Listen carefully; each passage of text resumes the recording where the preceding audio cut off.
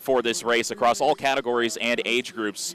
The two elite fields, the elite men and the elite women's, are the ones that we are focusing on today. It's a 100-mile race, but in total, across all age groups and distances, 44 miles, 63 miles, and 100 miles, we have over 200 more participants than last year's race, and the elite men will be the ones to get us started at about 7:50, followed by the elite women at 7:55. The age groups beginning at 8:15, but for us, we're focusing on about a total of 110 to 115 riders, and on the men's side, you certainly look at Drew Dillman. He's the two-time winner of the men's race, and Dillman, in his early 30s now, he's coming up from Kentucky. He knows this course inside and out, and his tactics, his raw horsepower, too, are what have led him to success. But last year, he was bested by Zach Nair, a 30-year-old from Wisconsin. Nair went on a bit of an attack with about 20 miles to go and held on for the win. Said he borrowed a gravel bike, and he set the course record in doing so. So Zach Nair wearing bib number 1. He is the defending champion on the men's side, and he's certainly one to look out for once again here this morning leading into the afternoon. The Eminence High School band getting set to play the national anthem here in about 5 minutes. This place has really come alive over the last few hours. I got here at about 5 a.m., way before the sun came up. And I will say that's the earliest I've been awake in a very long time. But as the riders have filed in here, this place really has an energy to it that's very infectious. As I was talking to Abner Meralda, the fourth member of our broadcast crew, a little bit earlier on, there are just cyclists. It is a sea of people everywhere you look. And Mark O'Leary doing a phenomenal job putting this together with so many sponsors. Of course, Zipp, our presenting sponsor, and so many others as well that we'll get to throughout the course of the broadcast. I'm really excited for what this race has in store.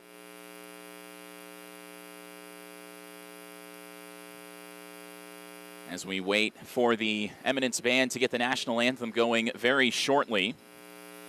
Again, the race start for the elite men set for 7:50.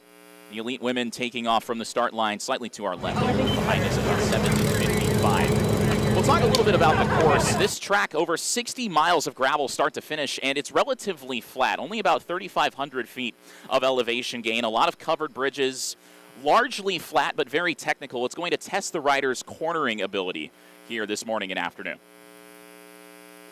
Yeah, and if you haven't been down to this venue, it's a really cute kind of setup. Small little town Eminence, just outside of Plainfield. But yeah, Mark has really brought a lot of great things to this little town, and whether it's people coming in to go to the Dairy Mart or whatever, I can't remember what the name is, but to buy a ham sandwich, just so everyone's on the live feed. If you're listening, go get a ham sandwich. They have great ice cream as well. But there's a lot of great things to offer here, and we'll talk a little bit about that later on the live stream about things to do here in the Eminence or Putnam County. But yeah, the routes are really incredible in what he's developed over the last couple of years. I've watched this race grow from just being a grass route, no timing, no nothing, just people showing up in a parking lot and riding. But the 100-mile route is obviously the mecca, the big attraction. But some of the key things in the 100-mile route, and we'll go into more detail probably later, but it's about 60 miles of gravel. What do you think about that, Kristen, when it comes to a gravel race? That's a lot of gravel, I think. Yeah, it's definitely. So it's, it's a good mixed surfaces, but it gives an opportunity for racers, and I'm sure Abner and Nick and us will go through some things, but 60 miles of gravel gives an opportunity for some moves, some race tactics, but also some opportunity just to kind of relax a little bit and not have your brain rattle because of the gravel out here. It'll be interesting to see how they handle the two off-road sections as well. Definitely. Because that might bode well for someone that's more of a mountain biker. You never know. That could be where they could take advantage. Definitely, yeah. Take a look at the map of the course. 100 miles spanning just west of Indianapolis start to finish. We'll go up north of Greencastle, a little bit west of Avon, and then all the way back down to Eminence. The sheer amount of corners on this track, there's about 160 of them on this course.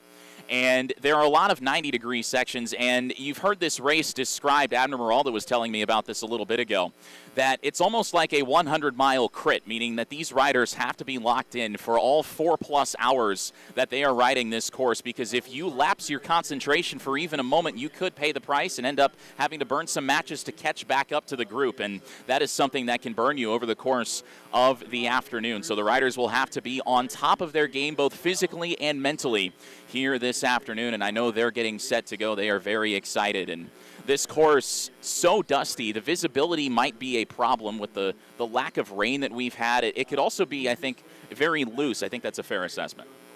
Stage. Oh, there's definitely going to be people. There's definitely going to be people burning matches today. That's for sure. Just hope they save that last one for the last little bit. Yeah. Definitely. Hydrate well and fuel yourself well. We flash back to last year's race in 2025. Of course, the giving back to the community was a big part of this race. It is every single year. On the race course, though, it was very interesting from the early going.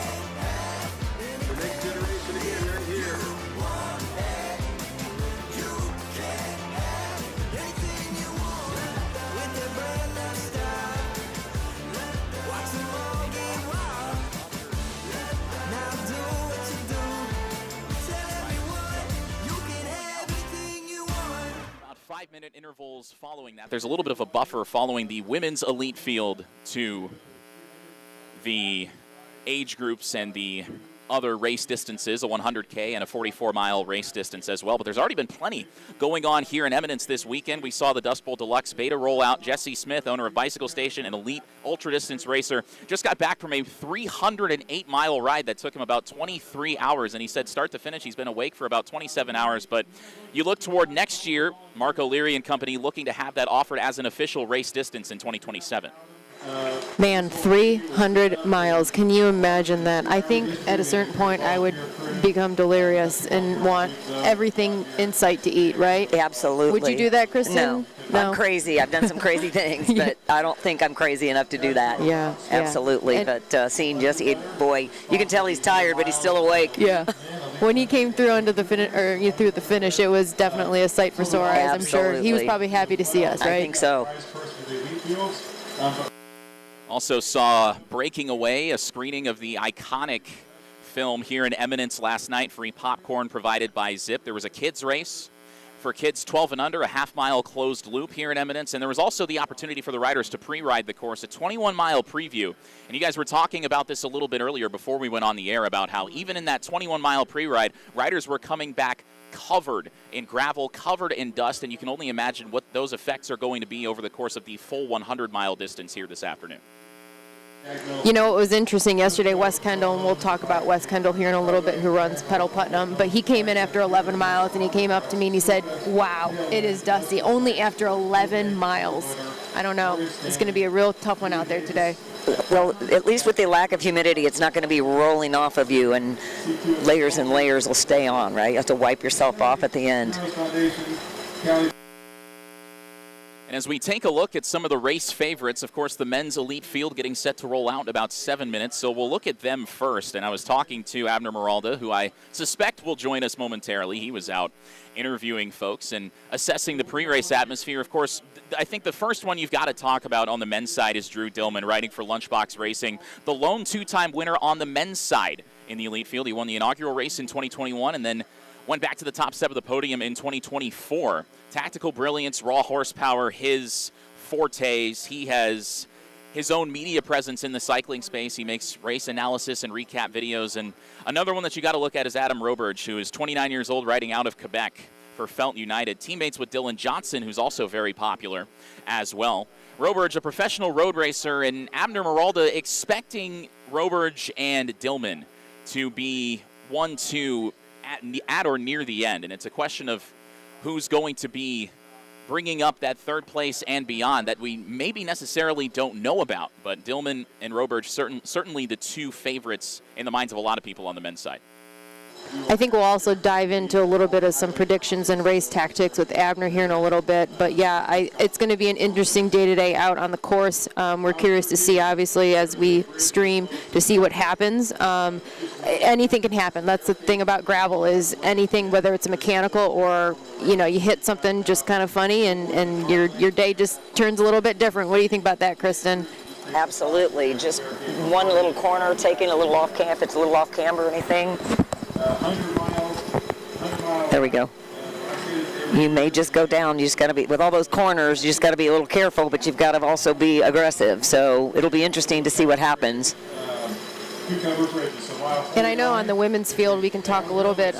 We've got some real heavy hitters coming out here today on the women's field. It's going to be neat to see some of these strong women out there pushing out the wattage and really taking some different tactics and challenges today.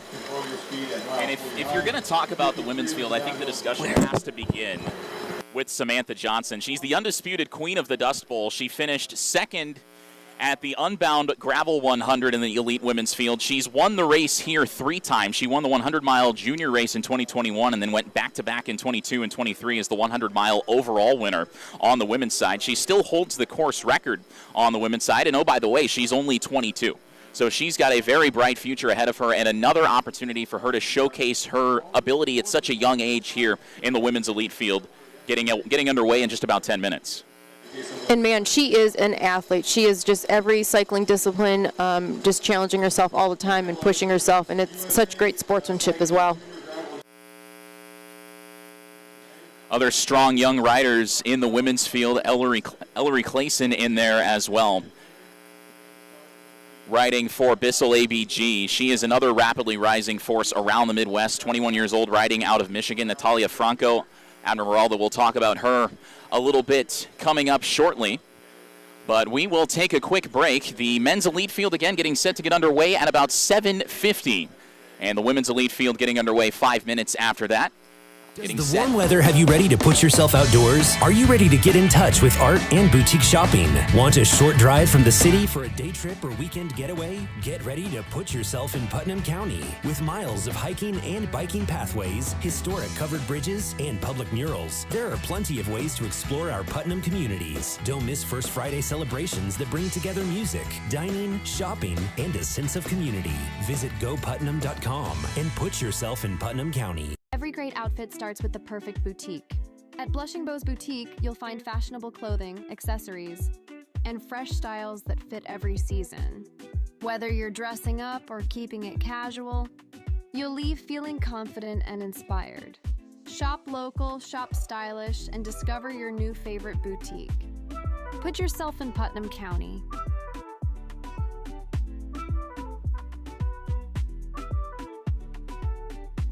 Escape the everyday and explore the trails of Putnam County.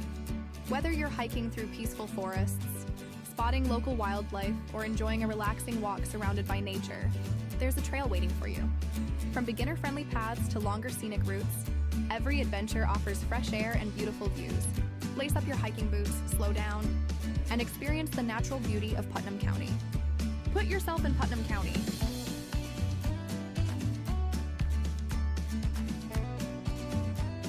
Step back in time and discover the charm of Putnam County's historic covered bridges. Nestled along scenic country roads, these iconic landmarks offer a glimpse into the county's rich history and make the perfect stop for photos, a peaceful drive, or a weekend adventure. Each bridge has its own story, adding to the beauty and character of the landscape. Come explore these timeless treasures and experience a piece of Indiana history. Put yourself in Putnam County.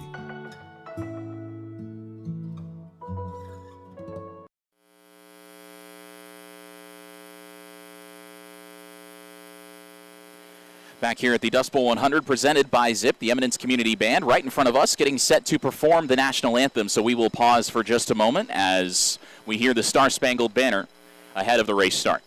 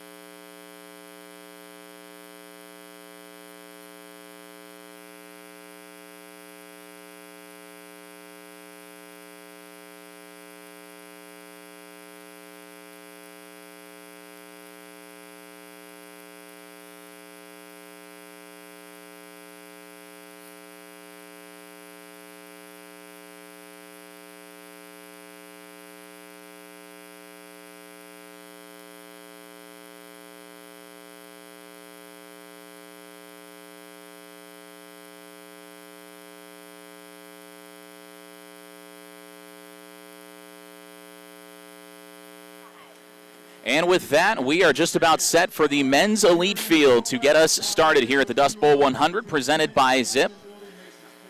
Alongside Margaret Baraskis and Kristen Schwark, I'm Nick Rodecap saying hello, and once again, good morning, because we have been here since well before the crack of dawn, and these riders amped up, ready to go for what is the 6th running of Indiana's premier gravel race. And guys, as the men's elite field is set to get started, I don't know that we're going to see an early breakaway like we saw from last year. I think if we do, based on what we've been told, you don't know that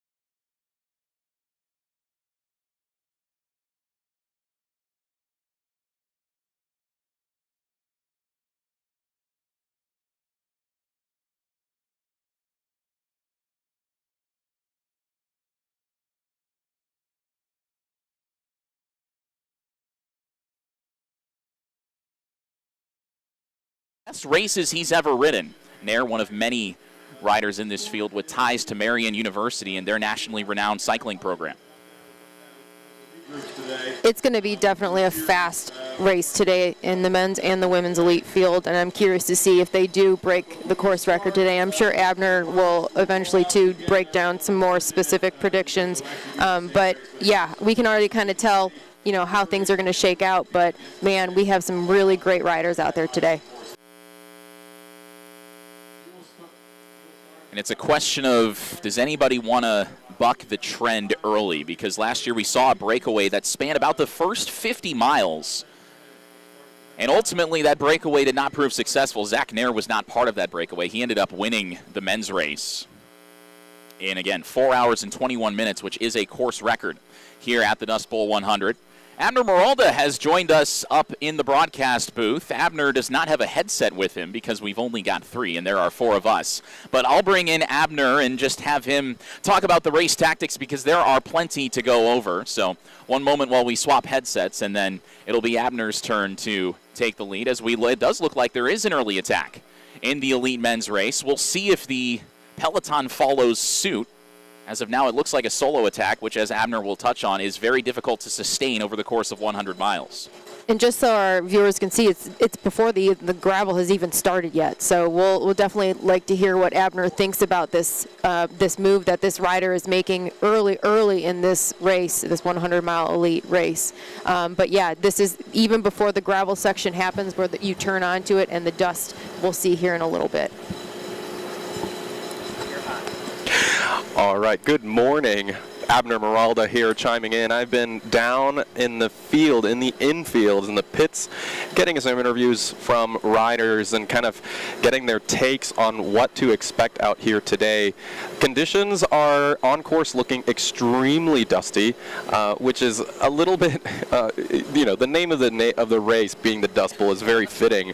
But I would say today is actually dustier than usual. We've had very little rainfall in the weeks leading up to this race, and when it does, it's kind of a flash flood, so it's not able to penetrate into the ground and kind of tamp down some of the dust. And I'll interrupt my moment here to talk a little bit about the attack that is currently flying. We've got 2 riders out into sector number 1.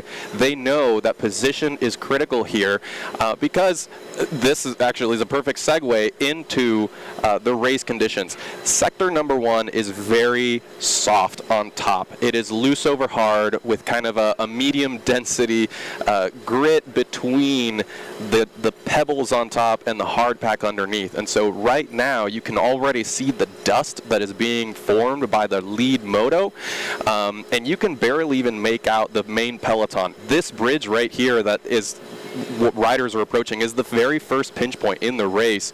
They're going to come around here, make a right-hand bend, and this could catch some riders out if they're not familiar with the conditions. If their tires sink into that deeper gravel, they're not going to be able to have enough purchase on the road, and this little chicane could cause a little bit of problems for the riders deeper in the pack where the dust is really in their face. They're not able to have clear visibility, and it looks like it's all come together here, but position into these gravel sectors is really critical, and there's 24 of them. 24 gravel sectors, the longest.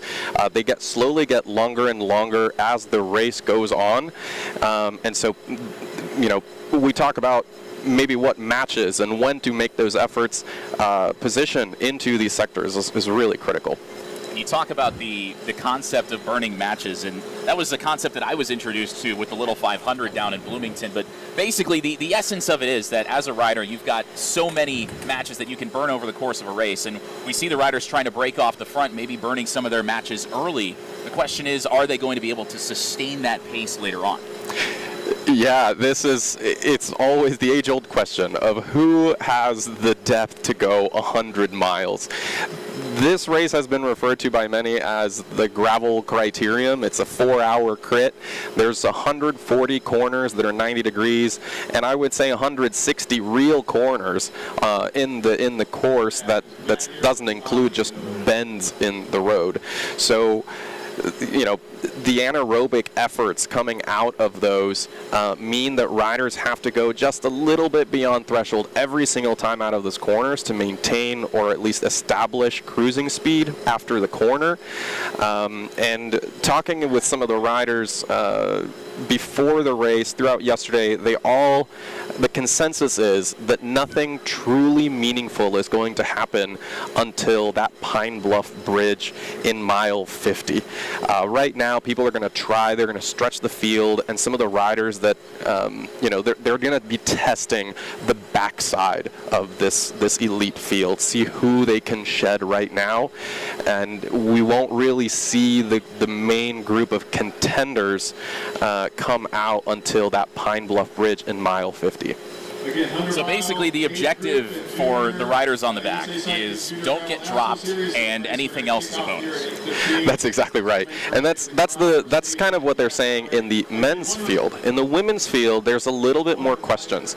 It's a smaller pack, so aerodynamics and the slipstream effect is not quite as strong in a smaller field. So it's really important for those riders to kind of be a little bit more vigilant of their efforts, because they know that when they go to the front and they quote-unquote eat a bunch of wind, is what racers always say, they are spending those matches that they don't have enough time to kind of recover from when the field is smaller. So the riders also aren't as familiar with one another as they are in the men's field. So there's a lot of question marks as to who is really going to set the pace. I think a lot of eyes are going to go immediately to Peta, because she is by far and away the most experienced and most decorated racer in this field. However, people are going to be looking at Gabby Arnold. She is a top-tier racer that knows the area. She went to Marion University, just an hour up the road. But then we also have Samantha Johnson, who has won this race previously, and she's in the Lifetime Grand Prix known as one of those heavier power riders that a flatter course suits, and she knows this race. She's won it a couple of times. So we've got, I think, an interesting stalemate where some of these riders are going to be looking at one another and following what they do. And so there's going to be more cat and mouse in the women's race, which is going to be tactically really interesting. I'm going to make another connection back to the Little 500, because that was my introduction to bike racing. But I think back to the men's race in Little 5 a couple years ago, where there was a breakaway at about lap 160 out of 200, where one team, it was the Black Key Bulls, they ended up lapping the entire field. And I'm thinking on the women's side, if somebody takes a risk about maybe a little less than halfway through, it could pay off well. Of course, it could also be that they burn too many matches too early on and then they end up getting swallowed back up by the pack. But it could be a scenario where somebody decides to take a risk because of the amount of unknowns, and maybe they end up surprising the rest of the field and coming out on top. Absolutely, absolutely. And as you can see right now on the screen, the women's pace is a lot more leisurely. They're all kind of waiting. They're going to share the load much more equitably because they just don't want to waste their efforts early on in the race. So it's a lot more leisurely. There's a lot more tactical mind games. People are being much more vigilant. And I also think that's maybe one of the differences in women's and men's racing. The boys just go, I'm going to pin it and see what happens. And the girls are much more,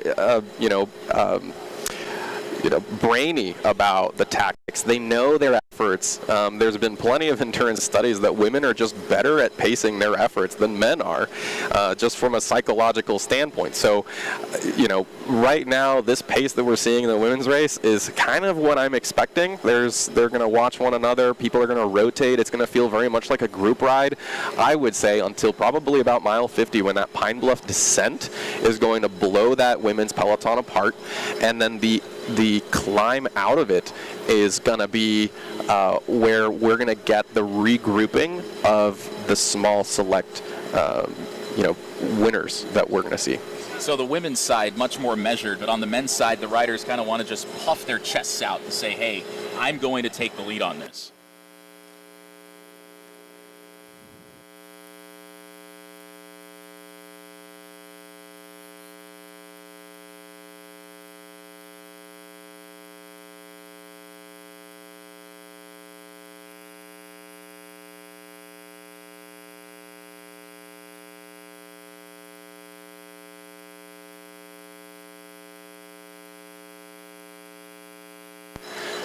So the men's field about 15 minutes in, the women's field approaching 12 minutes into this race, the Dust Bowl 100 presented by Zipp. I'm Nick Rodecap. Abner Meralda is to my left. Kristen Schwark and Margaret Baraskis are to my right. Margaret will bring you in because you've been on the bench for a little bit. We were talking about the slower pace of the women's race, but the men definitely pushing things off the front here early. It's interesting to see that tactical disparity between the two elite fields.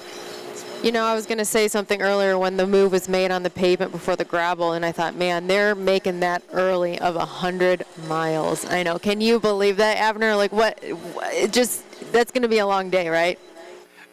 Yeah. Yes, absolutely. It is going to be a long day. It's. I think part of it may also be motivated by the fact that, we've got a live stream, and it always happens in the World Tour races, in the pro races, where there's a live stream. Some riders are going to try and go early, get some TV time, get on the screen, and make it obvious that they're in the race, represent their sponsors, so we can talk a little bit about them, talk a little bit about the team, because marketing is everything. But 100 miles, I as you said, it's a little crazy to do it right now. Yeah, and even in the women's, you mentioned, there's more kind of casual and more like a group ride, and it absolutely is. I've been in some races like that before, and I thought, wait, I signed up for this race, and we're going to treat it like a group ride, so let's make a move. So I'm hoping and to see, as the women's race develops, we can see if some women make some moves and decide, when to go and when not to go, and when to save some matches and when to attack. But absolutely on that mile 50 is going to be that point, and I've mentioned before on this live stream, I am fully aware of that 50-mile point. I've definitely become friends with that downhill gravel section. We got a look at the elite men's field just a moment ago. It looked like there was a small group that had kind of broken away from the rest of the pack, Abner. It seems very, very early for those kinds of moves to be made. Yeah, we'll have to take a look exactly at who is in that group of 5 right now, because combination is everything. Those riders have to coordinate. They have to take even pulls so that way they can all conserve energy and stay away. Right now, the course I can split up into basically 2 halves. There's the first half of tailwinds, of tactical cat and mouse, of maybe everyone's looking at one another because of how many tailwind sections there are. The prevailing wind here on site is a north-northeast breeze. It's very still today, so the slipstream effect isn't quite as dramatic, or in specifically the tailwind effect is not quite as dramatic, because when you're in a tailwind, you're not really breaking the wind at the front. Everyone has to take the same pull. Everyone has to work the exact same amount. And so that is where lighter riders may struggle, because in order to keep up, you have to put out the same raw number as watts to keep up. So those guys right now are going to have to put themselves in the hurt locker in this first 50 miles, which is why a lot of the elite riders aren't expecting anything to go in those first 50 miles, because the effort is going to be so taxing. The second half of the 100 miles is mostly into headwind sections. So the rotation and the slipstream effect is going to come into effect, and if the combination of riders that are in that breakaway in that small group is not coherent and they're not working together as a team, they're going to get caught by groups behind. So it's a situation where you've got to keep the common goal in mind as much as you want to try to, again, kind of puff your chest out and get to the front and make a name for yourself. You could actually end up not only hurting yourself, but also hurting the riders that you're trying to work with if you maybe are a little too selfish at the front. That's exactly right. And it also helps a lot when you have a really strong rider in a breakaway, because they might be able to take slightly longer pulls to kind of move the group along. And if Drew Dillman is in this group, he's smart enough to not take that pull mile 5 of 100, and so he might be conserving his energy, and that's partly the reason why I don't think anything will go in the first 50 miles. And And even in the women's field, which you can see is much smaller than the men's field, the amount of dust that we're already seeing very early into this race, I'm interested to see what the riders look like when they get back here in a few hours, because they are probably going to be covered head to toe in that dust from the gravel as the women's field starting to snake around a little bit. They're about 17 minutes in, the men approaching 21 minutes, but still very early doors here at the Dust Bowl 100 presented by Zipp. I'd like to mention that even in the elite women, the body language and how the women are kind of, riding compared to the men. And we just saw a woman, I believe it was Grace, that went up to the front to maybe push the pace a little bit, and now we're kind of settled back down. But definitely, if you can tell on the live stream, the body language of these women are completely different and more relaxed than the men. Absolutely. And that's something that I noticed as well. She came to the front over the top of a crest. So she was trying to push the pace a little bit on the uphills, then tried to peel off and onto that, for us viewers, left-hand side of the road, and everybody followed. And they said, I'm not going to take the front. And we might see a lot of this. Also, something important to mention of the surfaces here at the Dust Bowl, that dark patch of gravel that the ladies just went over, that is something that locals do here to keep dust down right in front of their properties. They actually pour motor oil, used motor oil, on the surface of the crushed limestone to mitigate dust coming into and out of their properties. And so it's when you're riding, it feels much firmer than the powdery, crunchy limestone gravel, but when you're on it, it suddenly slows you down. It's like you've transitioned onto grass. And then, once you're off it, you suddenly go back to rattling and rumbling. So it's an interesting textural experience when you're out here.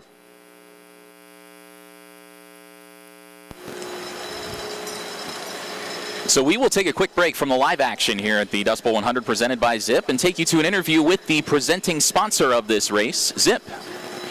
I am Keely Rusk. I am the SRAM field guide for Indiana, Michigan, and Ohio. So I work with SRAM, Zipp, RockShox, all of our sister brands underneath the company, covering the basically Midwest areas. Been with SRAM for 8 years now, in this role for 3.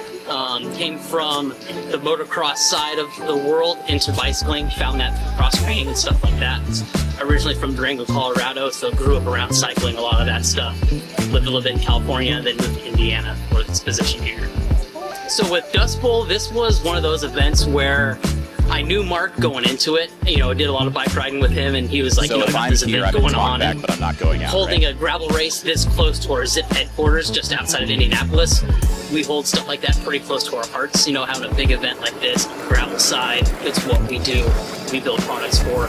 So getting hooked up with Mark on that, he let me know what's going on. I work with some guys on the Zipp side of things. He's like, hey, you gotta sponsor this event. It's too good, it's too close to home.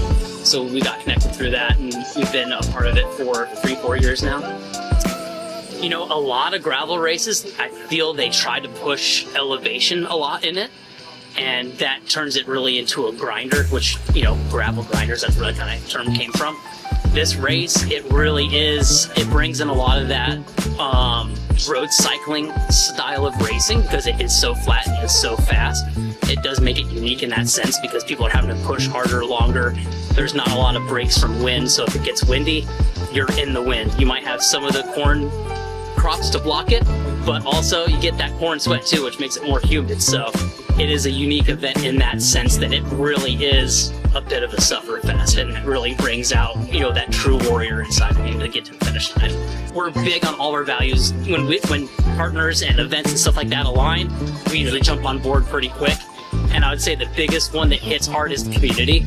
Mark does a lot, and Dust Bowl itself does a lot to engage with the community, work with the schools, help raise money with the schools, and doing like the showers and the bike washes and that stuff. He puts on the recon rides, which basically break the route up into 3 rides. Everyone gets to preview it. So drawing in riders from that, building community around that, so people can meet each other before race day. So, if you run into a buddy out there, you're able to ride with somebody. So it's really building that community around it, and that's something that really is unique in itself to Dust Bowl as well. People they meet each other along the ways, and they come back year after year and build, trips around to come ride with their buddies. I think it's just going to continue to grow.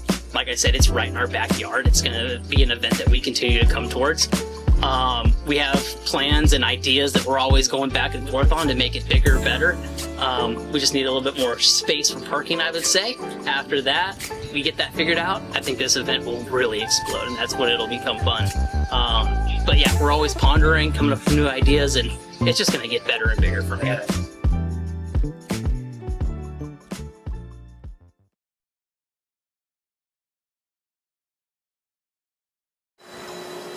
All right, yeah, that was a great video of the main sponsor, Zipp. Keely is a friend, but also a great work colleague. He's always out and about at events here in Indiana and supporting as much as he can. But what a great video of showing the previous events and the atmosphere. And as you can tell, if you look around right now, you can definitely see what's going on. It's a huge event.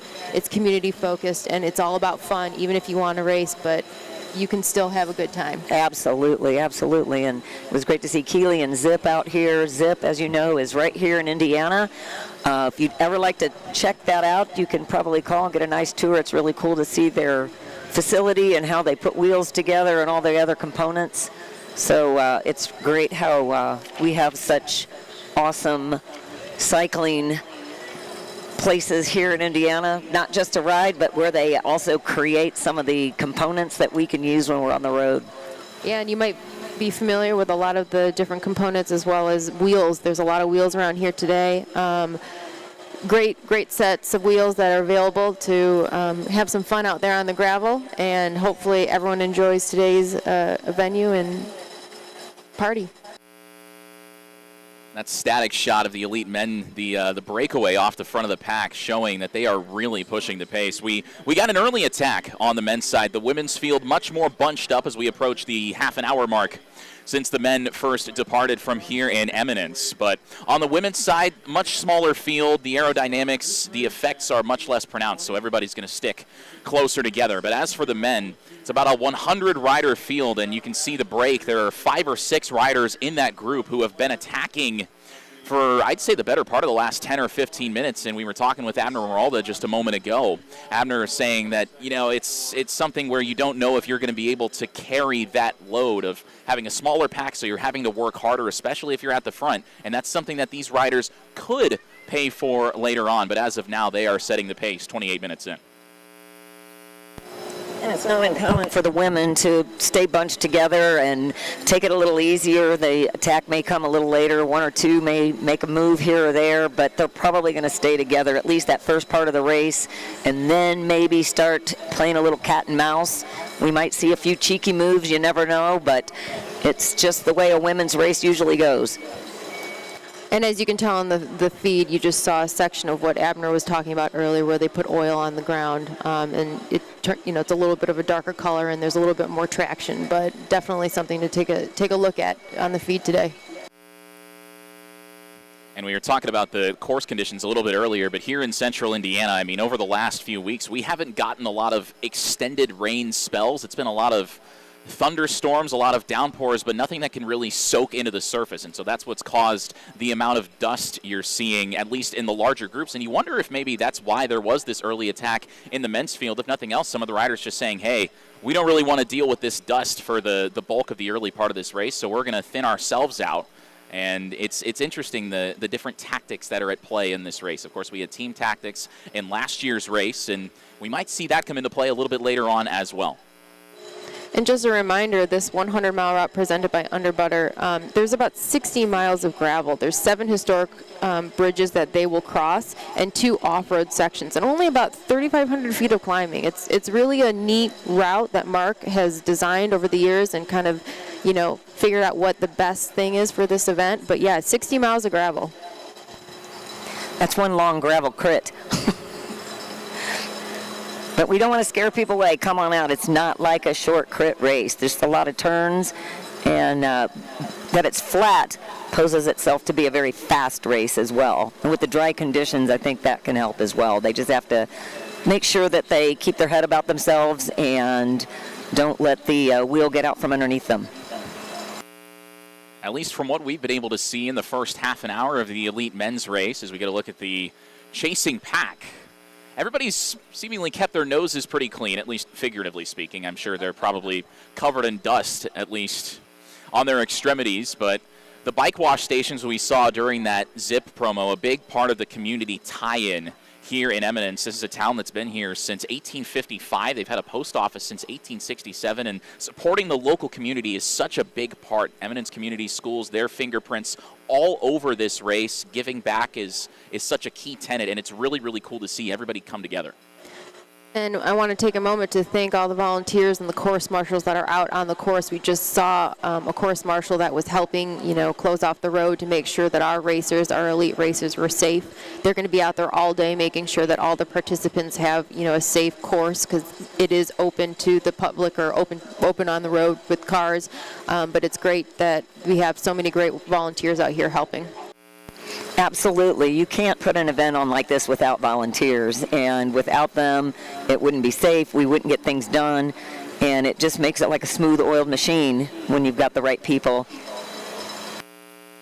We've already seen the free pre-race coffee and donuts, Al's Donuts. I see the Bedrock coffee cart just in front of us here on the stage. Julie Davis and FC Tucker Realty. And then post-race, the riders will get Smokin' Jay's Barbecue. They'll have their choice of pulled pork, chicken, or vegan options, sides and drinks, and shaved ice. And the bike wash stations, those are being run by Eminence Junior High students with steel pressure washers. Those provided by Pfeiffer's Saw Shop. And they're raising money, the Eminence Junior High students, for field trips, guest speakers, class projects, and also taking free will donations as well. And again, it's so cool to see everybody coming together, uniting in the sport of cycling and supporting a local community that, I'll be honest, as an Indianapolis native, I didn't even have on my radar. But Eminence, certainly a neat community, about just a little bit, I'd say, west of Martinsville, north of Bloomington, and Bloomington where I spent 4 years at IU, and of course with Little 500 and the cycling community down there so strong. And it's really, really cool to see everybody come together like this. And if you haven't been down to Eminence, come on down. It's small, but there's lots of things to do. A little bit of the history. The town was laid out in 1855. And then the community schools that host this event here, for over a century, the Eminence Community School Corporation has served the youth of Eminence as well as surrounding Adams and Ashland townships. But we have to thank the relationship and partnership that Mark has created with the community schools to use this venue, because it is really a special little spot in here in Indiana. Another one of the narrow bridges Abner Miralda was talking about with us just a moment ago is the breakaway continues to headline the elite men's field. If you're just joining us, these guys broke off the front about 15 minutes ago now, and they're still pushing the pace. The women just approaching the 30-minute mark. They have been much slower paced, much more packed up, as you would expect with a smaller field. The lack of wind is something to keep an eye on as we heat up throughout the day. Of course, crosswinds, headwinds can be a factor, but so far everything has been very, very calm weather-wise, and that, I'm sure, very pleasing to all the riders. Absolutely. Headwinds and crosswinds can be, we call those Indiana hills, when you've got the good wind, right? Especially on a race like this. So when it's a flat course and there's not much wind, you don't have those Indiana hills.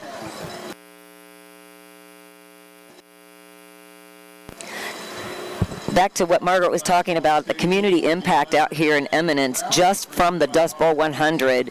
They've supported initiatives in 2025. They had 16 bicycles donated to the Eminence Community School System, $7,490 raised for Eminence Community Schools, 10 full student scholarships funded for the 2025 Indiana Interscholastic Cycling League, or NICA, which Margaret's been a part of. For that season, $1,000 in food items, or 1,000 food items donated to the Eminence Christian Church Food Pantry, $1,200 donated to Bicycle Indiana, which our Margaret B. is a part of, our CEO, right? And also monetary donations awarded to the A&A Fire Department and Putnam Parks and Pathways to support vital local community work. And one more thing to add to that list is junior participants 18 and under receive discounted entry fees is something else that Mark is giving back. And something that's really great about Mark, and if you haven't met the race director and the person who has created this incredible event, He is constantly trying to support the community, trying to support as much as he can.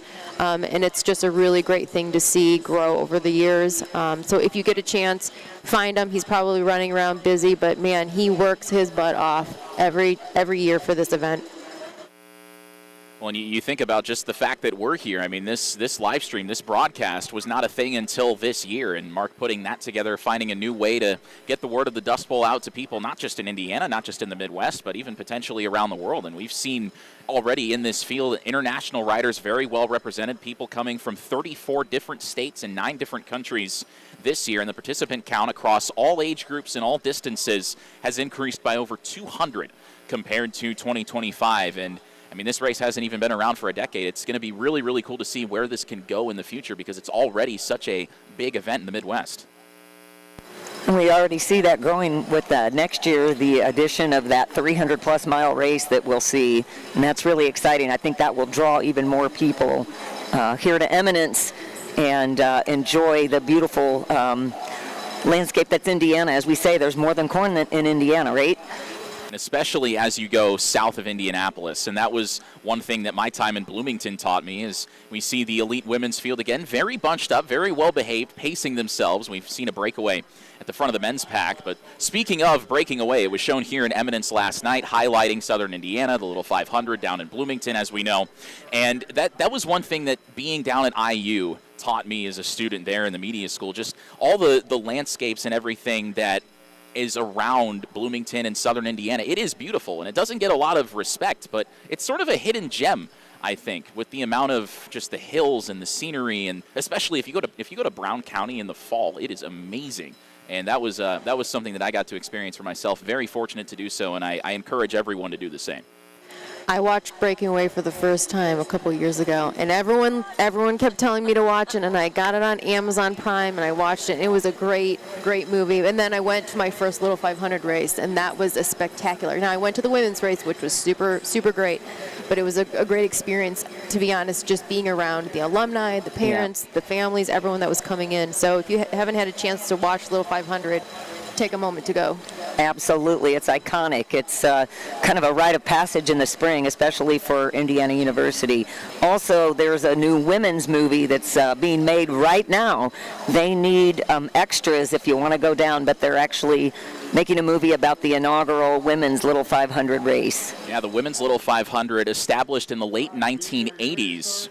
I believe it was Kappa Alpha Theta. They tried to qualify for the men's race in 1987. They were the first team to miss the field, and so that prompted them and a lot of other women's teams on the IU campus to say, hey, let's make our own race. Let's run our own Little 500, and it began in 1988. We actually have a member of the women's Little 500 field riding in the, I believe it's the 100K in the 63-mile race. Greta Heil, a back-to-back Little 500 champion with Kappa Alpha Theta, is in the women's field for the 100-kilometer race. She is an Oliver Winery women's cycling teammate of Sierra Siebenlist, who is in the women's elite field for this race. And Oliver Winery, their Blueberry Moscato is phenomenal, not too far north of Bloomington. I will admit I have indulged in some Blueberry Moscato, and it is very good. Well, going to the stream here, it looks like the elite women, there was a move that has been made. I'm not quite sure who is on the front right now, but if you can tell by the screen and looking what's going on, there's definitely somebody trying to break up the group or just push the pace to see what will happen.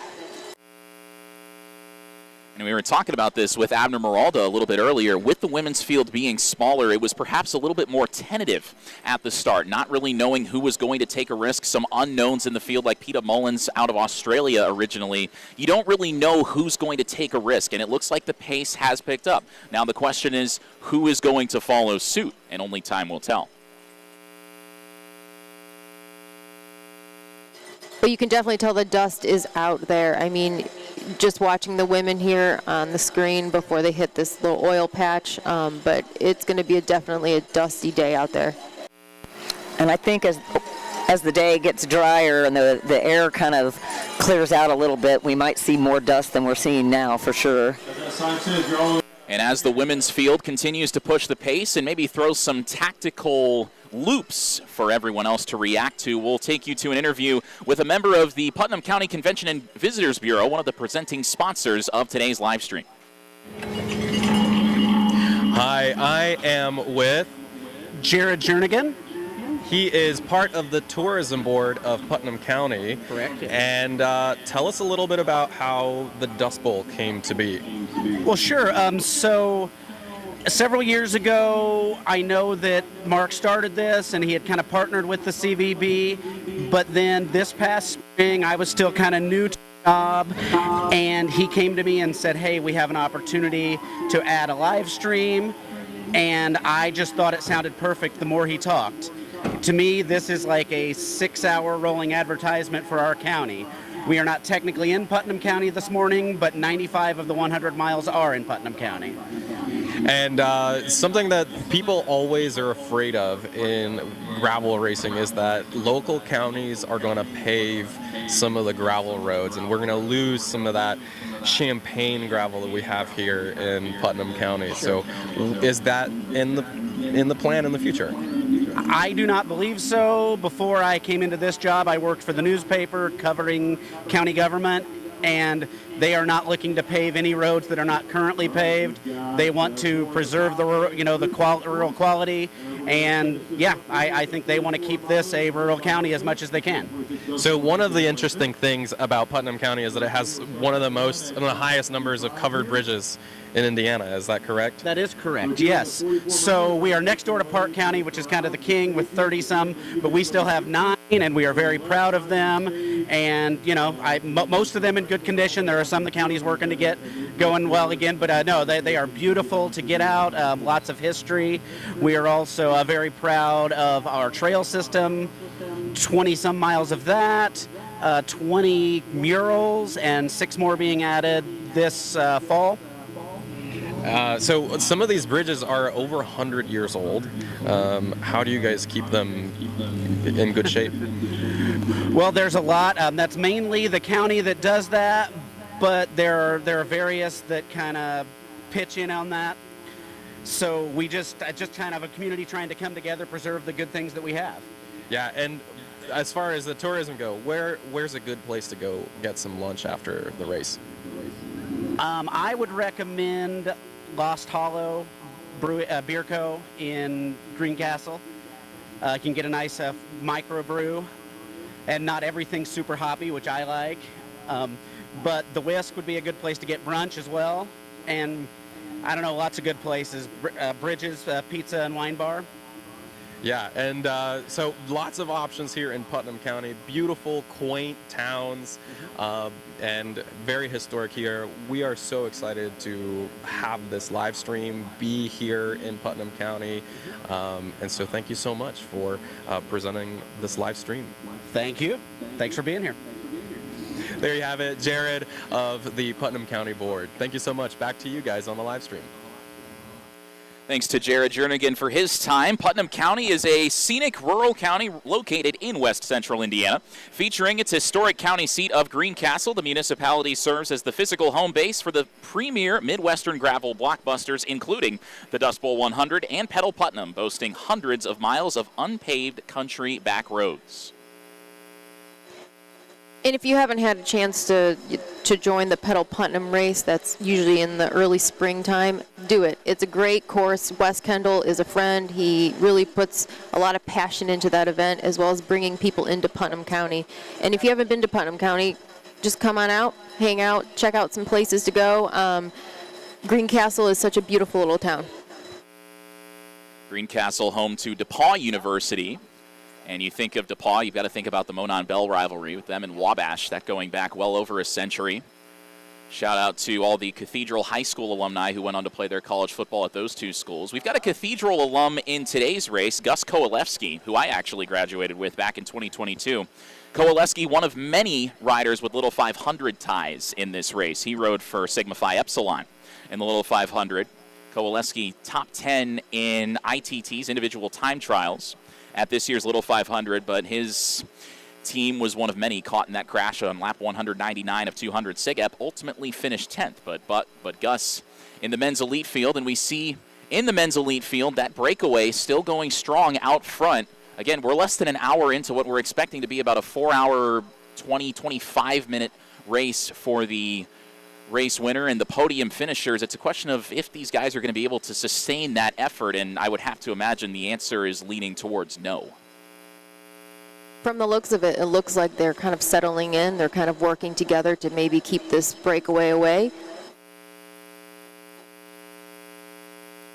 And then the chasing pack, you wonder when are they going to make their move, because we were expecting, again, that this race won't really kick off until about mile 50. We're at mile 17 right now in the elite men's field, 45 minutes or so into this one. So we've still got a ways to go until that expected kicking off point at the halfway mark.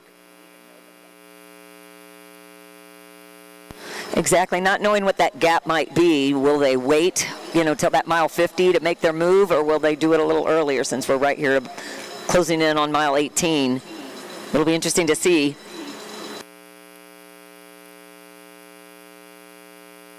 You have to imagine some of the heavy hitters in this men's field, including the two-time winner of the Dust Bowl 100, Drew Dillman. They're going to measure their efforts and that sort of internal, I wouldn't say internal clock, but the internal tempo that you have, kind of telling yourself when to push, when to sort of hang back a little bit. They'll know, the chasing pack will, when maybe they do have to consider trying to chase down these guys, if indeed they don't fall back into the clutches of the chasing pack sooner rather than later. And like what we've mentioned many times on this live feed, is the 100-mile route has about 60 miles of gravel. And if you can tell, sometimes you can see when the gravel ends and when the gravel starts, which is great. And it gives the riders maybe an opportunity to take a drink of water or eat some fuel and maybe sit up a little moment, but maybe that's an opportunity for an attack. Absolutely. You just always have to have your eyes up, even when you're taking that drink or taking a little bit of that gel.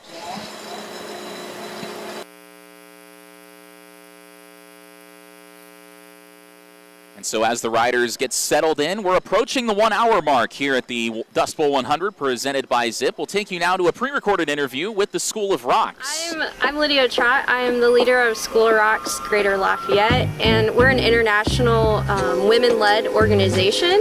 With gravel running, it can feel intimidating at first, and how we kind of help transition into that is we focus on the why.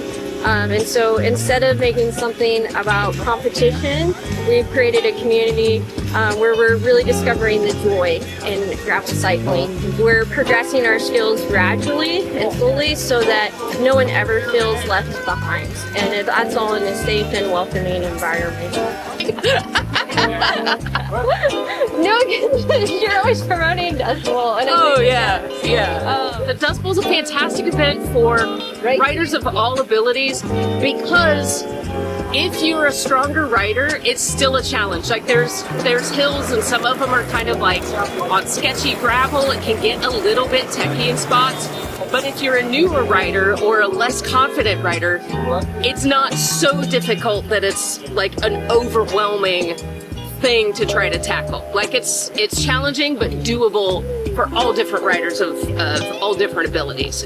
You've got your shorter distances, you've got longer distances, and the shorter distance that does appeal to newer riders is less hilly per mile than the longer distances. So it's a really good introduction to gravel cycling because it's not a complete sufferfest. I think one of the challenges new riders have is that the fear of staying upright or riding on technical terrain. And we kind of help that, again, by slowly building our skills. You don't have to have a brand new bike or even a certain uniform to come and join us. And I think another misconception is that people may feel like you have to be good at something or right off from the start, and you don't. You don't need to be good at cycling or even good at gravel riding to find the joy in it.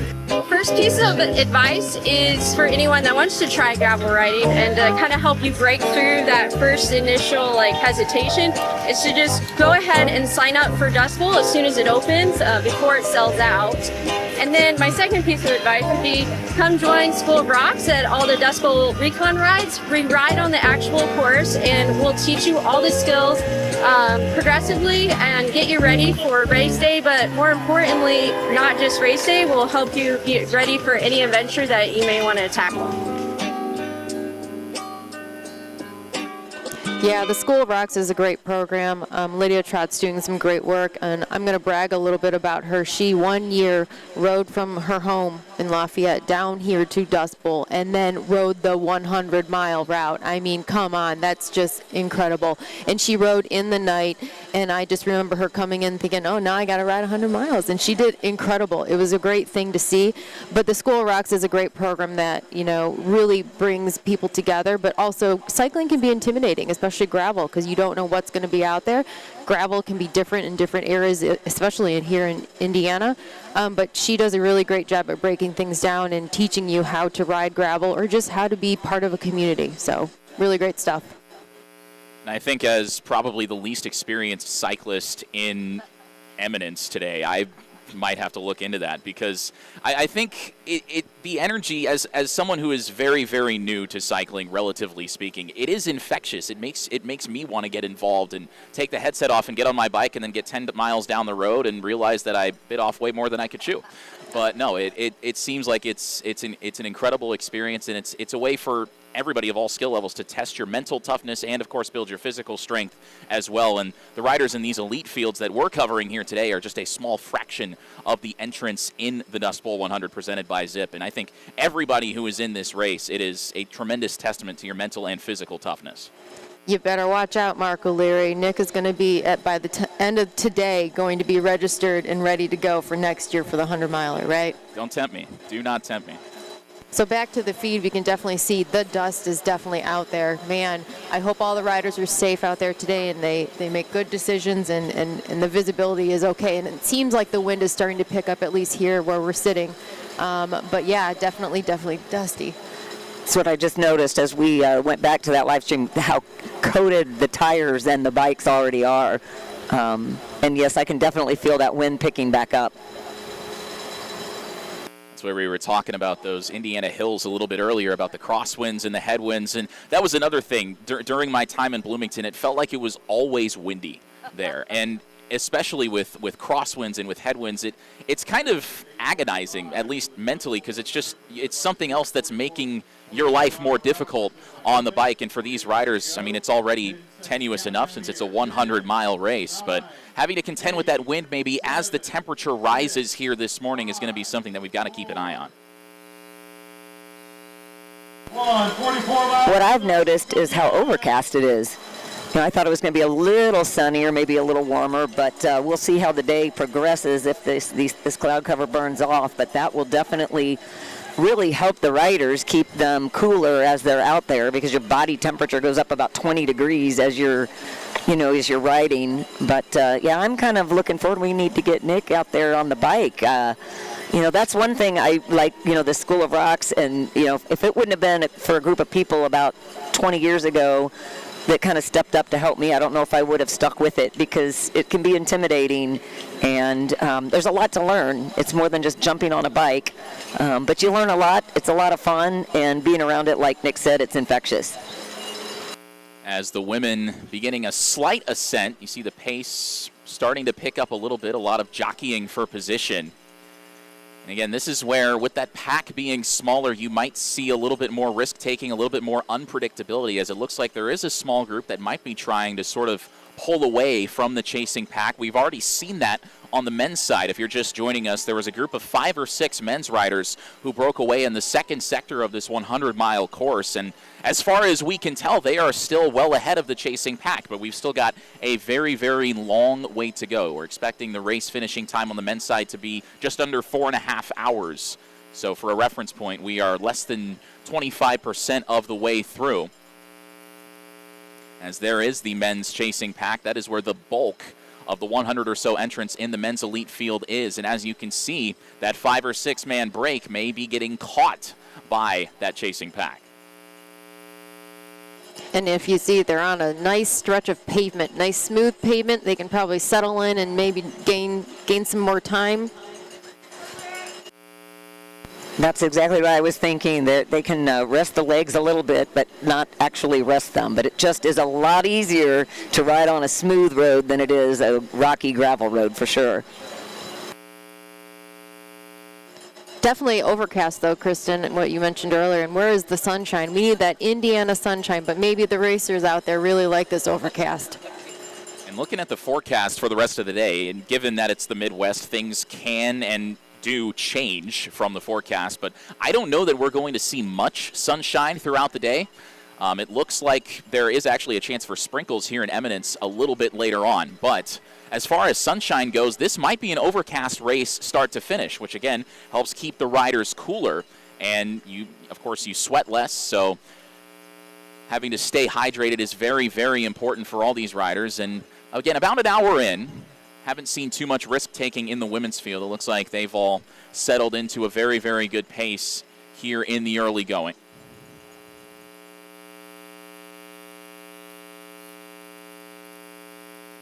Trying to get a look at who's pushing off the front on the women's side. Samantha Johnson up there, one of the Bissell ABG riders in there as well, and there are plenty of them. Ellery Clayson, one who we've already mentioned is a rising force in the Midwest gravel scene at just the age of 21. She's been selected to the Lifetime Grand Prix U23 program along with Samantha Johnson, two of the names to watch in this elite women's field.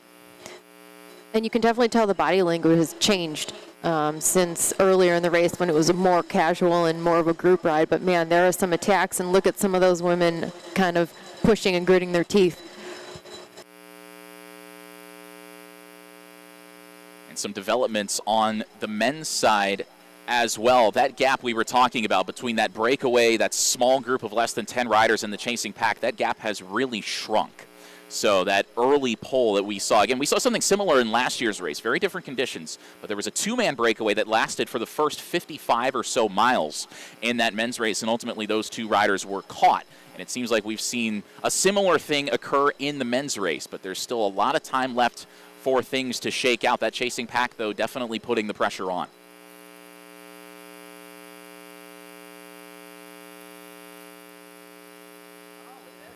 And on the women's side, it looks like there is a solo breakaway attempt.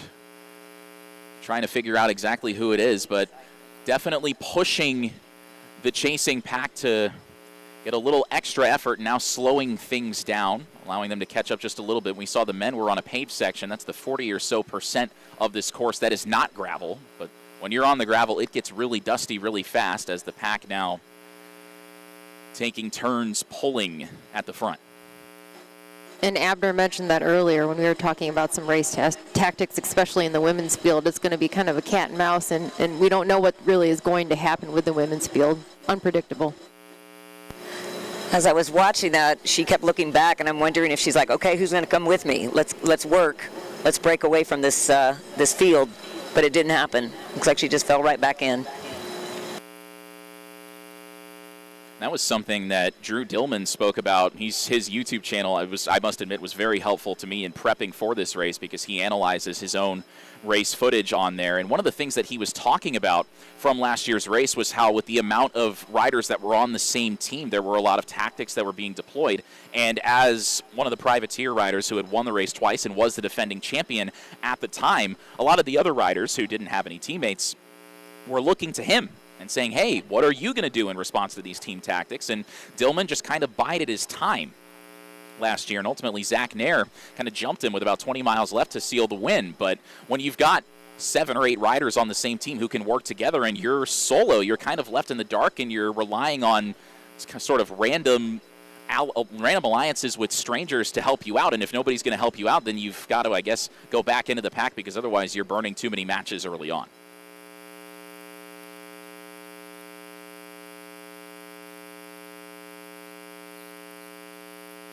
The men just about 1 minute shy of the hour mark. The elite women's field, again, taking off about 5 minutes after them, so they're a little bit further behind on the course. The elite men 23 miles in, and the breakaway is 45 seconds ahead of the peloton at this stage. So we're approaching 25 miles out of 100 on the men's side, and the breakaway has fallen to less than a minute ahead of the peloton, and we saw there was a massive gap well over that 1 minute threshold. a while ago, but the peloton definitely catching them. Margaret, how quickly do you think they could make up that 45 seconds? Is there a section out here you think that they could, make that move to try to catch them? I know you've ridden the course. Just curious your thoughts to that. There's so many different sections on this course that you can make a move, but it's neat to see on the live stream, the women are catching the end of the men. Atta girls. That was something that we saw stipulated in the rule book, that if there is a situation like this where the elite women's field catches the back of the men's field, then the men have to let them pass without issue, because you don't want riders drafting off of other riders in different divisions. That was a big stipulation for this race, and it looks like everybody is behaving themselves so far. Absolutely. They can't intermix in with those two different, they have to remain two separate races.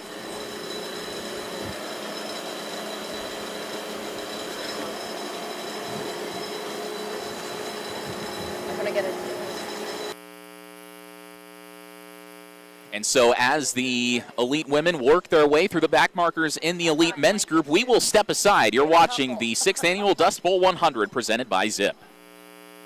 Whether you're visiting DePaul University, exploring downtown Greencastle, or just planning a relaxing getaway, the Inn at DePaul is the perfect place to stay. Enjoy comfortable accommodations and warm hospitality in our spacious rooms. Our first floor rooms are pet-friendly, making it easy for families with furry friends to join us. And when hunger strikes, the Fluttering Duck is right next door, offering delicious food and drinks. Book your stay today and experience all that Putnam County has to offer. Every mural in Putnam County tells a story. As you explore our communities, you'll discover vibrant works of art that celebrate local history, creativity, and the people who make this place special. From colorful downtown walls to larger-than-life masterpieces, these murals are perfect for photos, sightseeing, and experiencing the heart of our towns. Take a walk, discover the art, and see Putnam County through a new perspective. Put yourself in Putnam County. There's no better way to experience Putnam County than on two wheels. Ride scenic backroads, cruise paved trails, and take in rolling countryside, charming small towns, and beautiful views along the way. Whether you're a casual rider, a mountain biker, or training for your next big race, Putnam County has routes for every adventure. So grab your bike, hit the road, and discover where the ride takes you. Put yourself in Putnam County.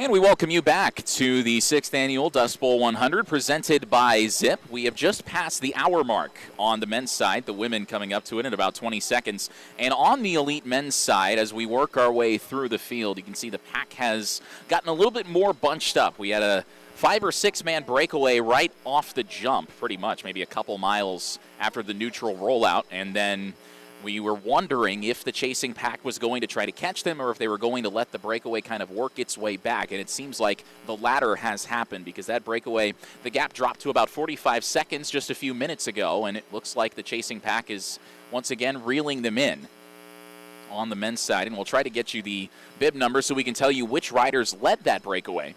But there is still a long way to go. The men have just passed the 25-mile mark, so that is 25% of this 100-mile race. And some of the locals out enjoying things, get the local community heavily involved here in Eminence, and the men's riders will be the first to greet them.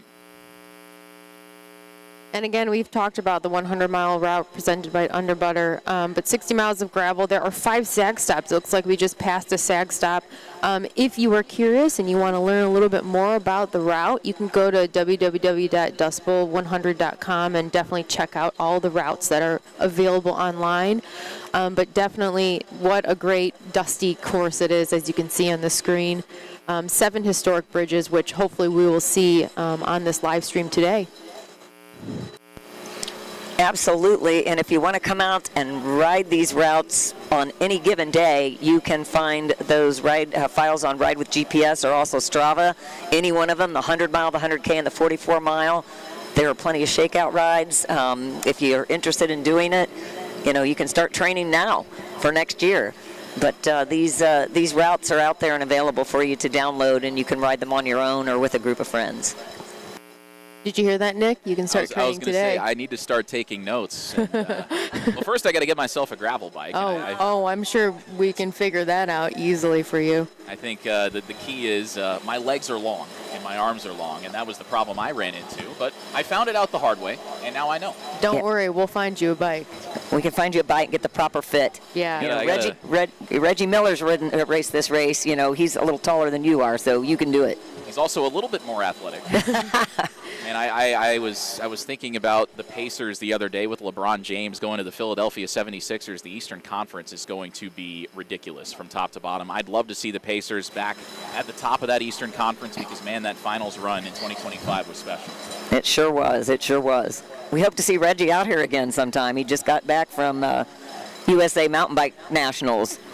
So maybe next year he'll put that 300-miler on his bucket list.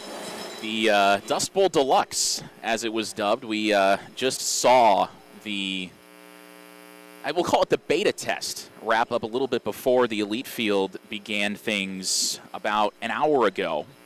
And that 300 miles, that is, at least to me, to my untrained cyclist ear, that sounds absolutely ridiculous. And to ride for that long, I think I would definitely need to at some point get off my bike and walk a little bit. But if you're not into 100 miles or 300 miles, there are other options like Kristen mentioned. There's 100K, which is around 62 miles, and it has historic bridges as well, and still has 2 off-road, adventure sections, as well as a short, fun 44-mile route that has, the same type of historic bridges as well as 30 miles of gravel. But again, you can go to Dust Bowl's website. They also have Strava routes as well as Ride with GPS that you can just click, put on your GPS computer, and have some fun. Absolutely. And there's also one punchy little hill. It's pretty flat, but there's one little punchy hill that everybody kind of dreads. Yeah, that Strava segment is called Gravel Pitch, and Keeley, who is our Zipp field guide and person that's out on the course, he is stationed at the top of that little hill. And you look at the hill and you think, oh, it's not really that bad. But once you get to the hill, it is not very fun, especially towards the end of the 100-mile race. But again, all routes hit that gravel pitch segment. And we might have some detailed specifics about the actual elevation, but man, it is a tough one.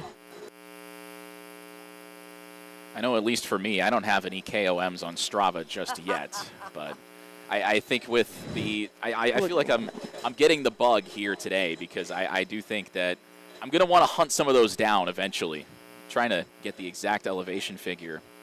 I like how you said yet. KOMs, yet. It'll happen, I hope, eventually, but you got to at least believe that you can do it, because otherwise, if you don't believe in yourself, nobody's going to believe it. That's right. And then everybody's chasing your KOM. Exactly. There's a Strava segment that goes through my neighborhood from north to south, and I think the KOM time is something in the neighborhood of about 2 minutes and 30 seconds, and my best, I think, is 3:20. So whoever set that KOM, I think it was about 4 years ago, was motoring through there. There's your first challenge, right out your back door. And fortunately for me, it's pretty much completely flat, which is great.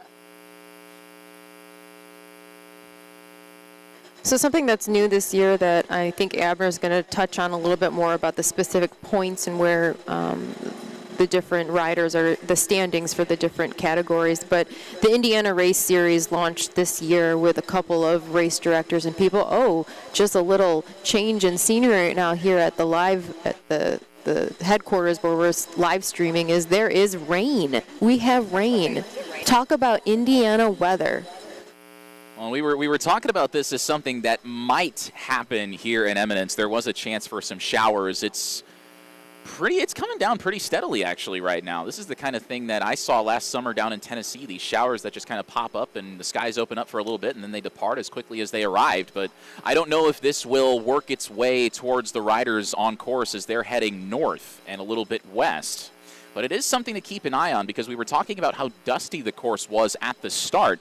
And if that rain hits the course later on, there's a chance that it can pack down that gravel and make things at least a little bit more palatable so the riders aren't caked in dust from head to toe. Some showers moving through from the northwest. I don't know how much that will actually impact our riders as they are a little bit north of us, and the showers are moving toward the southeast. So it'll probably be minimal at best, and the rain already lightening up a little bit here in Eminence, but definitely a wrinkle to keep an eye on throughout the morning.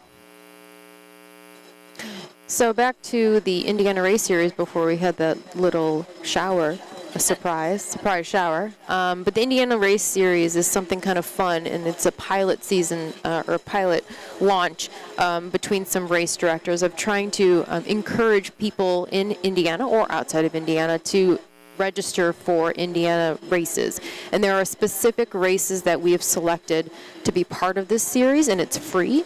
You don't need to register or anything. Your name is already put into the pot as long as you sign up for the 4 events that are in the series, which it's the Boone County Classic, which happened in the spring out in Lebanon, Indiana, Petal Putnam, which is in the Greencastle area, Dust Bowl 100 presented by Zipp, as well as the Harvest 50, which is out in the Boone County area.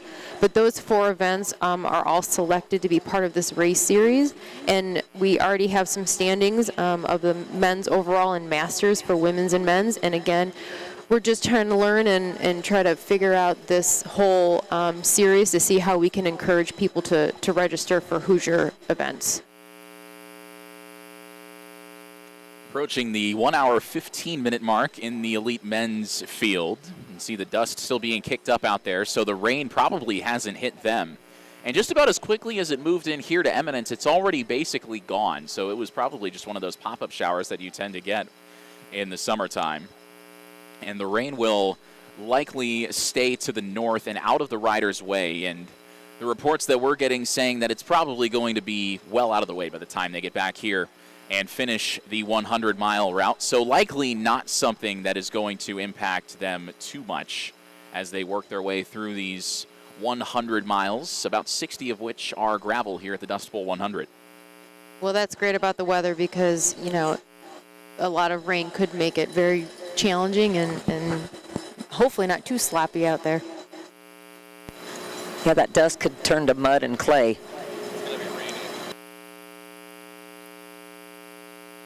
So back to the Indiana Race Series, I think Kristen's going to go over a couple of maybe the top 3 and participants in the men's overall and women's overall for the series. And again, this is a free series that we've just been piloting to get more people involved in Indiana races. But again, the 4 events are Boone County Classic, Petal Putnam, Dust Bowl 100 presented by Zipp, and Harvest 50. It's a mixture of road and gravel events. But yeah, let's go over a couple of some of the names that we see on the men's overall and the women's overall for this Indiana Race Series. Yeah, it looks like right now the men's overall after Petal Putnam, Will Coleman with 74 points, Richard Carson with 71 points, and then in 3rd place, there's a big gap there is Thomas Richardson with 58 points. And then the men's masters field is Alexander Godfrey with 71 points, Bob Brooks with 68 points, and Matt Ellenwood with 67 points.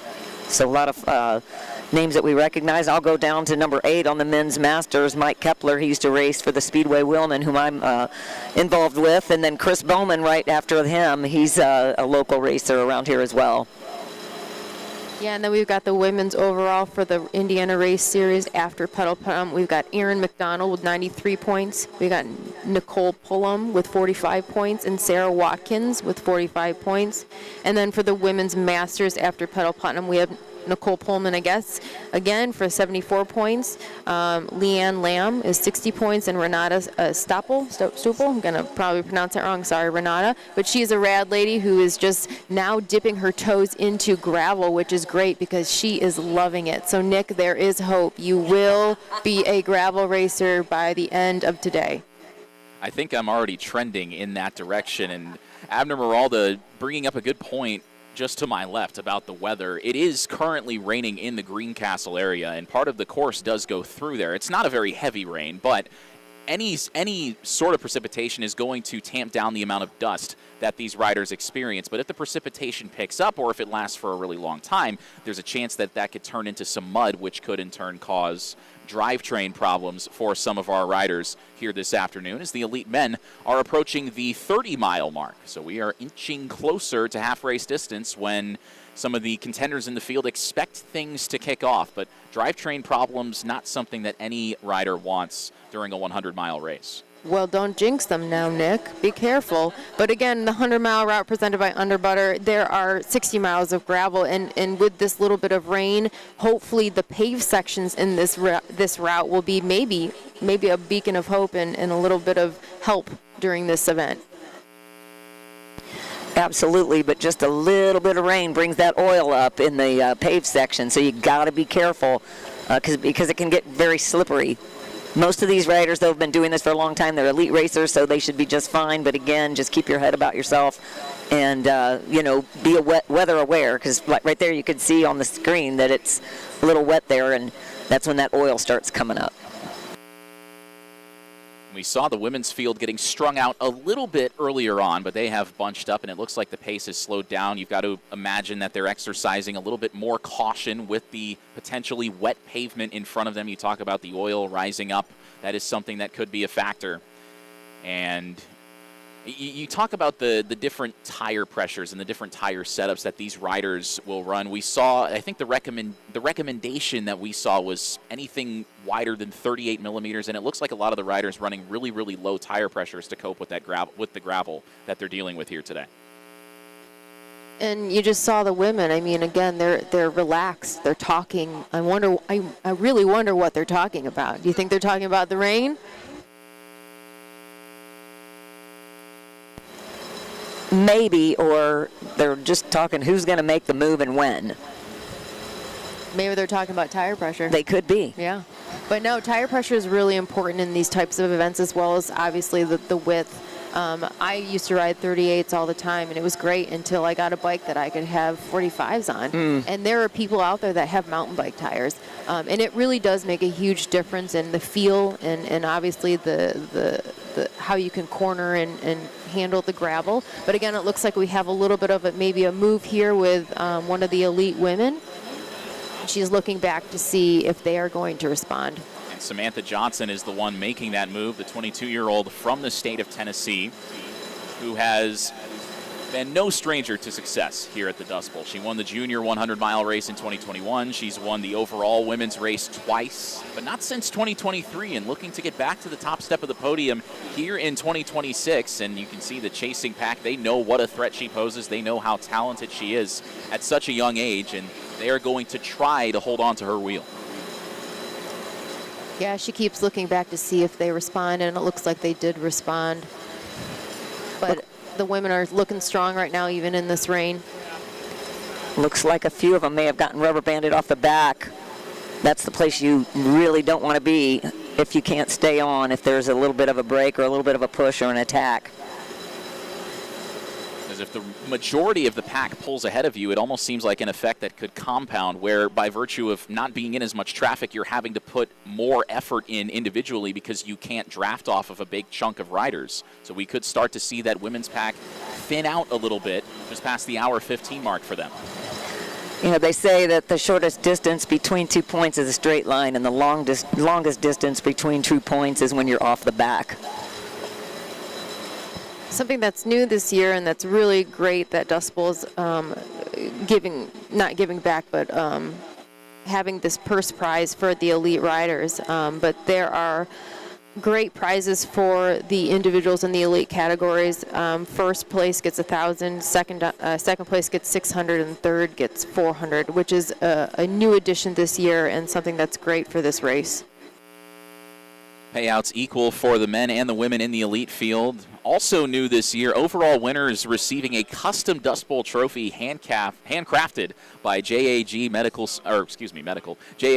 Solutions. The trophy being made from repurposed bicycle chains, which, I mean, I want to get my eyes on that because that sounds like something that's really cool. And if the image I have cooked up in my head is anything like the real thing, I'm sure it is.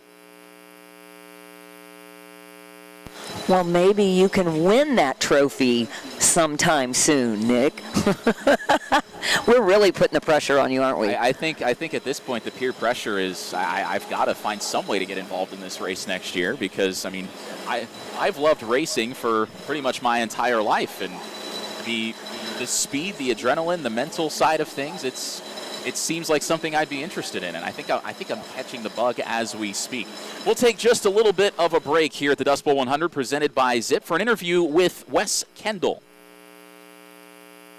My name is Wes Kendall, and I'm from Putnam County, Greencastle area, and been here for about 16 years. Okay. Oh, gosh, so I did not do the 2020.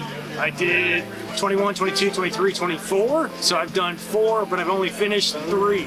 Okay, so you also host a cycling race in Putnam County. Yep, Middle Putnam.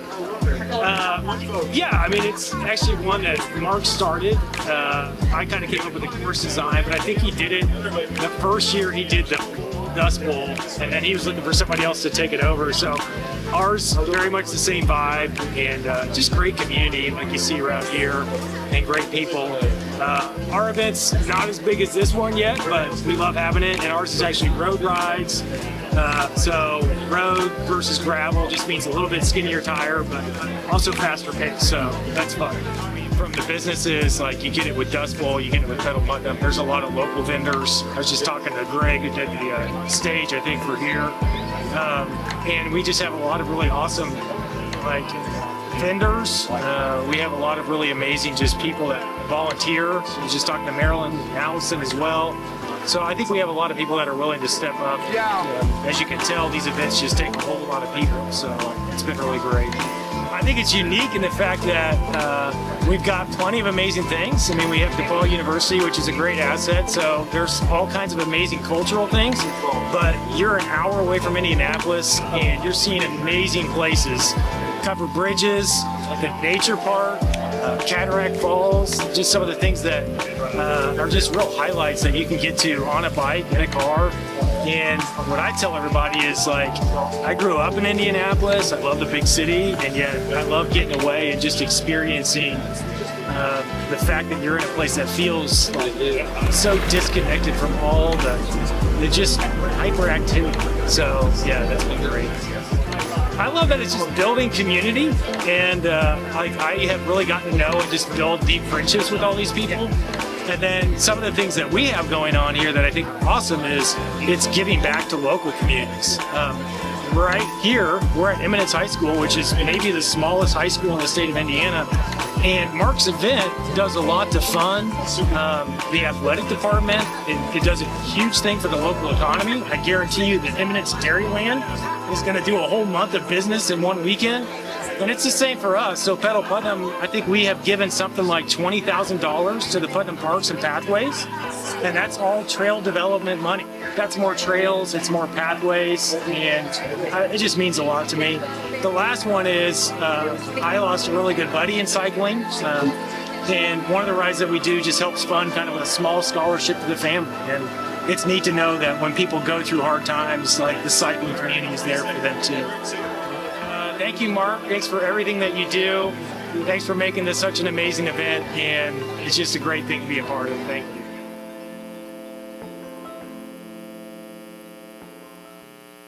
Yeah, Wes Kendall is a friend and just an incredible person who is transforming some things in Greencastle and getting people involved in the cycling community.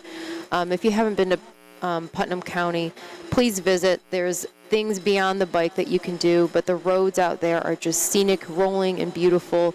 And his event, Pedal Putnam, has really grown over the years, and hopefully maybe as big as Dust Bowl 100 presented by Zipp, like today. But if, like I said, take a moment, go to the Visitors Bureau's website, check them out. Putnam County is really just a great up-and-coming area for cycling. Putnam County, where the bulk of this course runs through. It starts and ends in Eminence, where we are. Eminence Community Schools hosting this event, the community focus, lots of different ways that this event gives back to the community of Eminence and also Putnam County as well. And the rain rolling through a little bit ago, we got it here in Eminence probably about 15-20 minutes ago, and it has impacted parts of the course, the dust being tamped down, and that is a good thing for the riders. It improves visibility, of course, as well. We've seen a couple of pushes off the front of the women's pack, but by and large, everybody is still relatively bunched up. We saw one breakaway attempt in the men's field just a few miles into this race, and the chasing pack largely, I think, caught them pretty quickly as the men are approaching the 1 hour 30-minute mark. That gap in the men's field was under a minute last we saw the men passing the 30-mile mark a little bit ago. And on the women's side as well, again, everybody being very, very well behaved. Samantha Johnson leading a couple of breakaways off the front of the women's pack, but everybody staying pretty close together because nobody wants to go with whoever's trying to lead the break on the women's side.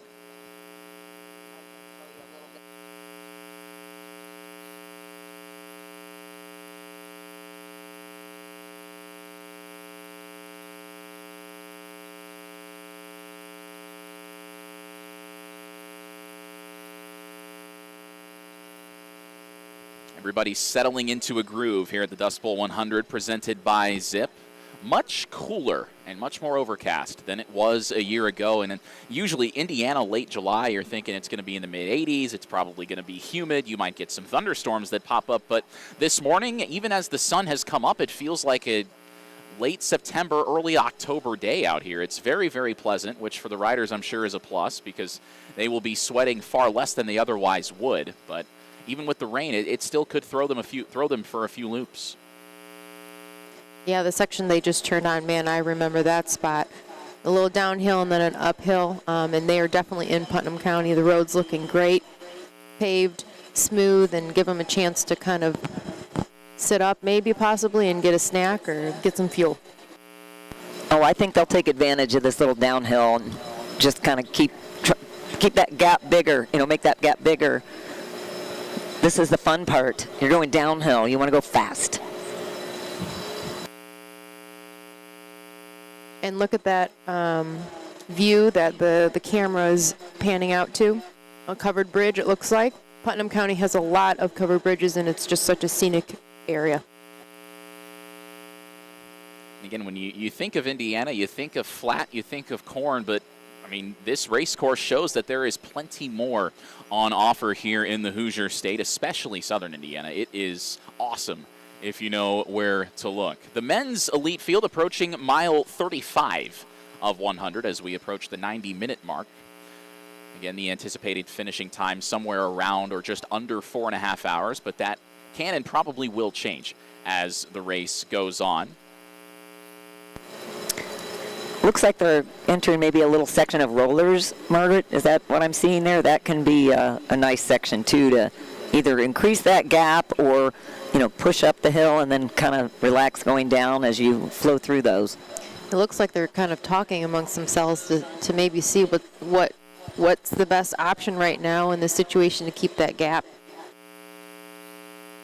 And that men's group that pushed off the front continuing to set the pace here in the Dust Bowl 100. Again, you wonder how long it'll be, if they'll get caught up by the chasing pack. We don't know, and only time will tell, because you saw a similar thing happen with a tandem of riders last year, and they were ultimately caught at about mile 55. And we again expect the race to really kick off in the second half around that sketchy downhill as it has been described. And the covered bridge, and then the uphill that follows the steepest climb on course, all back to back to back. And so that is where things will shake up this race potentially. The gravel out here is very specific. I call it bougie gravel because it's kind of tame, it's not chunky, it's a little dusty. I mean, the dust is the biggest thing that you have to really worry about, and maybe how loose it is. But compared to other parts of the state, I've traveled various locations from, Hoosier National Forest to even out by where I live in Vigo County, and the gravel can vary, but this definitely is bougie gravel. The Harvest 50, which is also part of that Indiana race series that we talked about a little bit earlier, is in Boone County, Indiana, which is like Zionsville area. But man, Boone County is known to just kick people's gravel butts. It's pretty chunky up there, if I remember the last time I rode gravel. You can get on some of those roads a lot more chunky than we have down here with what Margaret calls that bougie gravel. I just call it, that's the nice gravel. Yeah, Boone County gravel is pea gravel, and it can be thick, and then especially during the harvest time, that's why the Harvest 50, it can be questionable in what you're going to expect out there. But here today, typically in mid-July or end of July, the gravel is typical, dusty, pretty worn down, and not too crazy. Yes, definitely packed down gravel's better than that loose pea gravel. The women's field snaking their way through the cornfields that are oh so plentiful here in Indiana, back onto a paved section, about 40 miles of paved surface on this race course for the 100 milers. And again, there are 3 race distances here at the Dust Bowl. For those of you joining us on the live stream, we thank you for tuning in to the Dust Bowl 100 presented by Zipp. 1,400 participants across all categories, so that includes the 44-mile and the 100-kilometer distances, as well as the 100-mile distance, which we are covering. And the elite men took off an hour and a half ago. The elite women took off just shy of 90 minutes ago. The men just passing the 35-mile mark, and the women will also eclipse that marker here shortly.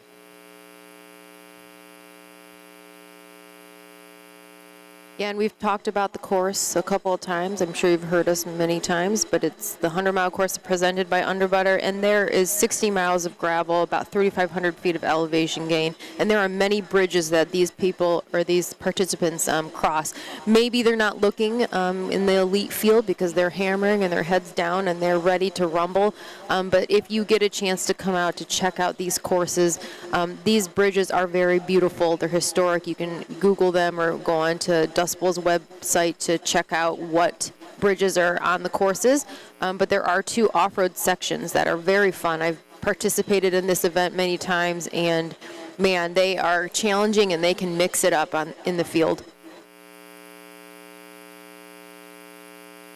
And that's the good thing. If you come out and you're not racing, you can take your time and leisurely check out the landscape, the bridges.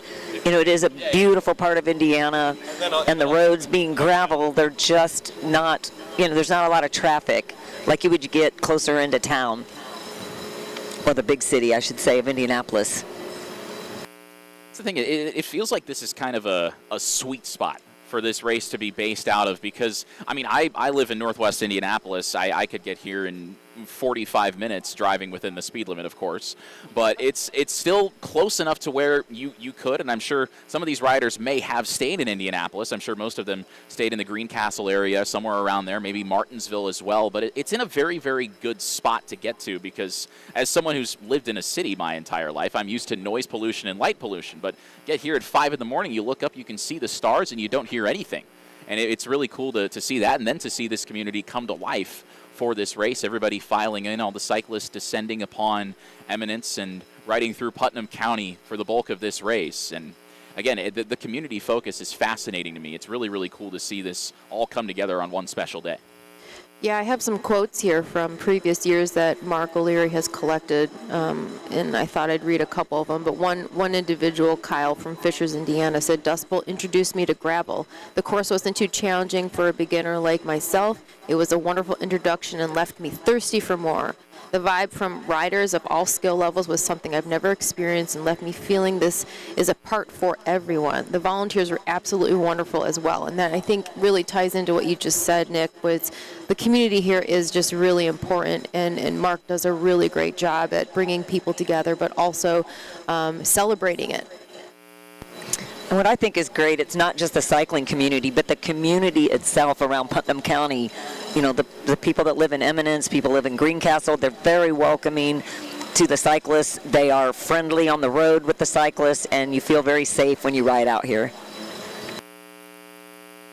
Some things that we haven't really talked about, but if you are out there racing right now or considering racing next year, Nick, but there are some rider perks that are really important to talk about. And again, all of this is on Dust Bowl's website, but there are definitely things that, you know, come with you registering for this. There's obviously chip timing, which is, you know, great to see.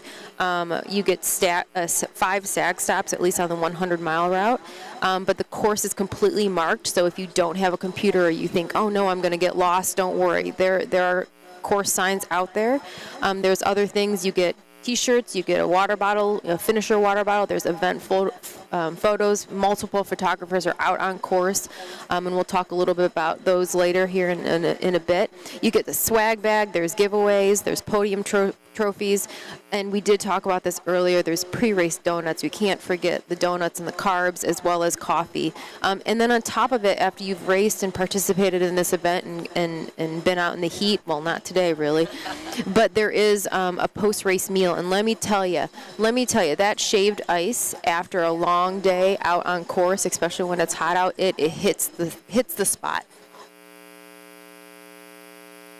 Tell you what, at least here in Eminence, it's still chilly, and with the rain, I don't know if it's still raining. If it is, it's very light. But we had some showers come through earlier, and it's keeping us cool. The cloud cover, everywhere you look. I don't know how much sun we're going to see as it warms up. Maybe it won't warm up. That's the other thing. Maybe it won't warm up throughout the day with the precipitation keeping things temped down. You see the Bissell ABG riders at the front of the elite women's field. There are plenty of Bissell riders in this field. Also, as you'd expect, plenty of riders with Marian University ties, and the Major Taylor Velodrome is the home base for Marian's cycling team. They've won so many national championships, over 40 at last count, and they've probably added some more just in the time I was preparing for this broadcast. But the Major Taylor Velodrome, 38th Street in Indianapolis, a very historic place in the Circle City. And it's a big weekend for racing in the Circle City. We had the NASCAR Craftsman Truck Series at Indianapolis Raceway Park last night, and then the action shifting over to 16th and Georgetown in the Indianapolis Motor Speedway. The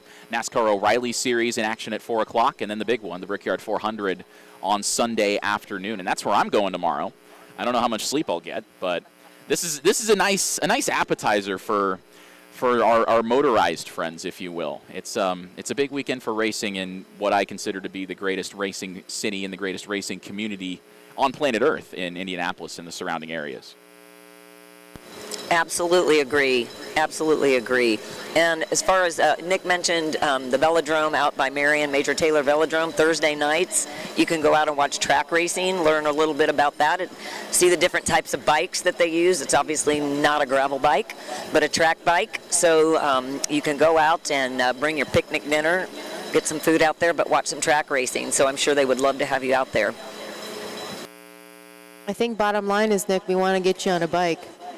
I want to get on a bike too. I mean, I'm itching to go. I'm ready, but it's I tell you what, my head is very large. I had to go all the way to Bloomington to find a bike helmet that fits me. I walked in and I told the guy my head circumference like 64 centimeters, and he immediately grabbed one that fit me perfectly. I don't know how he did it. Well, it was like watching a wizard at work. Oh. But yeah, no, it's such a cool sport, and I'm itching to get more involved in it from a participant's perspective. I mean, broadcasting is fun, and that's my job, and that's what I do. But I think cycling could be a very nice hobby. We will now take you to an interview with Nico from Zipp, the presenting sponsor of the Dust Bowl 100.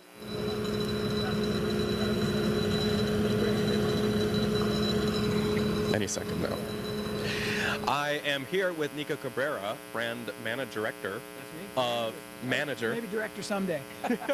of Zipp Zipp is the presenting partner of the Dust Bowl this year. And so something that's really cool about Zipp is that it is a local company to Indiana. It's based out of Indianapolis. Tell us a little bit about how Zipp came to be. Yeah, absolutely. So like you said, we were based out of Indy, still there. We started back in 1988. Actually, our founder, Lee Sargent, he came from the IndyCar world. So he was an engineer who focused on aerodynamics and carbon fiber design. And actually, like a lot of the designs he implemented in IndyCar, we still see like in IndyCars today, like some of the molded carbon fiber seats, things like that, some of the fairings we see outside of the cars. And he kind of got clued into cycling and saw what other brands were doing in the cycling space and was like, I think I can do this better. And a year later, we launched our very first wheel, which was called the Predator. It was a disc wheel, so that was kind of where we got our start, was the carbon fiber disc. And actually, a lot of what went into the design of that we still see in discs, not just from us, but from the entire industry. So it was pretty revolutionary at the time and really instilled this mindset within us and just always looking to technology to find new ways to make riders faster and juiced with a little bit of passion for racing of all types. And so yeah, that's what got us here today, and we're still right there in Indy. We started in Speedway, pretty close to the Speedway, and now we're in Indianapolis proper. But yeah, it's a really cool culture of racing there, and it's awesome to be able to be here, so close to our home to support a race like this that we've seen, grow and grow every year. We keep coming back, and it gets bigger and bigger. So it's pretty exciting. Yeah, and how did the relationship start with the Dust Bowl formally as the presenting partner? When did that happen? And you guys saw the promise in it. I think that was exactly it. Like, early on, we were excited to be able to support something at the grassroots level. The cool thing about working at Zipp and SRAM as well is, we get to support things from everywhere from the most grassroots racing, things like even NICA, all the way up to the World Tour. Our teams in the Tour de France and the upcoming Tour de France Femmes avec Zwift. And really everything in between. And so, initially it was great to be able to support something so grassroots, so close to home. But again, like you said, like seeing the potential here, being so close to the gravel culture, this was like such parallel lines in terms of our way of thinking and approaching the sport, that it was like it's kind of a no-brainer. Like, yeah, we should be here. We want to support what Dust Bowl's doing. It's been awesome.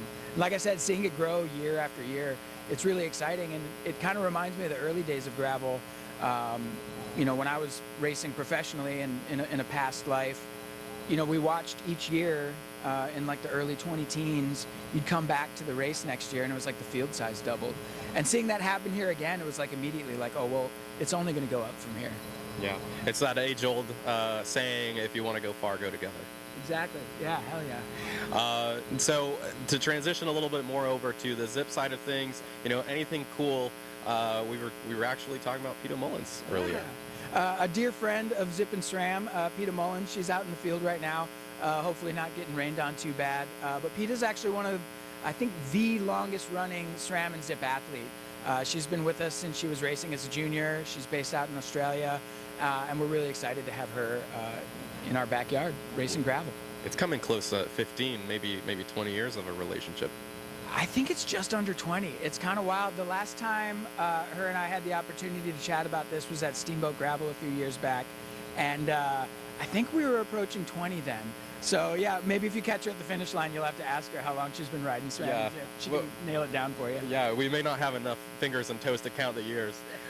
So thank you so much, Nico. Thank you so much, Zipp, SRAM, for being such a key partner of the Dust Bowl and making sure that this thing keeps growing. Heck yeah, we're looking forward to more years to come. Thank you, Abner, and thank you to Zipp for their sponsorship of the Dust Bowl 100. They are, of course, the presenting sponsor of this race. The elite men's field has just passed the 40-mile mark, so we are approaching half race distance. And I'll tell you what, guys, it has flown by to this point. It was kind of a slow burn at the start with the group breaking off the front, and it looks like they have kept that pace, that quintet or so of riders, that group of 5, maybe 6. at the front, looking behind toward the chasing pack, and now we get a look at the elite women's field, who will soon pass the 40-mile mark as well. Again, we're expecting some moves to be made that could impact the outcome of this race around the 50-mile mark. That's where the downhill followed by the covered bridge and then the steepest climb on the course is found. So that is what we will keep our eye on coming up in about 10 miles on the men's side, and then shortly thereafter on the women's side as well, as we get near to the 2-hour mark of the Dust Bowl 100 presented by Zipp.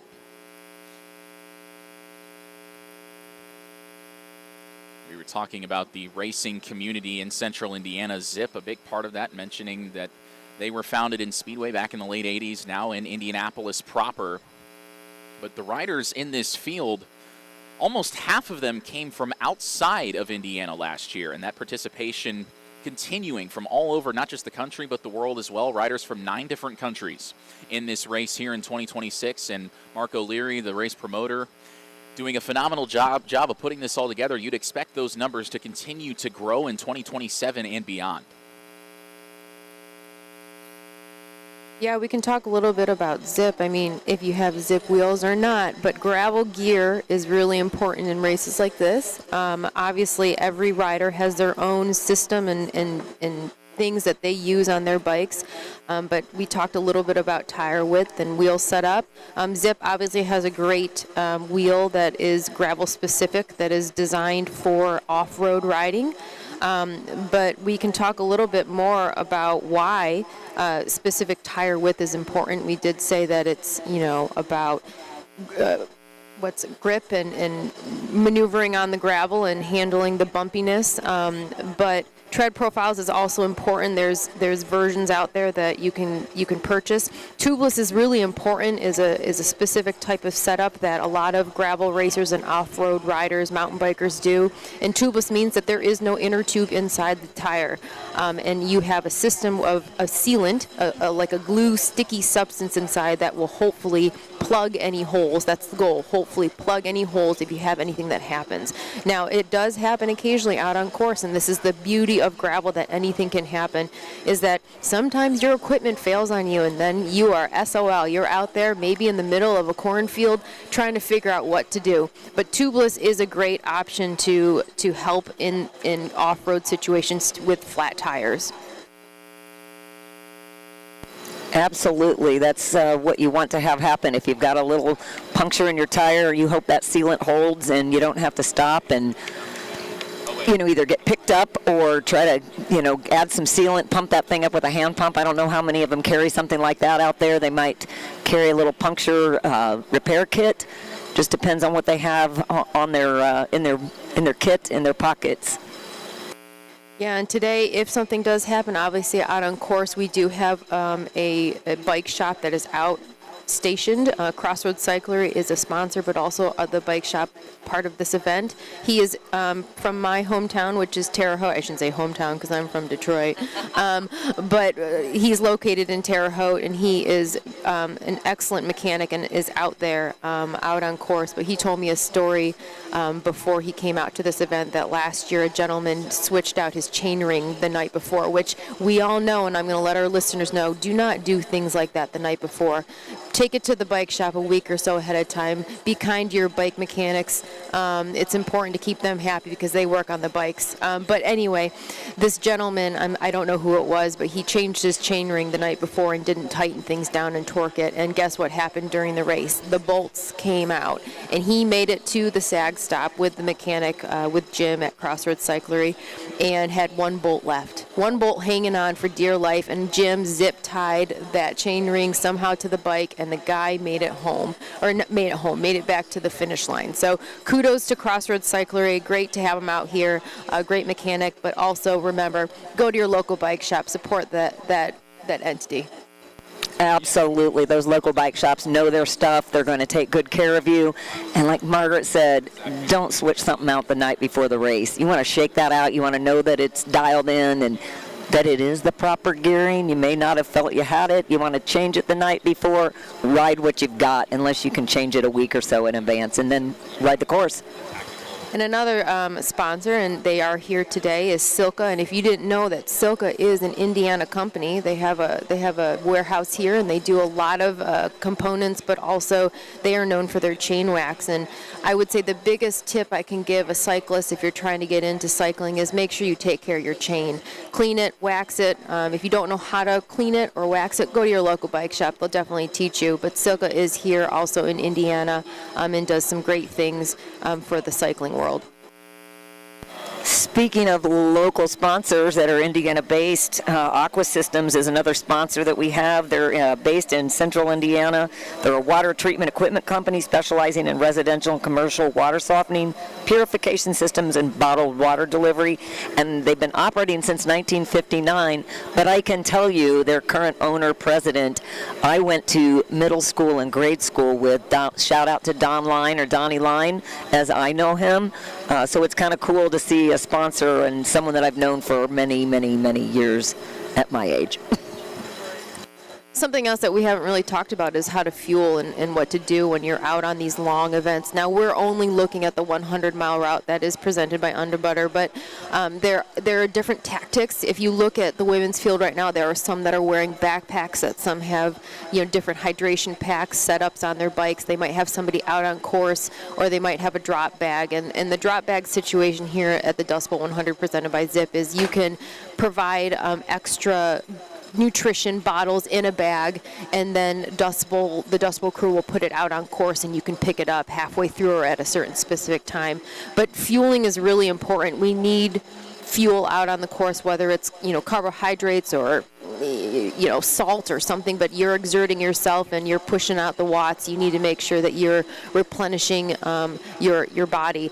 But some things that in the Dust Bowl 100 presented by Zipp, we have the Pickle Juice Company. If you like pickle juice, I know I sure like pickles. I really enjoy that on a hot day, but again, today the weather is really in their favor. But Pickle Juice is out on course as well at the SAG stops, which is something. And then we also had a sponsor here, Never Second, which is also another fueling company, keeping our riders fueled today. We talked a little bit about this group earlier, the bike wash stations here in Eminence, and for more on that, we'll send it to an interview with Patrick Mercer. My name is Chris Veitz. I'm a teacher here at Eminence. I grew up in the community, and last year was our first year to have some of our junior high kiddos help with bike wash. We did that as a fundraiser. Now that we're getting our kids more involved across the board, from elementary to high school, volunteering, it's really cool for them to see so many people from so many different places that want to be here. I'm Hadley Clay. And I'm Alice Collins. And have you enjoyed the bike wash station? Yes. Yes. Have you met some new people from different areas? Yes. Honestly helpful to help people with dirty bikes or that need showers during doing the Dust Bowl to do it. Yeah, I agree with everything she said because it just helps a lot of people out. And we're doing donations for our school and our middle school because we needed a lot of help with it. Part of town. My name is Patrick Mercer. I'm 16 years old and I live in Indianapolis, Indiana. Is this your first Dust Bowl? First 100 mile, but I've done the 44 twice. And then I joined Midwest Evo about 9-ish years ago, and they do a great job at just introducing all the disciplines, and I just like to gravel a lot, and obviously this is a great event. My dad and I know Mark a little bit, so I think that my fitness has improved a lot this year, and I just want to see how I can fare against a lot of other great riders as well. It might be close, maybe I am, I'm not sure. I looked at the results last year, and I think the youngest rider was 16, so he'll be, whoever it is, 17 this year, so I might be, yeah. Well, good luck to you. Thank you.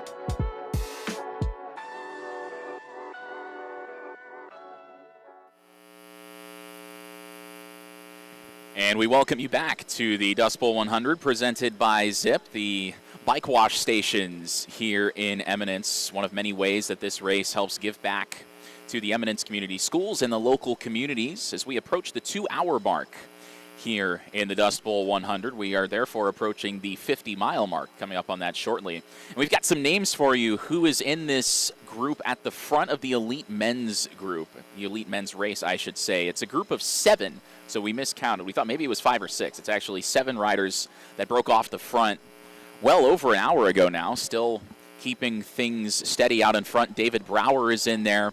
Evan Boyle, Robert Oler, Arlo Wiseman, Zach Nair, our defending race winner, Amir Donnell, and Judah Thompson. So some really, really strong riders in there. Judah Thompson, one of the best riders in the Little 500 field down at IU Bloomington the last handful of years. Amir Donnell, a multi-time national champion at Marion. Zach Nair, we mentioned, our defending race winner, who holds the course record here at the Dust Bowl. Arlo Wiseman as well. I mean, you just look at strength after strength after strength with these riders. So maybe they can keep this pace for the entire 100 miles with the names that are in that list, 3 of whom are from Central Indiana. It is very possible that they could run away and make this a 7-horse race all the way to the finish, if you will.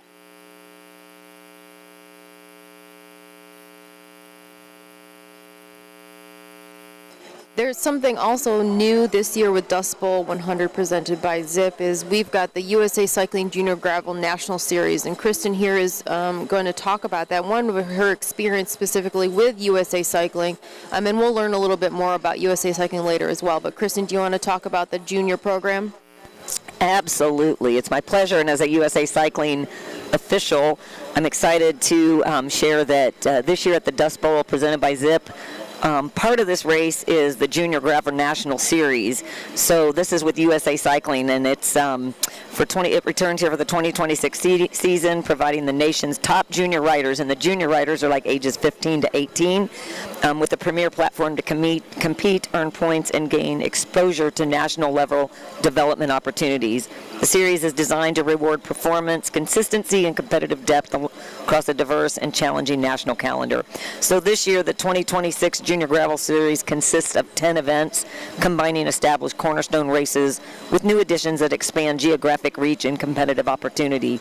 The series utilizes a cumulative point system across all 10 events, and riders must compete a minimum of 3 races to be included in the official overall results.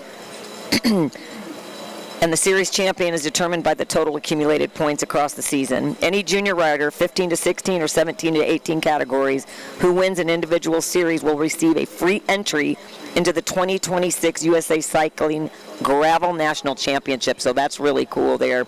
And additionally, the 17 to 18-year-old overall series champion will receive an automatic invite to the USA Cycling Talent ID Camp in October of 2026.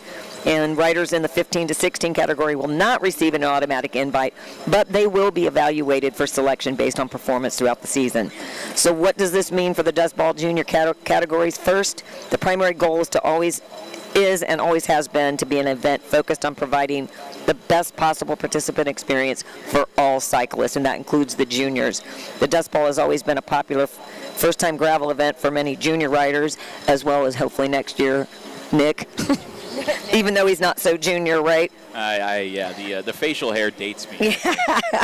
And will continue to be so for riders of all abilities, levels, and experience. We want all juniors participating with us, even if they have no interest or intention of racing or participating in the USAC Junior National Gravel Series. So this is open to junior riders, not just those that are competing for this Junior National Championship. So it'll be exciting to see how this turns out, and hopefully these junior riders are out there having a good time right now. And as we progress in this live stream, we're going to have a live interview in a little bit with somebody with USA Cycling to learn more about that organization and how to get involved.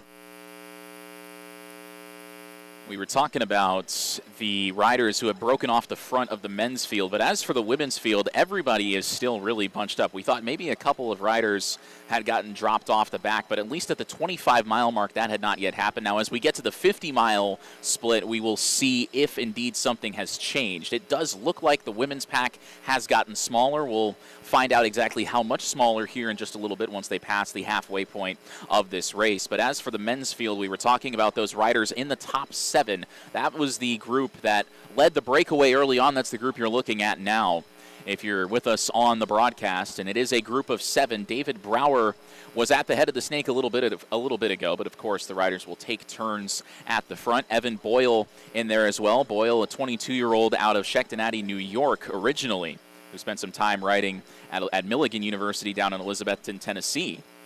And Elizabethton, that is actually a city that I am familiar with. It's near the Tennessee-North Carolina state line. It's a beautiful city. They get crazy thunderstorms down there, though, as you would expect in that region of the country. The Appalachian Mountains, providing some great training ground, I am sure, for Boyle and company. Robert Oehler in there as well, an Indianapolis native, one of many Hoosiers in this race, one of many people with local ties. Oehler riding for Lads Racing. He won the Unbound Gravel 100 outright, riding solo for the win in just over 5 hours, 5:04:39 to be exact for Robert Oehler, as he won the Unbound Gravel 100 after finishing 14th in 2025.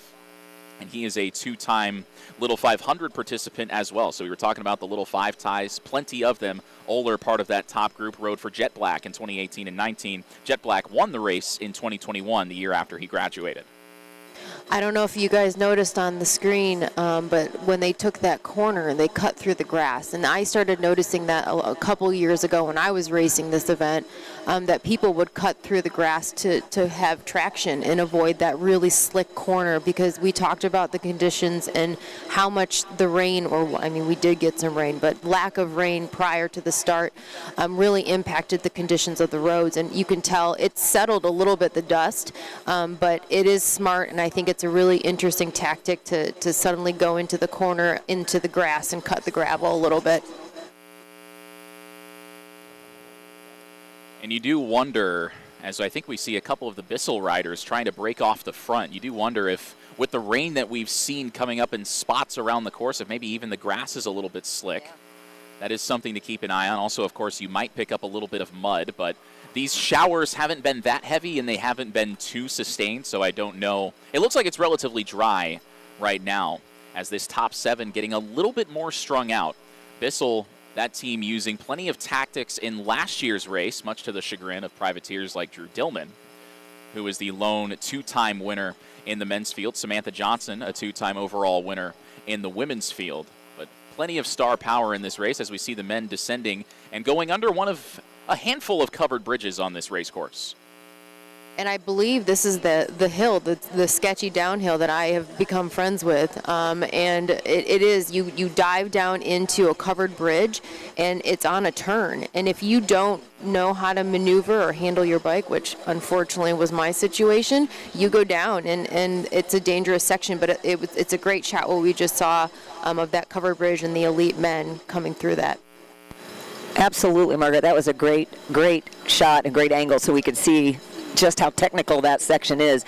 Quick question for you: when you hit that bridge, is it still gravel underneath there? Or, I'm assuming since it's a bridge, was it wood? You're going to have a change of, pavement. That change can definitely cause a difference when you're using those tires. You have to have good bike handling skills from one terrain to another. Honestly, I have to think about that because normally I'm not paying attention. It definitely changes to wood, but it's very bumpy. And then you go up onto this steep hill on the other end. And so you have to kind of slingshot yourself, but at the same time have to make sure you make that turn without going into the woods, which again, I saw many people dive into the woods and then I slid out. But again, you go down into the covered bridge and then it bumps you up uphill, and that's when you can attack. And I think that's what we discussed, Abner, earlier, Nick, that might be the point where something happens. And as you can see in the top left corner of your screen, we have just passed the 2-hour mark for the men's race. So that means those riders at the front averaging about 25 miles an hour through the first 2 hours of this race. And again, the course record was set by Zach Nair last year at 4 hours and 21 minutes. So you would expect the pace to taper off a little bit in the back half of this race, but even still, that pace through the first 2 hours is blisteringly fast. I have been waiting all day to say this because it's said in the Tour de France all the time, but it looks like the elastic has snapped. But it looks like after that downhill covered bridge area that the group has kind of spaced out a little bit. But we're going to have Abner tune in here about his thoughts on exactly what's going on out in the course with the elite men. Thank you, Margaret. Right now we are seeing the riders kind of approaching. We're starting to see the cell service kind of drop off, which is a signal that we are entering the northernmost part of the race course right now. We've got 3 riders on the break. They're trying to establish a gap heading into the key part of the race right now. We are awaiting confirmation exactly on who those 3 riders are. It's 2 have gone up the road with 1 chaser, and my best guess right now is that Zach Nair is one of those top 3 right now, because he knows this is the crunch point. And so we are, just waiting to see exactly what's going to happen. If they are approaching mile 50, they're approaching that Pine Bluff Bridge that we keep talking on and on and on about, that is where the descent is going to happen into the bridge. They're going to get a little bit of separation. 3 riders going through is a more nimble group than a group of 7. And so they can have the space and latitude to take a little bit bigger risks on that descent. And right now, that gap to those top 3, I would estimate, has grown about 30 seconds. But the road is so straightforward that the chasers can see. And right now, we are looking for visual confirmation of those 3, and that is Zach Nair.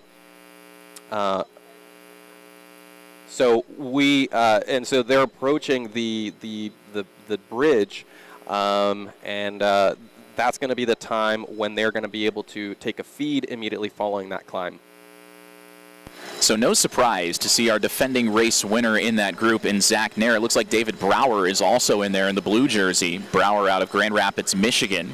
Another young rider, just 23 years old. Won Barry-Roubaix in 2025, and his motto is that dreams don't chase you back. And right now, Brower is chasing what would be his first win in the Dust Bowl 100 in the men's elite field. Riding for Marian University in his collegiate career. And while these 3 riders approach the halfway point, we will take a quick break for a word from some of the sponsors of today's Dust Bowl 100 presented by Zipp. Fashion meets small town charm at Blushing Bows Boutique. Discover stylish pieces, friendly service that feels personal from the moment you walk through the door. It's the perfect stop for finding unique outfits and supporting a local business. You'll want to visit again and again. Come see what's in style at Blushing Bows Boutique. Put yourself in Putnam County.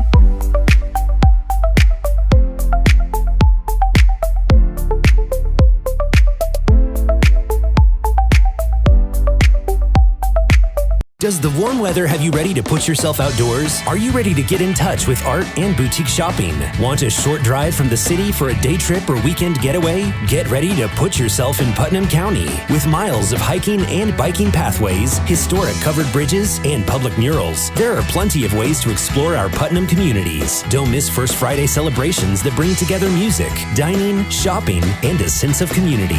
Visit goputnam.com and put yourself in Putnam County. Ready to ride? Pedal Putnam is one of Indiana's premier cycling events, bringing riders of all skill levels together for an unforgettable day on the road. Whether you're racing for the podium or enjoying the family-friendly ride, you'll experience scenic countryside, welcoming communities, and an incredible cycling atmosphere.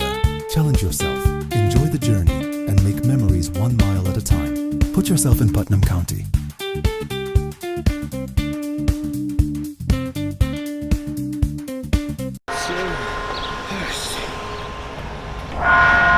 Hey, come on in. Beer.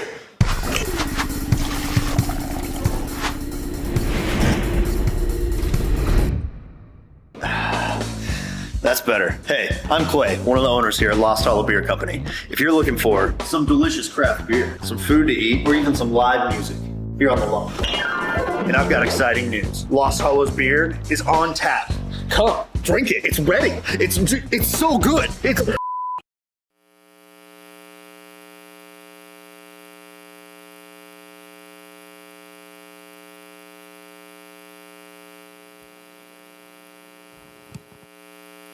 Back here at the Dust Bowl 100, presented by Zipp, we have eclipsed the 2-hour mark in the elite women's field, and the pack starting to spread out a little bit as they approach half race distance. The men just getting through that overhead shot a little bit ago, and we again are awaiting confirmation on who is in that front 3. It was a group of 7 that broke away from the main peloton very early on in the race. They maintained the gap, although they yo-yoed back and forth a little bit, and then that group of 7, it looks like, has been reduced to 3 three in the men's race. So we will get confirmation on who those three riders are as soon as we are able. And again, as these riders work their way through the northernmost part of the course, that is where reception starts to get a little bit spotty because, of course, a lot of Indiana is very rural, so that kind of comes with the territory. But as for the women's field, it does seem much more compact. And the men, we talked about that group of 7 riders. It looks like it has compacted back to 7. We saw 3 riders that tried to pull away a little bit ago, but that front 7 still as it was at the 25-mile mark. So David Brower, Evan Boyle, Robert Oler in there as well. Arlo Wiseman, Amir Donnell, Judah Thompson of Cutters and Little 500 fame, and our defending race winner, Zach Nair, in there as well. Zach Nair wearing the red and white jersey that we saw a few moments ago. David Brower in the blue. And again, we're trying to get confirmation on exactly who is in what jersey so that we can nail that down if indeed somebody does decide to make a move. As we have passed half race distance in the men's elite field, and again, just past the 2-hour mark, so they are near 25 miles an hour average pace, which is on pace to smash the course record, but also there is still half the race to go, and you would expect them to maybe taper off a little bit. Speaking of the Cutters, just to give a little shout out right now, Jim Kirkham is out on the course right now. Not in the elite crew, but Jim is out there, and he is the head coach for the Cutters for the Little 500. And he has been Cutters head coach for a very long time, multiple decades for Jim Kirkham, one of the legends of that team. Of course, they were the center focus of the movie Breaking Away, and then the real-life team aptly named after the Cutters, Limestone Cutters, people from Bloomington. That's the origin of that movie, or excuse me, of that team's name. It came from the movie. Also, a big shout-out to Cinzano. They finished on the podium in this year's Little 500 after being involved in a crash within the last 100 laps. Also, Mother Bears cycling, so plenty of Bloomington local ties on that podium. It was a ridiculous race from start to finish. Judah Thompson, who was part of this front 7 we mentioned, rode for Cutters from 2023 to 26. And Thompson is no stranger to being part of these groups that try to push the pace from the jump. That was what Cutters did in this year's Little 500, and Judah Thompson, as the best sprinter in that field, was on the bike for a good portion of that race. So this is something that he, one of many young riders in this race, is very comfortable with.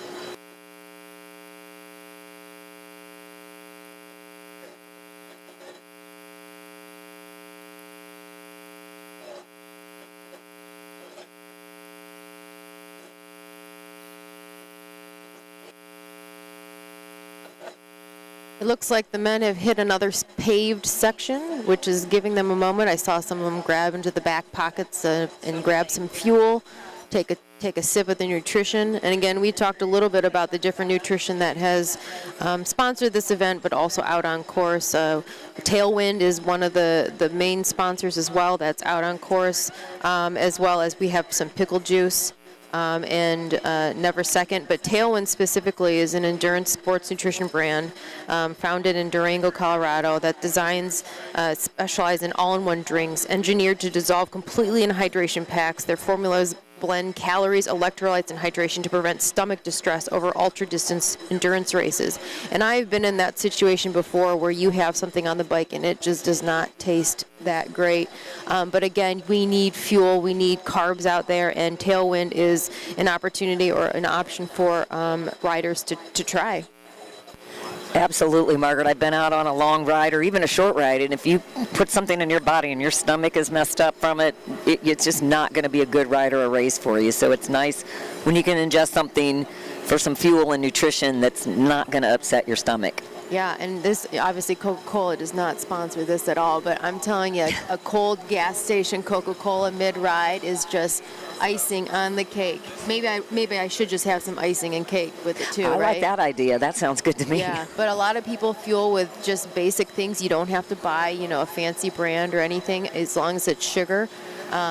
But again, gummy worms to just candy on the bike is something that every rider can always stuff in their pocket. But look at the women here. They're taking a turn.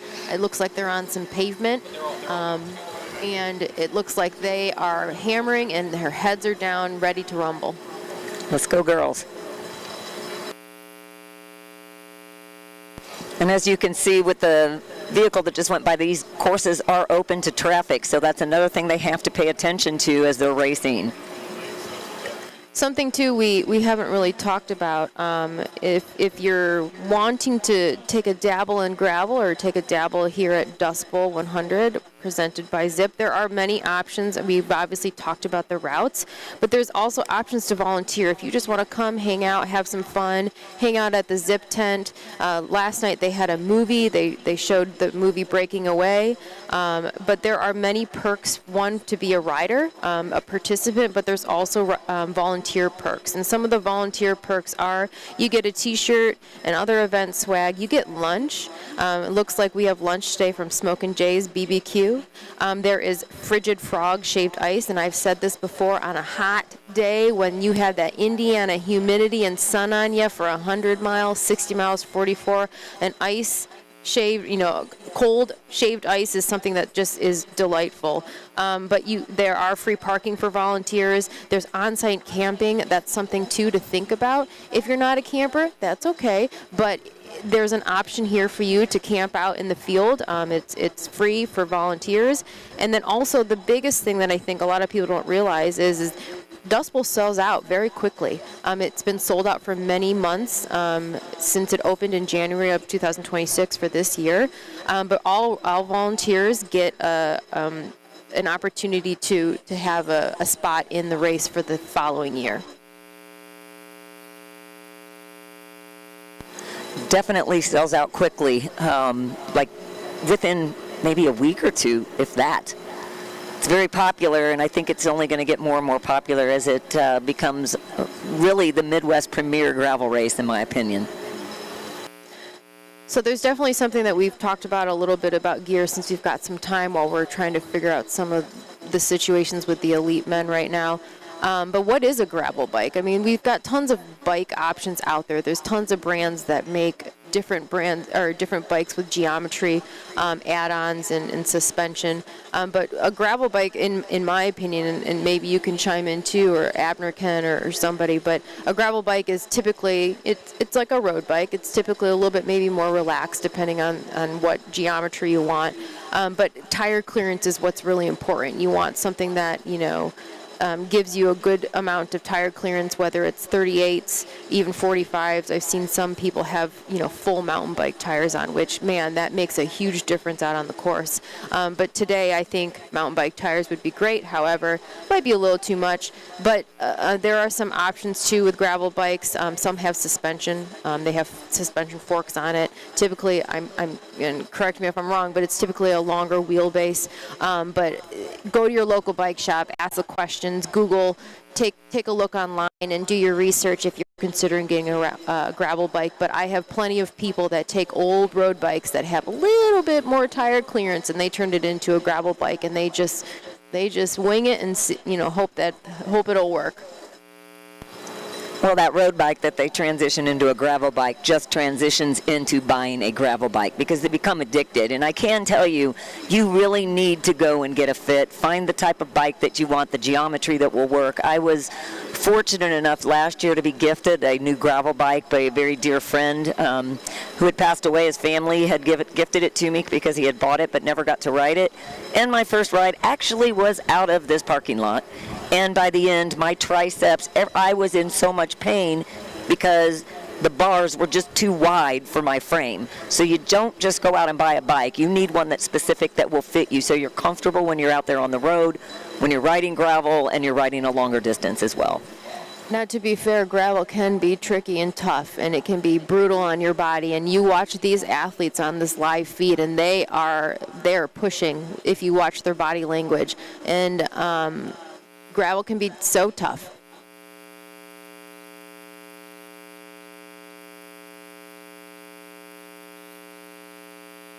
Looks like we're back behind the women's group. I don't know how many are still off the back. I think there were a few early on that kind of fell off when there was a little bit of an attack to pick the pace up. But it looks like they're still bunched up together, those that were still there. Here we're back with the breakaway on the men's race. Looks like they've all come back together. They caught that two-man breakaway.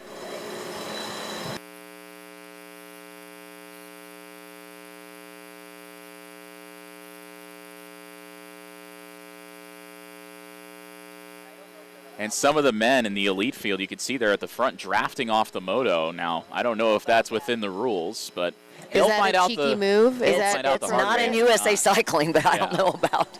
And then right on cue, the moto. What steps on the gas would Bob and gets Phil well up the say on road. the Tour de France? Oh my.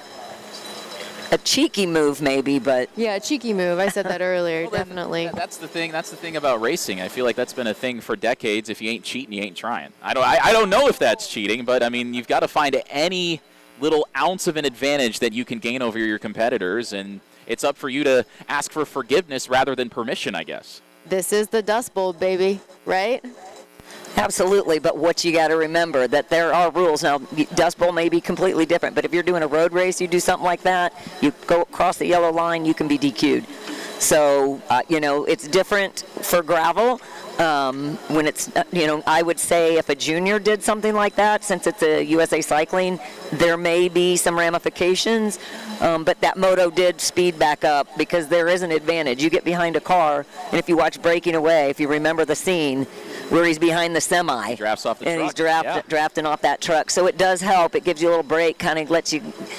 If your legs got a little lactic acid built up, you can kind of relax a little bit and then ease back into the race. That might be one of those things too, where the riders who gained the advantage maybe intentionally gave it up so as to say, well, we gave up the time we gained, so please don't penalize us for riding over 4 hours and then getting disqualified. Hopefully, at least for their sake, they were able to give up the advantage, and there's not going to be any pitfalls from that. But the riders at the front of this breakaway, again, that group of 7 that we talked about, they jumped away within the first half an hour. They gained an advantage over the leading pack, and it's still that front 7 leading the charge for the elite men. David Brower in that group, one of many very strong riders. Brower, a 23-year-old out of the state of Michigan, mentioned that he won Barry-Roubaix last year, rode at Marion University, got an engineering degree from there. Zachary Nair, our defending race winner, in there as well. Judah Thompson out of Bloomington, riding for Cutters in the Little 500. Amir Donnell, a multi-time national champion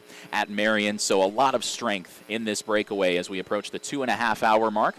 But we will take a moment to step aside and get another recorded interview with Chris Flegel. My name is Chris Flegel, and I own and operate Top Hat Cyclery. It's a small full-service shop in Greencastle, Indiana. Yeah, so at the Dust Bowl, my main function is pre-race mechanical support for people who need anything from a quick change of a tube or fixing of a valve to full-on shifting issues and whatnot. I also help book the bands and work on some of the live entertainment aspects of things. I'm in my 5th year, and I think it's just the community. I think it's just so fun to be around people from 30 plus states, I think it is, that are coming here to just have a gruel fest of 100 miles in the hot Indiana summer, and it's just everybody's having a lot of fun, everybody's in pain, but we're having fun, and that's what brings me back, the community. Living in Putnam County, in the 10 years I've been here, I feel like the cycling scene has exploded exponentially, and with Pedal Putnam, with the gravel grinders that happen this summer, Dust Bowl, Get Buried. I mean, there's so many cycling events now that have developed, and I think Dust Bowl has really, especially in the gravel scene, has made Putnam County the mecca, certainly in Indiana and the Midwest, but it's becoming the mecca of gravel, I think, for the country. So it's done really well for the community and the county. And I've talked to Mark about his vision of the Dust Bowl, and it's really exciting. I think you see a lot of gravel races around the country that have been around for a long time, and they're just really expanding and growing. They're providing a lot of economic development. They're really boosting the cycling scene, getting a lot of young riders involved, and really engaging people that are currently on the, currently riders. So, yeah, I just think it's so exciting to see, the next 5 years of the Dust Bowl, where the Dust Bowl is at year 10, how large of a ride it is, and how much economic development happens in the county and counties that it's in. The year Reggie Miller was here was definitely the standout. Each year I get up at 4 o'clock, get here around 5:30, and to be here when nobody was around and have Reggie hold my son, who was like a few months old at the time, that was pretty cool. So that was definitely a highlight. All right, thank you.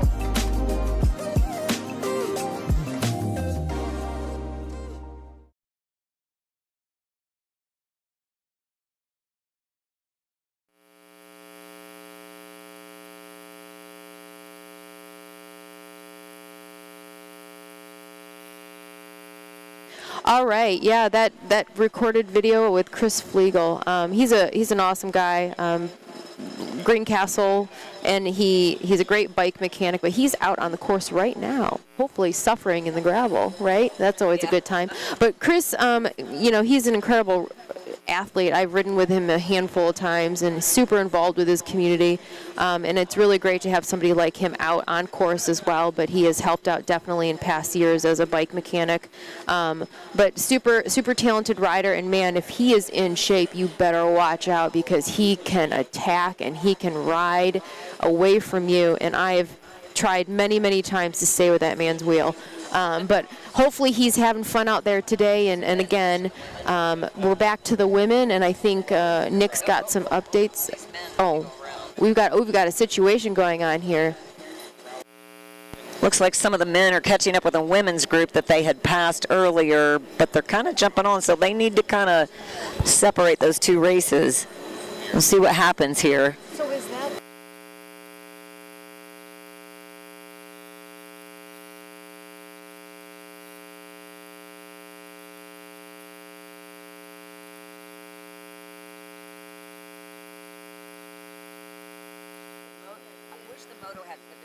The women's elite field trying to work their way through some traffic. We think maybe that Gabby Arnold just pulled off, one of the strongest riders in the women's field. And again, the rule is if an elite men's rider is caught by the elite women's field, they are to pull out of the way and let them pass without issue. Now, we saw earlier that the women's field worked their way through a couple of the elite men's riders, and it looks like maybe the women's field has caught back up to them, so maybe creating some tension there, or the men caught back up, the men caught back up to the women. So creating a little bit of tension there maybe as the women approach the covered bridge, signifying the halfway point of this 100-mile course.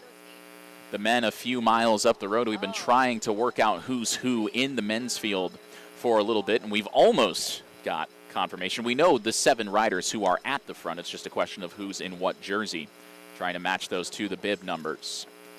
But in the elite women's field, those riders still much more bunched up than the men are.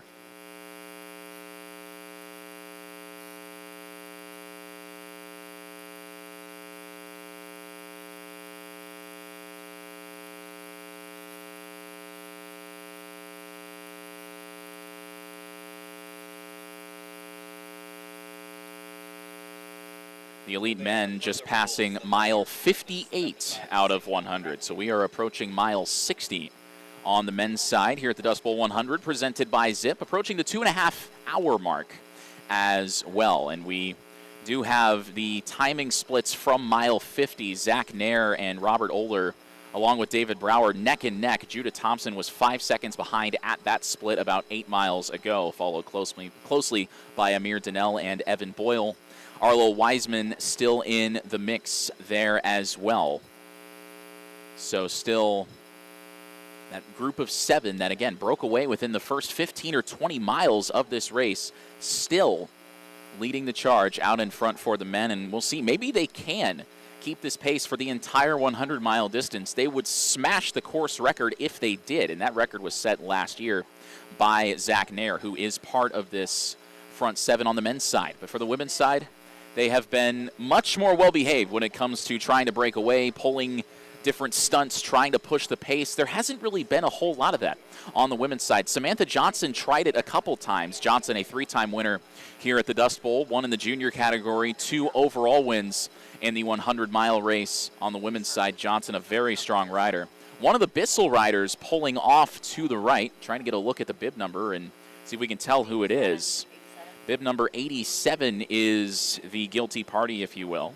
We'll take a look and figure out exactly who that is. If it is bib number 87, that's Arlo Wiseman pulling off. You want to wait to get confirmation. That's another one of the men's elite riders really struggling up this incline right here. In the Better blue watch out. There's jersey. a dog, too, on course. The dog has probably the best seat in the house of anybody to figure out what's going on. If anybody has his phone number, his or her phone number, let me know. Who let the dogs out, right? Exactly. Start singing that.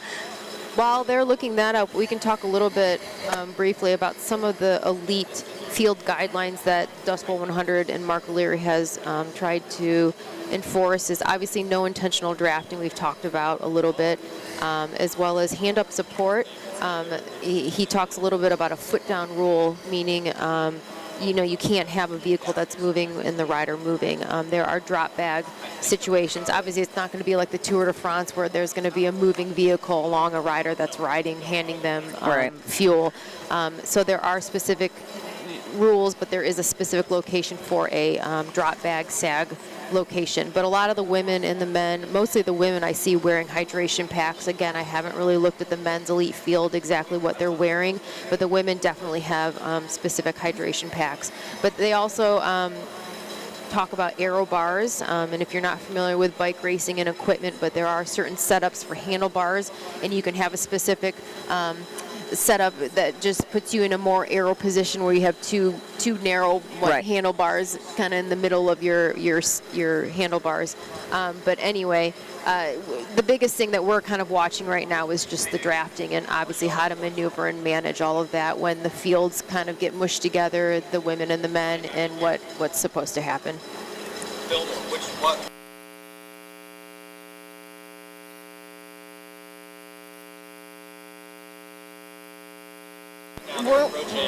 So we've mentioned attack a couple times, like if someone's going to attack. So we've got some.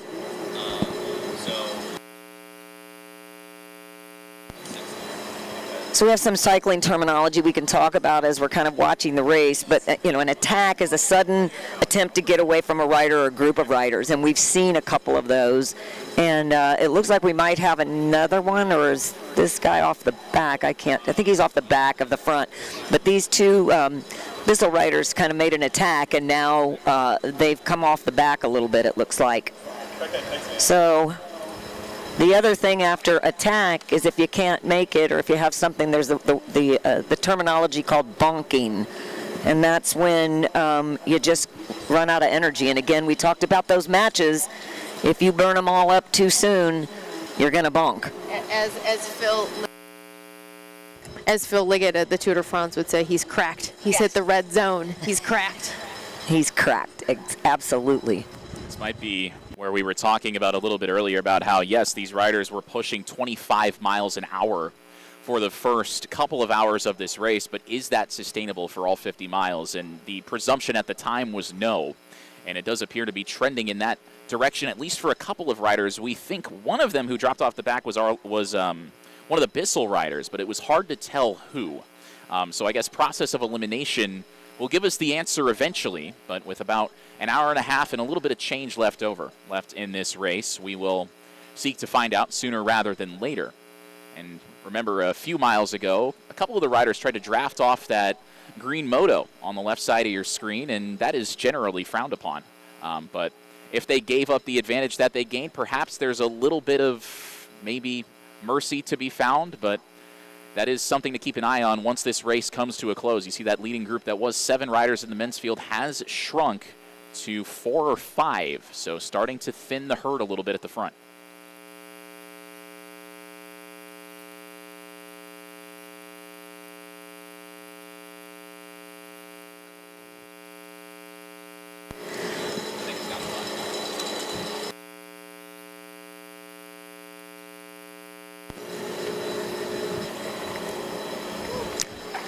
As we kind of watch this lead group of men who have shrunk down to, I believe, what do we have, 5 riders?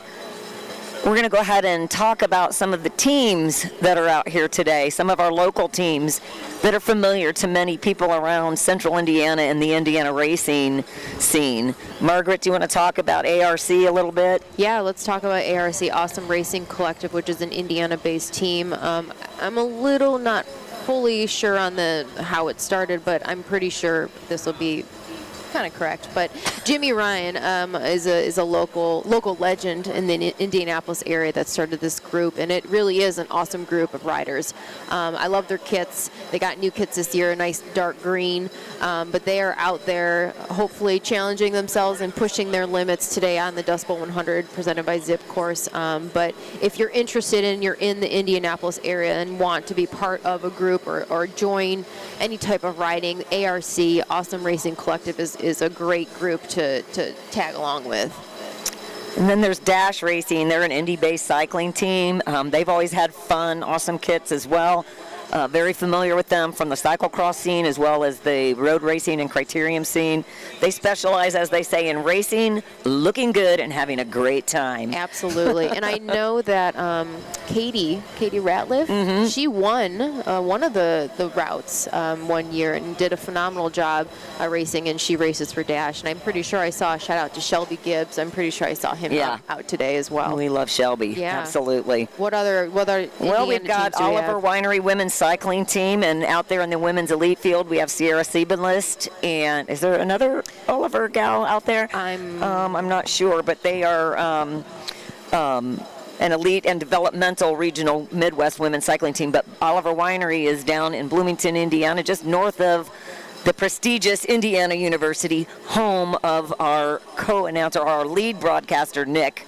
They've been a great sponsor. They've got some fun kits that they're out there, and they've got blueberries on them to lend that blueberry Moscato that Nick likes.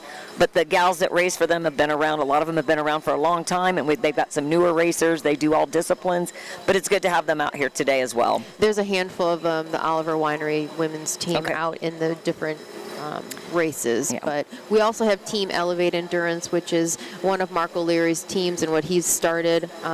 It's a great group of cyclists kind of all over Indiana, to be honest, and they all come together and they help volunteer, but also they do put a good race out there, or they do a good job racing. But yeah, they are located in the central Indiana area, and if you are interested in joining Team Elevate Endurance, I'm sure Mark O'Leary would be happy to talk about that and get you involved. But let's talk about the final Indiana kind of team we're going to talk about, which is Team Heroes. What's that all about, Kristen? Wow, Team Heroes, they're kind of near and dear to my heart. I have a lot of friends that race for them, that have raced for them, but also are on their club side of it.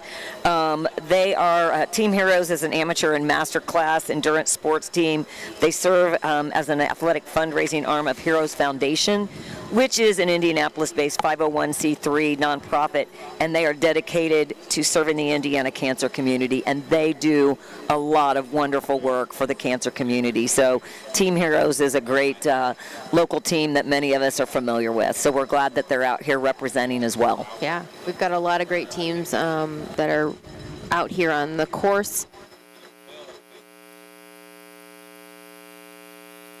Another one we didn't really talk about, which was Midwest Devo. And if you aren't familiar with Midwest Devo, man, you need to get involved. Check them out on social media. But Midwest Devo has been around for a long time, and I've witnessed their group grow. But Midwest Devo is based out of Indianapolis, but it's for kids. It's a development team, but it's all about fun. Yes, they've got some incredible riders that come out of that program. I mean, we can talk about some of the names. Oh, man. I'm blanking right now. Tegan Hadley just won the junior mountain bike national champion race out in Roanoke, Virginia, or something like that. But incredible. I mean, I've watched her grow over the years as a junior rider, as a young rider, as well as Chloe Dygert. Is that how you pronounce her last name? I'm not sure if she was Midwest Devo. But she was a Midwest Devo rider, and she is now an Olympic champion, a world champion, and has represented the United States very well. Yeah. Yep. Lots of great riders.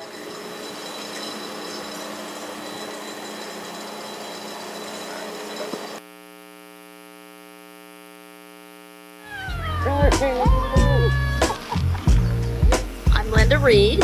I'm Earl Reed. And I've lived here 58 years. I've lived here 73.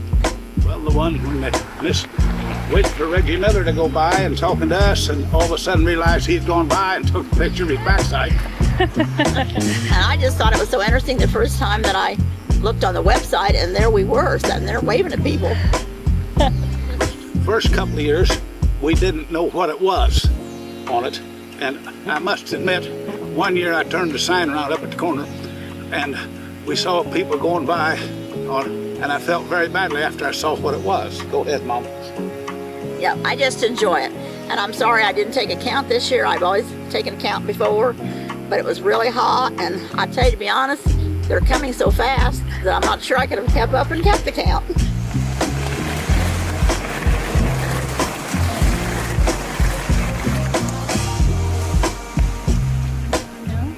have our lunch out here. Yeah, we usually have lunch and spend a good bit of the day. Don't know about today as hot as this, but I know. You might take it early. But it's just an enjoyable experience, and she marks the calendar when the one's going to be for the next year, so that we don't miss it. I just wish more people would come out and sit and watch it. I've told neighbors and friends, and I don't know why more people don't come out and watch it. It's just exciting. We're laid back people, and this is as much fun as going on vacation. Yeah.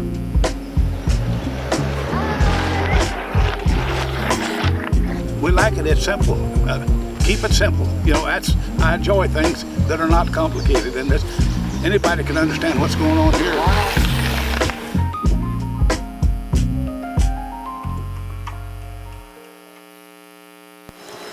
And we welcome you back to the Dust Bowl 100 presented by Zipp. We have passed the 2.5-hour mark in the men's and women's races. And again, we're keeping track of that front group in the men's race as well as the women's pack. The women's pack getting a little bit more strung out. They've been pretty bunched up for the first half of this race, but with less than 50 miles to go now for them, perhaps some moves will be made in the coming minutes. We will see riders stopping off for a feed, maybe a quick breather, some water, and getting back on the gravel. This race has been very clean, at least from what we've seen so far. The conditions very favorable for the riders. We had a little bit of rain come through a little over an hour ago that hit the Greencastle area. Nothing crazy. If anything, it just kind of helped keep the dust down a little bit.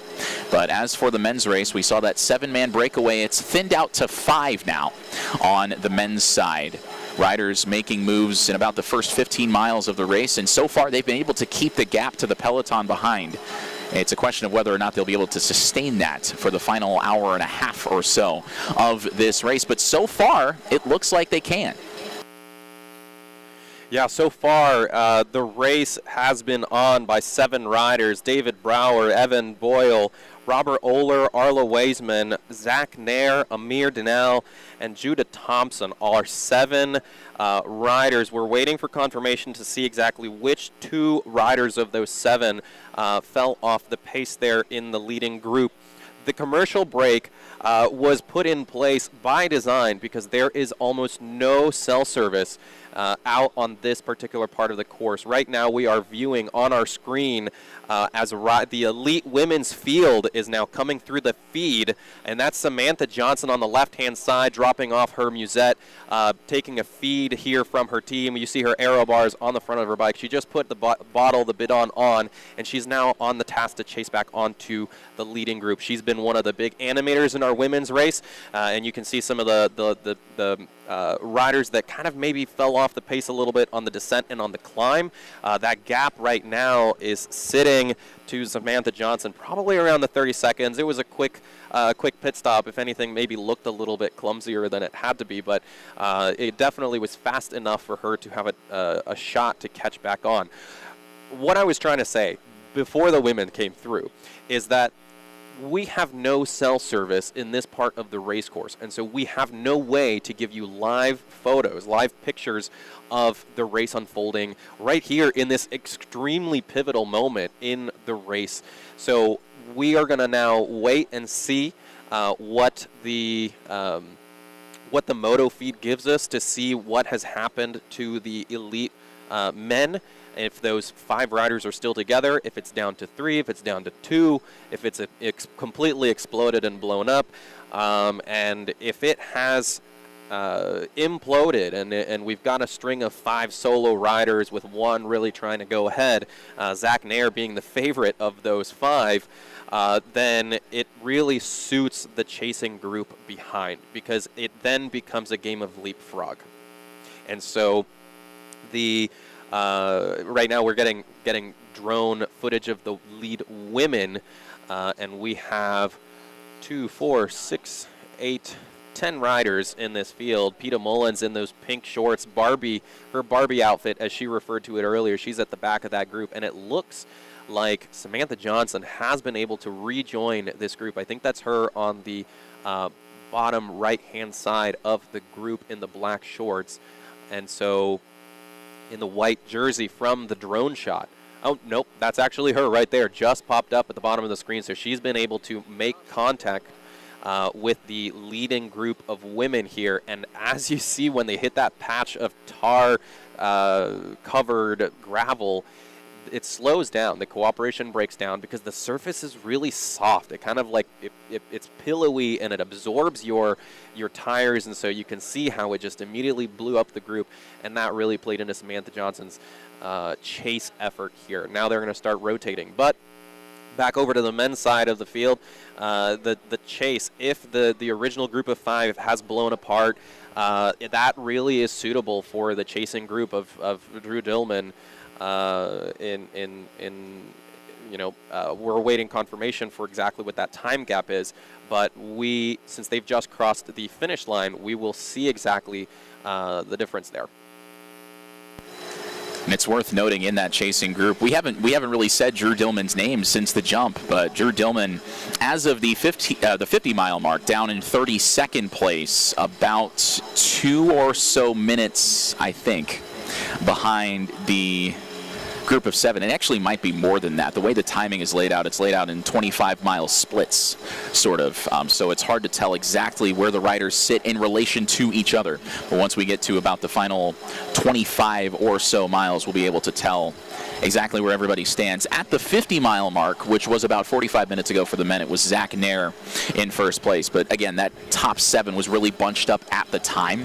And we believe that on the men's side, that group is now down to 5 riders. It's a question of who has fallen off the back. But we talked about how Samantha Johnson was taking a feed. We saw on the static cam on the women's side just a few moments ago, Johnson, the 2-time overall winner of the women's 100-mile race here at the Dust Bowl. And everybody sort of turns their heads whenever she is making a move, because if she's going to attack, is there anybody going with her? That's been the question. So far, the answer has been no.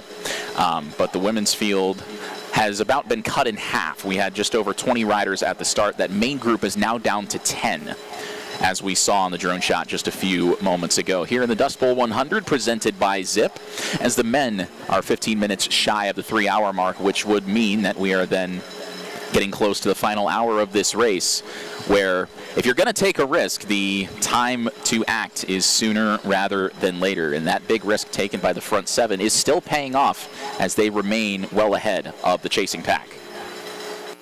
The elite men's moto just crossed over a railroad track that's an older bridge, and I don't know if it's considered one of the bridges that's noted in the route description, but it is a very unique bridge that you come over, and it's older, but sometimes you get to time it just right, and as you cross over this bridge, you get to see a train, go right under you, and then you turn onto some pavement and head more into Putnam County. But it's such a beautiful sight. Whether you're hammering and racing during this event or just riding the route for fun. And the wind has picked up here in Eminence. We talked about this off the jump, about how there really wasn't any wind to speak of, be it a headwind or a crosswind here in Eminence. But out in Putnam County, it looks like the weather is a little bit calmer, which is good for the riders. You can see some damp spots on the pavement. We had rain come through about an hour and a half ago. And again, that has tempered the dust on the gravel sections of this course. It's about 60% gravel and 40% paved. There's a couple off-road sections in there, but it looks like everybody's kept it pretty clean. And the chasing pack of the elite men's field now trying to catch that top 5 or so that has been separated from the rest of the field for a really long time. They've been doing a lot of work, and so far it's paid off, but there is still time for this chasing pack to catch back up. And one thing we can always note about Indiana weather, it can change at any moment, right? We can have snow, rain, sun, everything all in one day, right? And plus that wind.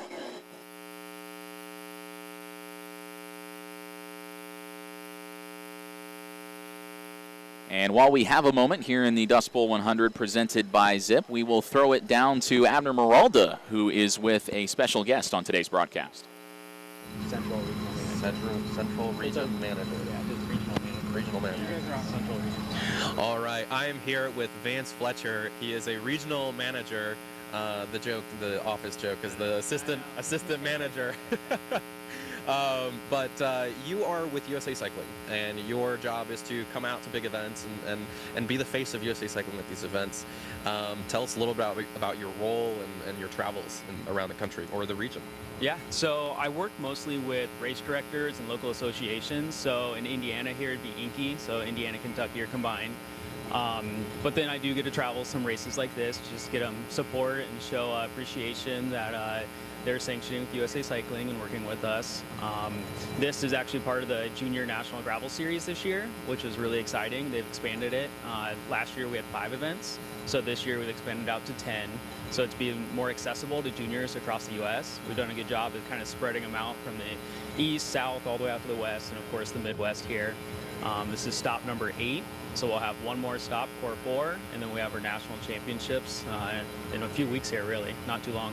Yeah, and the Junior Series serves as kind of a talent ID for up-and-coming riders to represent Team USA, is that right? Yeah, that's correct. So there's 2 different series that are going on. There's the 15-16, and then there's the 17-18. So today, the 15-16-year-olds are racing the 100-kilometer, and then the 17-18s are racing the 100-mile. So the way they're doing it is it's points-based. So there's points based off placings, but then also based off the field sizes. So you have to do 3 events in order to qualify for it. But then it also is only your top 3 events. So you can do additional events, but it's not a cumulative total amount. So that way, juniors aren't having to go race all 10 of them. But yeah, for the selection, I actually have a friend that I know from Iowa that last year raced 15-16 and he won it. So he got to go out to the National ID camp in Colorado Springs. And it was kind of a launching point for him. And he's actually spent a couple months over in Europe now. So he's racing for the national squad on the road. So yeah, it's a great pathway for juniors to get recognition, because this gravel it's becoming very serious and there's a lot of racers in it, and so it's exciting that they have kind of a big series that they can focus on. Yeah, and Dust Bowl being the 8th stop here, we've got a handful of really strong juniors. Anyone we should keep track of out there? Oh man, putting me on the spot. I'm really bad at names. I was talking with a junior's dad out of Oregon. He's leading the 17-18. I'm blanking on his name, but there's definitely some really, really strong juniors out there. The talent is deep. Yeah. Well, thank you so much, Vance Fletcher of USA Cycling. Right back to you guys. Thank you, Abner. Abner Meralda's been a busy man today. He's been pulling double duty, so to speak, going down, interviewing many of our phenomenal guests here at the Dust Bowl 100 presented by Zipp, and then also offering his insights with us under the shade of the stage, although I don't think that we really needed the shade today, because it feels like I should be going home to watch college football here in a little bit. It feels like a fall day when I'm going to watch Kurt Signetti's Indiana Hoosiers do what they do best, and that is winning, and winning a lot. And I'll tell you what, that team, I know this is a bike race, but IU football, especially in this part of the state, what they did for the entire state of Indiana in 2025 was amazing. It was awesome, and I was an IU student, and I was in Miami for that game covering the team, and that's something I'll never forget. It did wonders for the IU community, just like the Little 500 does every single year, bringing everybody together. We've got a Little 500 rider in the top 5 in the elite men's field. Judah Thompson still up there. He rides for Cutters, or he rode for Cutters, I should say. He just graduated from IU, a very successful rider, one of many riders with Little 500 ties in this Dust Bowl 100 field. As the men approach the 3-hour mark, we're coming up to the final hour of this race, and the men's field shrinking at the top. It was at 7, now it's down to 5, and as soon as we are able, we will get an update on where those riders currently sit. But the women's field still very, very bunched up. They're down to about the top 10 or so. They started with just over 20 riders, but the wind has really picked up here in Eminence, and that could impact our riders as they come back towards us at the start-finish line. We just completed that live interview with Vance with USA Cycling, and USA Cycling is the national governing body for the sport of cycling in the United States and oversees the participation pathway for all competitive disciplines. So they grow bike racing across America. They oversee it. I have the privilege of being a USA Cycling official. If you want to get involved in bike racing, but you don't want to race your bike, you can become a USA Cycling official. You can go to their website to find out information. There are some local people around here you could reach out to. Ken Hart oversees all of us. If you're here at the Dust Bowl, reach out to me. Come up and see me after the race. I would be happy to talk to you a little bit about becoming a USA Cycling official and what it all entails and how you can be involved with racing even without racing your bike. And if you are a podcaster, if you like to listen to podcasts, Bicycle Indiana has a podcast called Life Behind Bars. I'm going to promote it just a little bit. But I did interview Kristen as well as a fellow official, Carrie Balding. And I know Carrie Balding, I think, is possibly here today racing, I think. But those two women are strong leaders in the USAC community here in Indiana, and they travel all over the state being officials at different races. And luckily today we don't need USAC officials. But if you want to get involved, like she said, not racing or part of an event, yeah. So what I do is I organize events that raise money to help bring things to our Again, if you do want to be a part of USA Cycling, I'd be happy to talk to you about that. But again, you can go to usac.org, I believe. I don't know. Just type in USA Cycling, and you will find their website. That was pretty bad, wasn't it, Margaret? I represented, and I don't even remember if it's .com, .org, whatever, but you could find USAC out there and find all the information you need to know about USA Cycling and also to become a USA Cycling official. Yeah, and another organization kind of affiliated with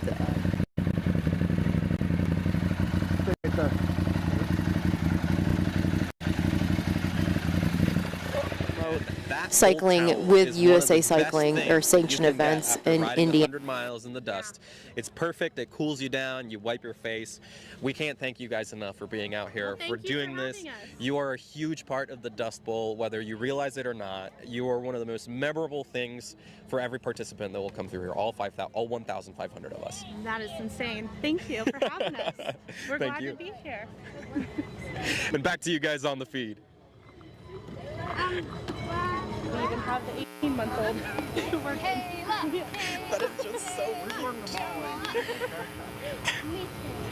I had a feeling I was going to be put on spot somehow.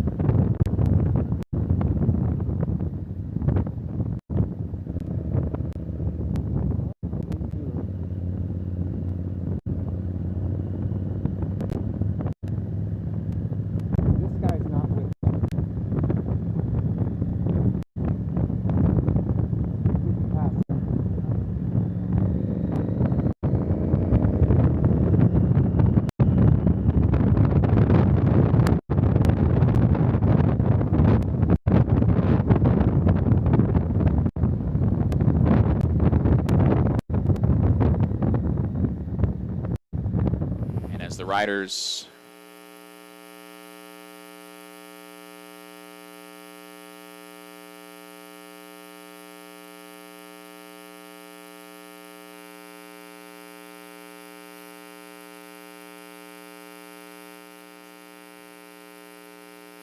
so the elite men's field just passing the 70-mile mark, 30 miles to go for those 5 riders at the front as we are approaching 3 hours since the race start for the elite men and women. And the pace has maybe tapered off a little, but again, we're almost 3/4 of the way through this race at the 3-hour mark. That would suggest that they're still pacing at or just under 25 miles an hour, which again would smash the course record that was set by Zach Nair last year. Nair set the course record at 4 hours and 21 minutes.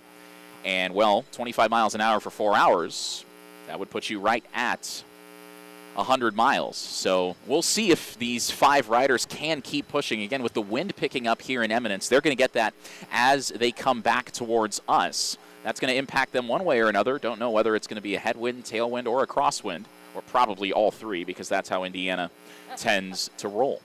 Well, and also depending on the corn, sometimes the corn can really make a huge difference. I remember a couple years ago, somebody asked me about a race. It was the harvest, which again is in the fall time, but they were asking what the wind was going to be like and such, and I said, well, it depends on when the corn gets harvested and how high the corn is. But again, we're in the middle of summer, and the corn seems to be pretty high right now, and maybe it'll be a good advantage right now with the wind. Paved sections offering a bit of reprieve for those 5 riders. We see a blue Bissell jersey out in front. It is either David Brower or Amir Donnell. They're both in the Bissell jerseys, and without the bib numbers, it's hard to tell who's who. Judah Thompson in the white jersey there at the back.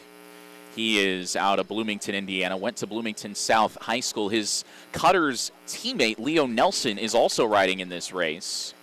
Nelson rode for Cutters in the Little 500 as a freshman. He and Judah were swim team teammates back at Bloomington High School South. The alma mater of former Chicago Bears quarterback Rex Grossman, who was a state champion with Bloomington South back in the 90s. See the lads jersey there as well. Gave them a shout just a moment ago. And again, these guys separated themselves from the pack within the first 30 minutes of this race, and they have shown no signs of letting up. This would be a remarkable feat if they can sustain this pace all the way back to us at the finish line. And it looks like that lead group is now catching the back of the 44-mile route. Do you think that's what we're looking at, Margaret, as we see them passing other racers? It looks like that, or maybe some of the 62 potentially. I'm not 100% sure. What I do like, though, is you can see on the screen, we've seen a lot, and I know it's not gravel, but we were seeing a lot of really nice, newly paved roads in Putnam County, and that is something with the race that happens that Wes Kendall puts on, we talked about, and we saw a couple of recorded videos about it. But Pedal Putnam is an event in June that is a road event that takes a lot of these roads that the Dust Bowl 100 is on, but as you can tell, beautiful, newly paved roads, and every cyclist loves a brand new, fresh paved road. It's so bougie and just great, right? You could be dead dog tired and you hit that smooth pavement, and it's like, I'm as fast as that Tour de France rider.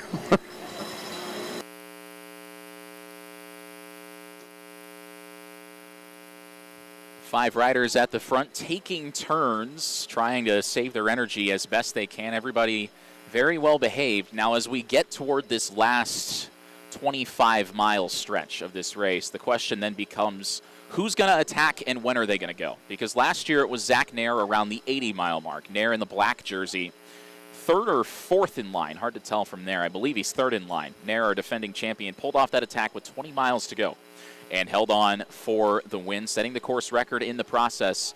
Who's going to go first, and will anybody follow them? Because if you go too early, of course, we talked about burning the matches. By this stage, these riders don't have many matches left.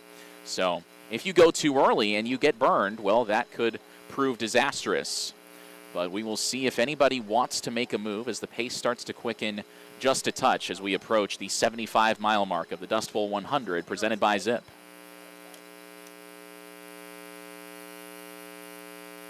And as we take a look at, the scenery here, go to goputnam.com, one of our sponsors for this live feed.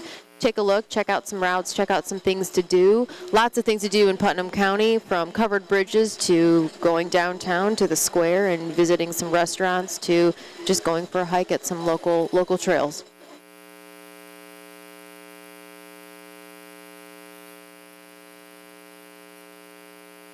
Evan Boyle in the Milligan jersey, the black and orange kit on the left side of your screen. Boyle still up in that mix. The 22-year-old from the state of New York finished 2nd at the 2025 U.S. Pro Nationals is Boyle. And Boyle is really laboring at the back of that group, but still staying with them. And again, he is really in a world of hurt as this group might shrink down to 4. Boyle looking for some sort of reprieve, but it's still over 25 miles away for him. So far, though, he's still hanging tough. You got to wonder what's going on in his brain right now, right? Absolutely. He's fighting for this and probably trying to figure out how he can keep his stomach in order and stay on the back of those wheels. They've just hit some gravel again. They've got off that nice smooth pavement. So we'll see what happens here. So far, they look like they're working well together. But boy, it's just hard to say at this point when they'll be ready to jump. And while these riders sort themselves out and we approach the final quarter of this race, we'll take a quick break. You're watching the Dust Bowl 100 presented by Zipp. Looking for the perfect place to stay in the heart of Greencastle? The Inn at Tapau combines upscale comfort with small-town charm. Just steps from downtown and the beautiful DePaul University campus. Unwind in spacious guest rooms, enjoy a delicious meal at the fluttering dock, and experience warm hospitality that makes every stay unforgettable. Whether you're here for a getaway, campus visit, or special event, put yourself in Putnam County. Escape the everyday and explore the trails of Putnam County. Whether you're hiking through peaceful forests, spotting local wildlife, or enjoying a relaxing walk surrounded by nature, there's a trail waiting for you. From beginner-friendly paths to longer scenic routes, every adventure offers fresh air and beautiful views. Lace up your hiking boots, slow down, and experience the natural beauty of Putnam County. Put yourself in Putnam County.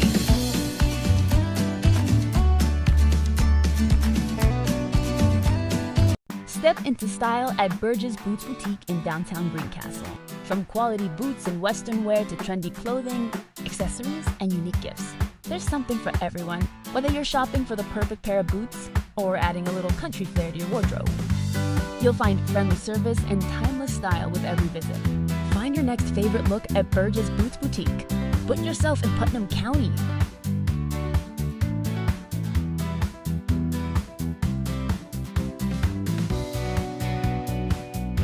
Step back in time and discover the charm of Putnam County's historic covered bridges, nestled along scenic country roads. These iconic landmarks offer a glimpse into the county's rich history and make the perfect stop for photos, a peaceful drive, or a weekend adventure. Each bridge has its own story, adding to the beauty and character of the landscape. Come explore these timeless treasures and experience a piece of Indiana history. Put yourself in Putnam County.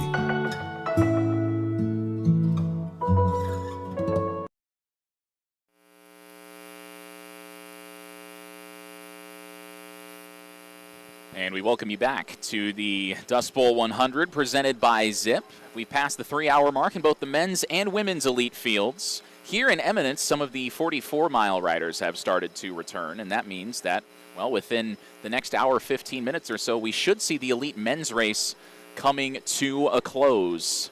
Back where it all began, and I'll tell you what, it has flown by to this point, and I think that is partly to do with the blistering pace of this front group of elite men's riders. Judah Thompson in the white jersey, Evan Boyle in the black with the orange stripe, as these riders are approaching the 75th mile. That's 3/4 race distance on this 100-mile course, snaking its way from southwest to northwest of Indianapolis, or I guess southwest to west, as the northernmost part of this course is a little bit west of Avon, along US 36 for some point of reference there.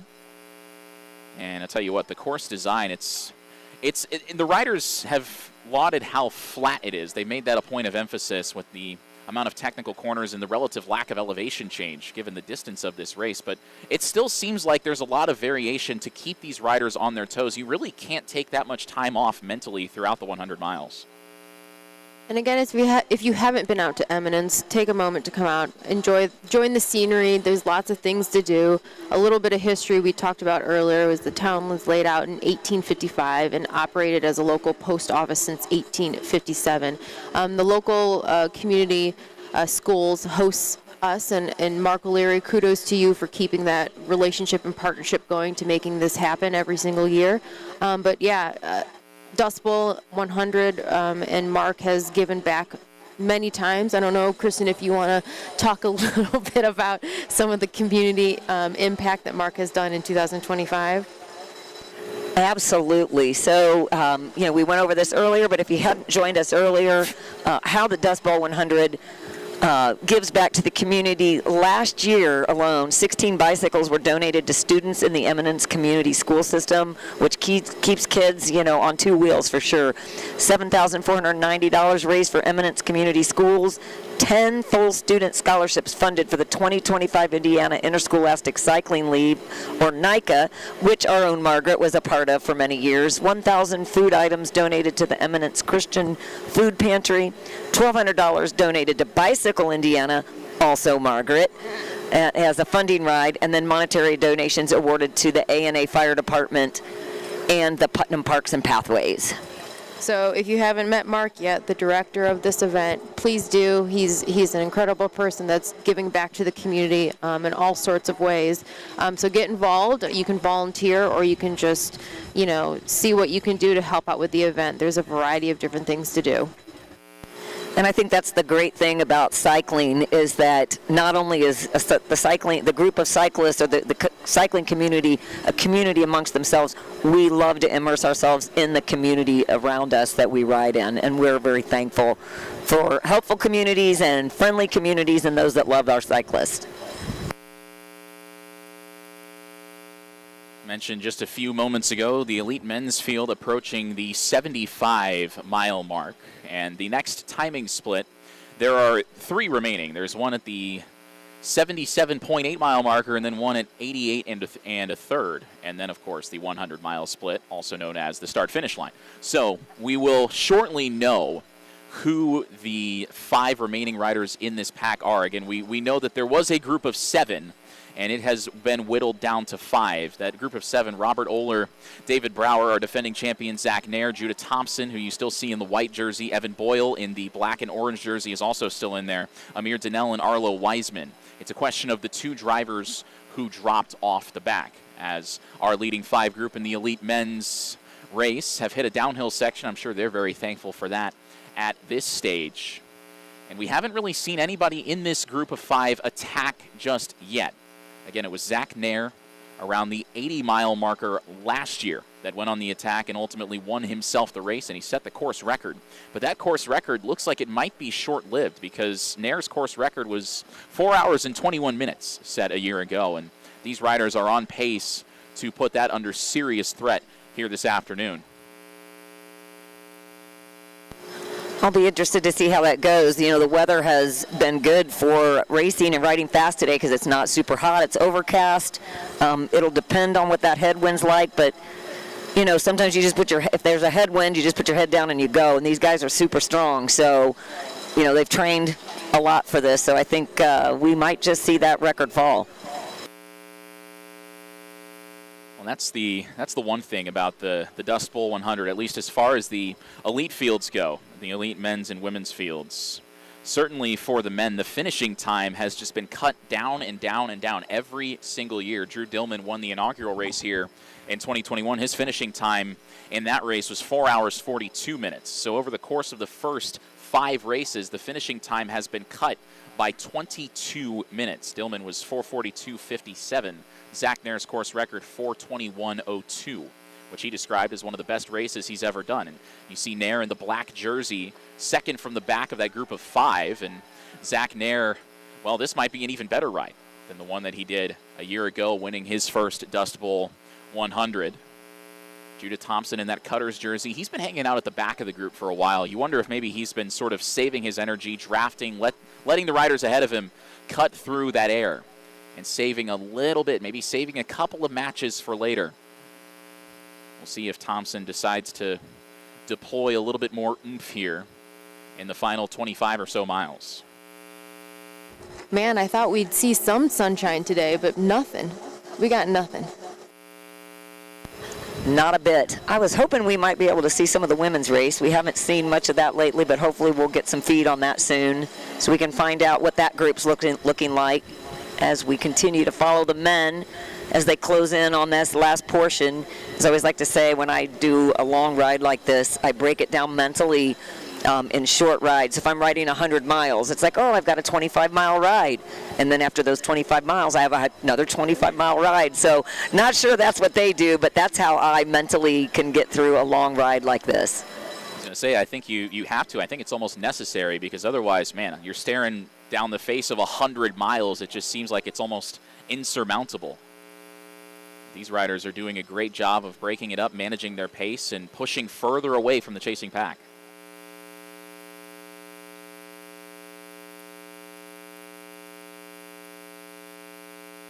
See Zach Nair drop to the back of that group of 5. Everybody taking turns and behaving themselves for now. You see one of the Bissell riders kind of working their way to the back.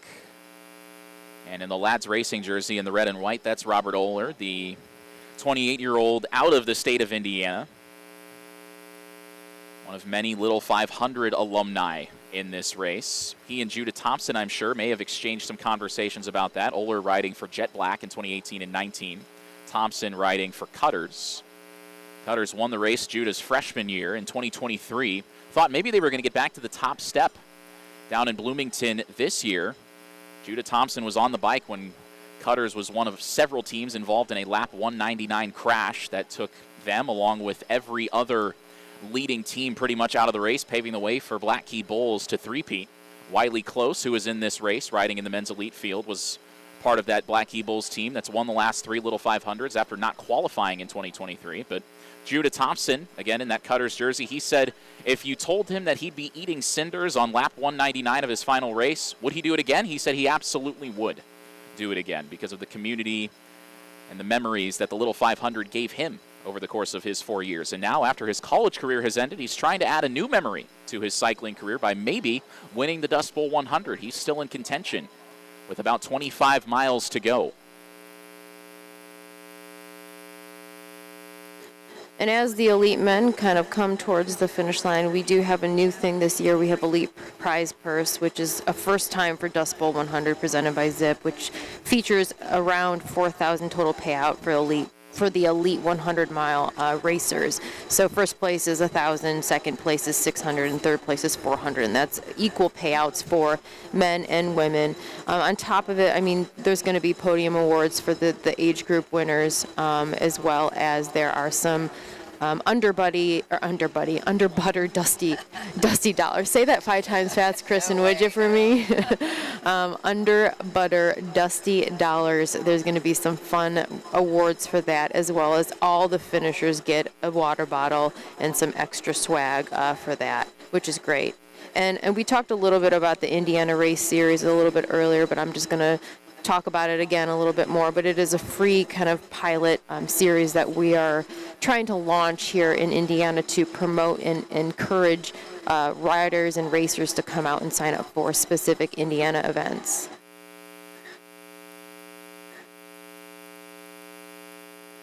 And we haven't said his name a lot in this race, but he is the lone 2-time winner of the Dust Bowl 100 on the men's side. We'll step aside for a quick word with Drew Dillman. I am Drew Dillman, and I'm from Louisville, Kentucky. You're now a 3-time. No, this year I got 5th. I won the age group. Okay. Yeah. But 5th overall. Okay. So okay. Not 3 times, but 2 times. We'll still take it. There we go. You could say that. Even just from the first year, I've really liked Mark, and so I think a part of me really wants to support the event and support Mark because I think he's just a really solid guy, and the fact that he still prays before the start I think is really cool because it's kind of hard to be outspoken about your faith these days, and so the fact that it's the first year I did it, I think there's 400 people, and we started over there, and it wasn't all of this, and now it's grown to I think 1,200 people, but it's still it's cool to see that he's still firm on, all right, here's my foundation, faith is important, and I think that shines through. So I like to support it for that reason. I still do pretty normal training up to this race. Obviously the heat is a big part of it, but you really just have to like train in the heat to get used to it. I've done a lot of heat specific training this year actually. Built a homemade sauna in my basement over the winter, and so I was hoping that that would give me a leg up when it came to the heat. I feel pretty good in the heat and ultra prepared, because when you do these long distance races like this, you just have to make sure your fueling is really good, your bike is squared away. If you drop the ball on even just a little thing, it could cause mayhem down the road. So you really have to like plan and prepare everything out in advance, because you could do all the training in the world, but if you mess up your how many bottles or how much fuel you're taking in, it could wreak havoc. I got into cycling in general when I was like around 10 years old. My mom worked at a bike shop as an accountant, but I hung out with and became good friends with all the bike bros down in the mechanics back in the bike shop, and they would take me out mountain biking. So I started out mountain biking for a few years, and then my primary focus for like 10 years or so was cyclocross. So I did a ton of cyclocross, and then in the last probably 3 years I've really focused on gravel and long distance racing. I think the longer distance racing probably suits my physiology a little bit better, my skill set. I have really good sponsors. My main sponsor this year is Louth Cycling. They make a really good gravel bike, and they've been super supportive of me. So I would like to keep racing I think for as long as I can, until I get too old to do it, I guess, or start to get slow. But I like racing, so I just want to keep racing for as long as I can. I gotta give a shout out to my wife. I mean, she's not here, but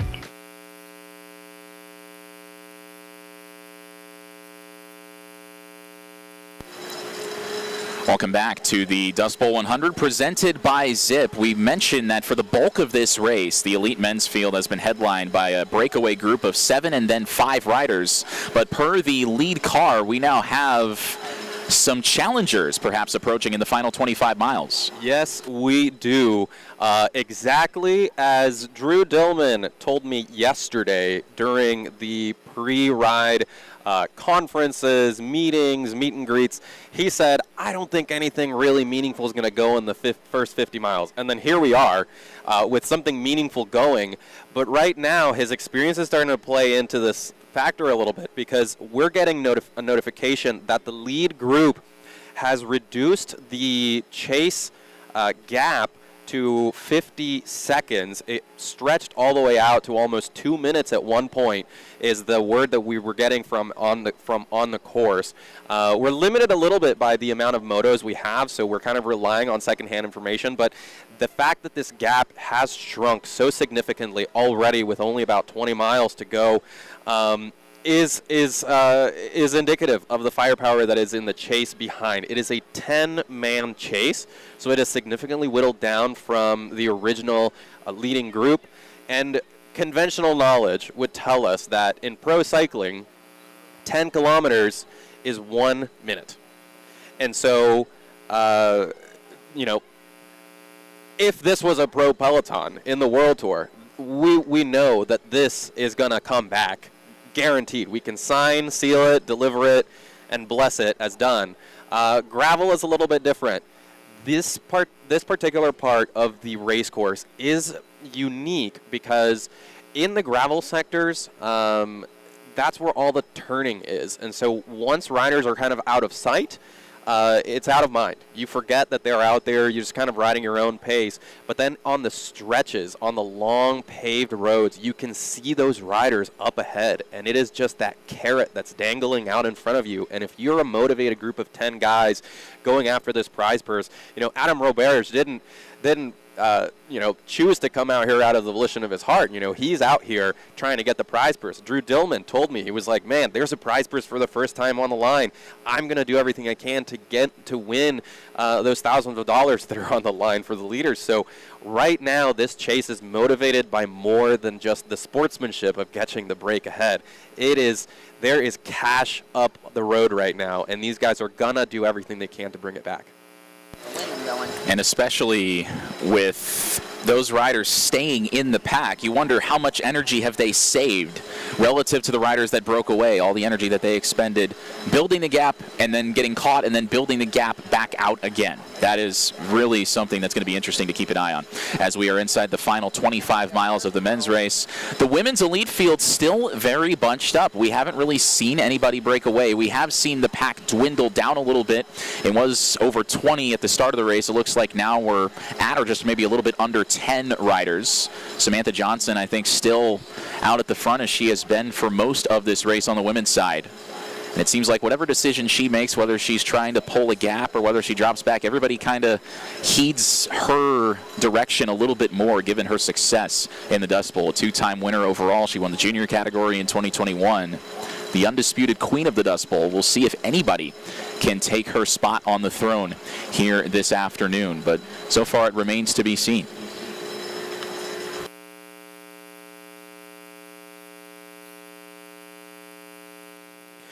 I'll chime in here and say something that this is the point in the race where we're 3.5 hours in. These guys are already at mile 75. They're thinking, they're looking at the clock, they're seeing the countdown, and we've got crit specialists in that breakaway. We've got, Robert Oler, who is a very, very highly accomplished crit racer in the region. Do these guys have the tank to continually rev up and just maintain that level for 4 hours at a time? And this is exactly when we're going to start asking those questions. This is the part of the race course where the headwind comes in and they have to rotate, they have to coordinate. If they're not working together enough, then they're not sharing the load well, and they're going to slow down and they're going to get caught. You see Peta Mullins has worked her way towards the front end of this front women's group. Mullins, the 38-year-old from Australia, now racing out of North Carolina. She's won 16 Australian national championships across road, mountain bike, cyclocross, and running as well. She has done a little bit of just about everything. She's also a broadcaster, so she wears many hats. She's actually retired now, I guess you could say, but still riding a 100-mile race and riding with the leaders. I think retired is maybe a little bit too far because she is still hanging with riders who are almost half her age, because Samantha Johnson also near the front of this field. Johnson is 22, Mullins 38, so riders of all ages very competitive in this women's field and in the men's field as well, because Zach Nair, we saw, obviously he won this race last year, he's 30, but also in the front end of the field is Judah Thompson, who is 22, so everybody has a shot. And again, when you put money on the line, Abner, as you talked about, there's maybe a little extra motivation on top of just wanting to finish on the podium, wanting to win the race. If you get some cash, then that's the more the merrier. That's exactly right. And right now we see our ladies coming over the railroad crossing. That means they're about to enter the bike path portion. The conditions on the path are a little bit different. We will see them right now on the paved surface, and they will come onto the path. It's a straight line shot. You can see for a mile up the road when you're on it. But the thing that is noteworthy about this path is that it's kind of like a sandy surface. So it is a new surface that has been unlocked by the riders. And we have right now on screen, there is a big split right now in our women's field right now. Somebody is driving the pace up front, and we have three riders looking at one another. That in the white jersey is Natalia Franco out of Medellin, Colombia, who is under pressure, and she is hoping that that purple rider in front of her is able to bridge that gap.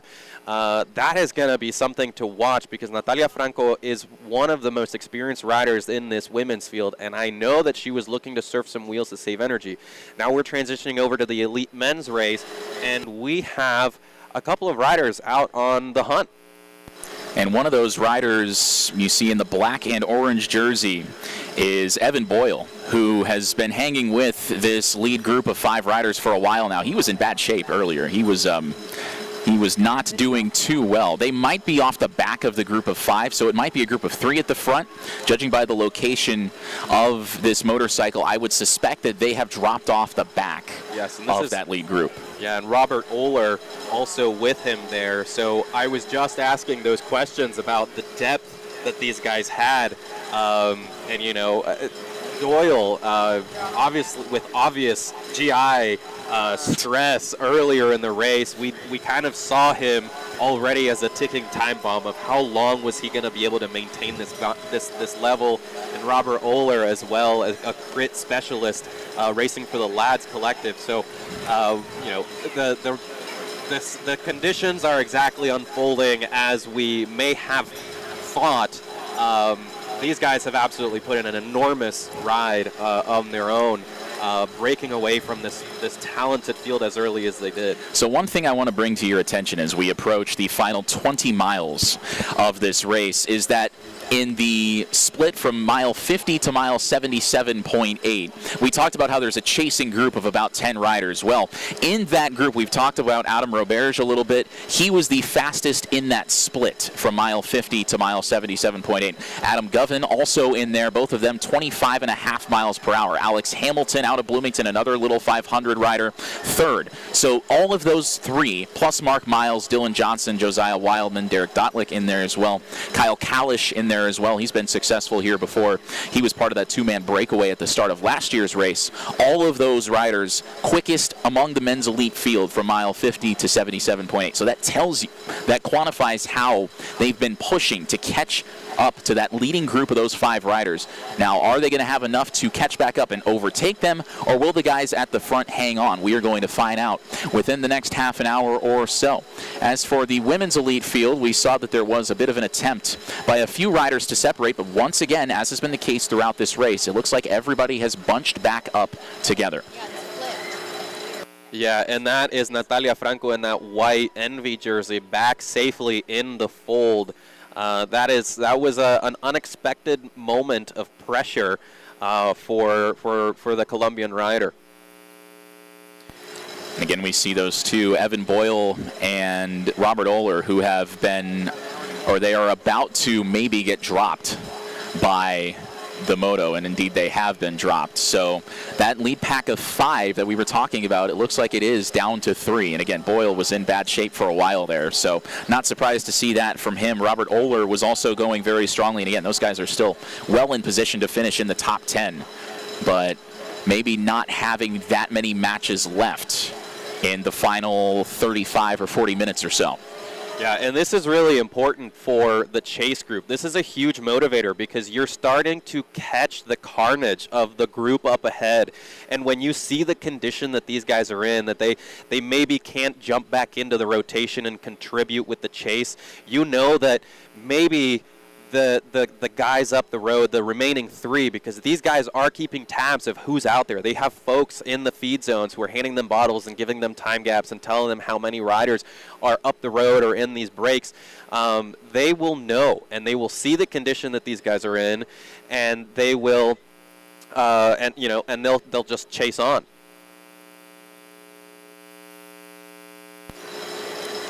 And so as we continue to follow the action in the men's elite field, 3.5 hours into this race.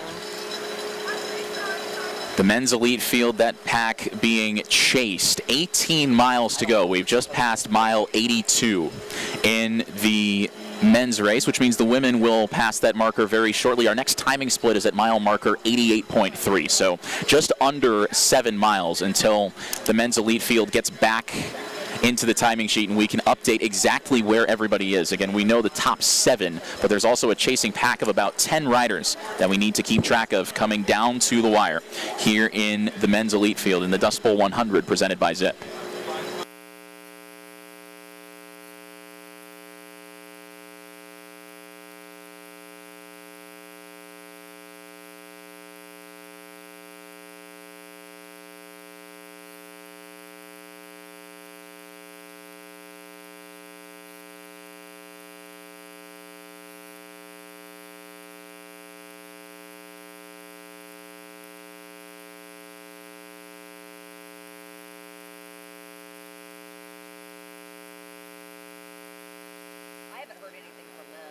So at this stage in the men's elite field, again, we were talking about Robert Oler and Evan Boyle, the 2 riders that we are focusing on. Oler in the black jersey, Oler in the Lads Racing red and white jersey, Evan Boyle in the black and orange jersey representing Milligan University down in East Tennessee in the Appalachian Mountains, that area of the country. The question is whether they're off the back of the lead group or they are off the front. We thought initially they were off the back. Now it appears that they might be off the front.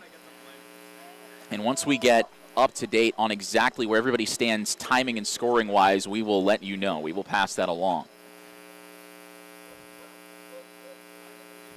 The next timing split coming up in about 5 or 6 miles from now. But we were talking about that chasing pack: Mark Miles, Dylan Johnson, Adam Govan, Josiah Wildman, Derek Dotlick, and others in there as well. Those guys among the quickest over the last 25-mile split. By way of comparison, Boyle and Oler and these guys off the front part of the pack were down toward the 15th and 20th quickest riders over that split. So that tells you that they did taper off relative to the chasing pack, hence why we got the report from the leading vehicle that there was a group of 10 riders catching those guys out at the front of the elite men's field. The question is, are those two riders, are Boyle and Oler, going to look behind themselves and see a pack of hungry riders looking to catch them and take them off the podium? That's what they're hoping not to see, as this race dwindles down now to the final 15 or so miles. And the question for the chasing pack is, then will they have enough time to catch these riders, or did they leave it too late? And that was the question, was if you were going to try to jump off the front, will you go and find out the hard way that you went too early, or will you make it stick and will you maintain the gap? And it looks like maybe these riders that made that gamble in the first half an hour of this race are going to see it pay off. But you never want to put the cart ahead of the horse, so to speak. You don't want to get ahead of yourself in making that call. That's the wonderful thing about gravel. It's so unpredictable and anything can happen. And what you said about 15 miles left, that's still 15 miles. Absolutely, and 15 miles can seem like 100 when you're at the end and you're exhausted, you've given so much of yourself. But the big question is, did they wait too long to make that break, to try to cover that gap, to knock somebody off the podium? I guess time will tell. We've got, just under an hour to go, as long as they are on pace to break that record from last year. Well, that's the thing, too, with these riders off the front. If you look at their splits in 25-mile segments, Evan Boyle, who we see in the black jersey, he and Robert Oler are the two we're focusing on right now. Boyle is in the black, Oler in the red and white. Boyle's pace through the first 25 miles was 24.7 miles an hour. In the following 25 miles, it dropped to 22.6 miles an hour, as you'd expect, a little bit of load management there. And then in the following split, he was back up over 25 miles an hour. So that's tracking a little bit longer than 4 hours, which would smash the course record. But what's he doing in the final 25? That is what we're trying to figure out. And that's on gravel, everyone. I mean, mixed surfaces, but still, that's such an incredible pace. Well, mixed surfaces, but 60 miles of it is gravel. That is fast. I mean, I'm much slower on gravel than I am on the road for sure, but that is just a quick speed. I was going to say, we were talking about Strava KOMs a little bit ago, and I know that segment that goes through my neighborhood, I feel like I'm flying when I'm going 20 miles an hour, and that's on paved roads. So I can only imagine the level of endurance, the level of athleticism, and the mental fortitude as well to keep pushing. I mean, we saw Evan Boyle, he was throwing up on the bike a little bit ago, and he is still pushing as hard as he can, fighting tooth and nail every mile all the way to the finish. It is incredibly impressive what these athletes do. And speaking of Strava segments, very curious to see on that last little gravel pitch, that hill.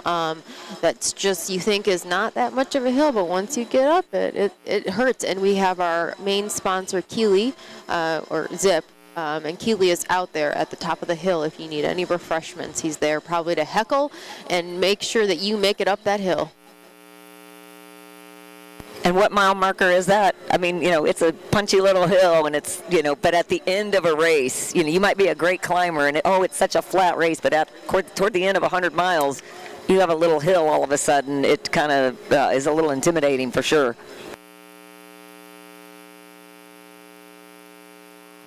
Abner Meralda, the fourth member of our broadcast crew, is trackside with none other than the man behind it all, Mark O'Leary.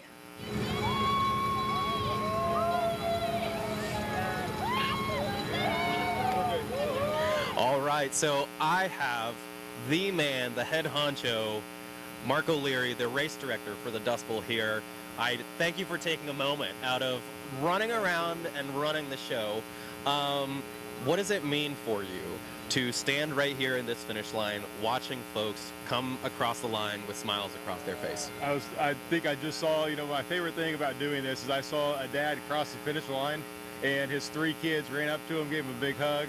And just to see that emotion and those family ties through this is really cool. And that's like, we have elite racers. I love the elite racers, but to see the community aspect and the families too is just awesome. So I love it. Yeah, and that's something that Samantha Johnson described as that being one of her favorite things about this race, that is really family oriented. Yep.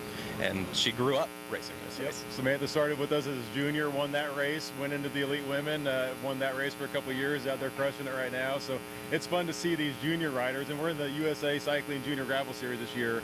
And to see those junior riders and watch them, grow up over the course of the next few years and join the elite fields, hopefully in a couple of years, is fun to see that next generation come up, and to play just a small role in that is inspiring or humbling, I guess. Yeah. And what are your thoughts looking back when the first test Dust Bowl happened? I think, if I recall correctly, it was about 30 people. Yep. And you have 1,457 registered riders, if I'm not mistaken. Yep. How does it feel to grow something like that? I'm not sure I have words to describe it. I think there's a lot of timing involved, and I'm not going to take the credit for it. I think there's a lot of timing. What we've tried to do, and our volunteers do a great job, is we try to make it the best participant experience we can. And so people come, they tell their friends, they bring more people back, and I think we've been successful that way. But it's humbling. It wasn't something I intended to have a race this big, but I love it, and I want to keep it growing. I'm inspired to keep it going, coming back year after year and doing it. And I just thank the participants and the volunteers for making it happen. Yeah. Well, thank you so much, Mark. I'll let you get back to it. We've got some podiums to start presenting since the age groupers are now crossing the line. And right back to you guys on the live feed for the finishing segment of this bike race. Lason. Thanks, Abner. And with about 15 miles to go in this race, we were talking about it here up in the broadcast booth about the pace of these riders off the front in the men's elite field, because again, the course record last year was set at 4 hours and 21 minutes, and right now the riders are on pace to smash that. And here we come up to one of the main segments on the feed, and it's called gravel pitch. And you see this motorbike just power up this hill, and you're passing all of these cyclists. It is a tricky little hill. There's Keeley right there on the screen, but that hill is very tough, especially after racing for many, many miles.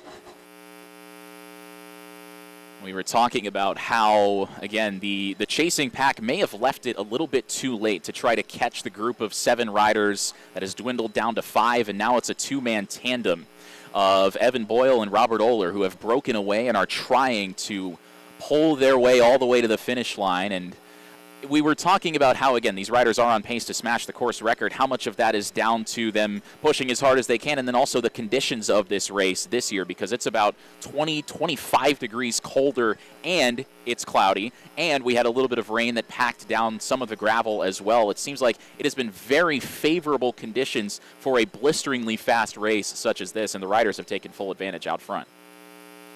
Absolutely agree. And even though the wind picked up, depending on where it was blowing from, they might have had a tailwind pushing them along. It's hard to say. But while we're cold up here, it's not been much of a factor, I think, for the racers out there on the road, that the wind has been pretty calm. Even though it's a little chilly, it's been perfect for them out there on the road.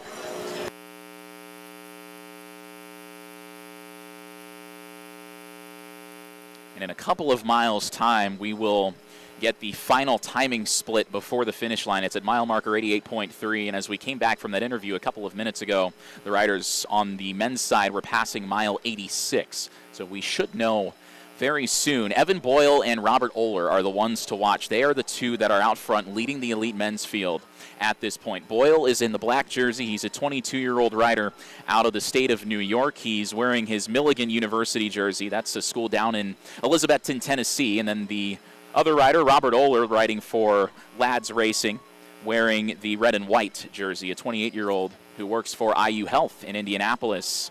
And Oler won this year's Unbound Gravel 100 outright In 5 hours, 4 minutes, and 39 seconds, he rode all by himself to win that race. He rode solo, got the job done, stood on the top step of the podium, and he's got a running mate this time around in Evan Boyle that he can work with, and those two can take turns drafting off each other. So this is a situation that Robert Oehler is very comfortable with, and it is very possible as we approach the finishing stages of this race that this could be a two-way sprint to the finish. So that is something to keep an eye on here at the Dust Bowl 100 presented by Zipp, coming all the way down to the wire on a very unseasonably cold Saturday morning at the end of July.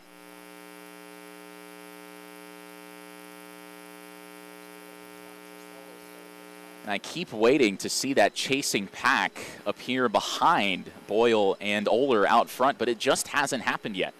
And with maybe just a little over 10 miles to go for those in the elite men's field at this point, you really start to think that maybe the chasing pack of 10 or so riders that was catching these guys just a little bit ago, they might be running out of time to get this done, and I'm sure they'll be kicking themselves because maybe they have just left the move a little bit too late, trying to play it smart, and maybe they overthought it.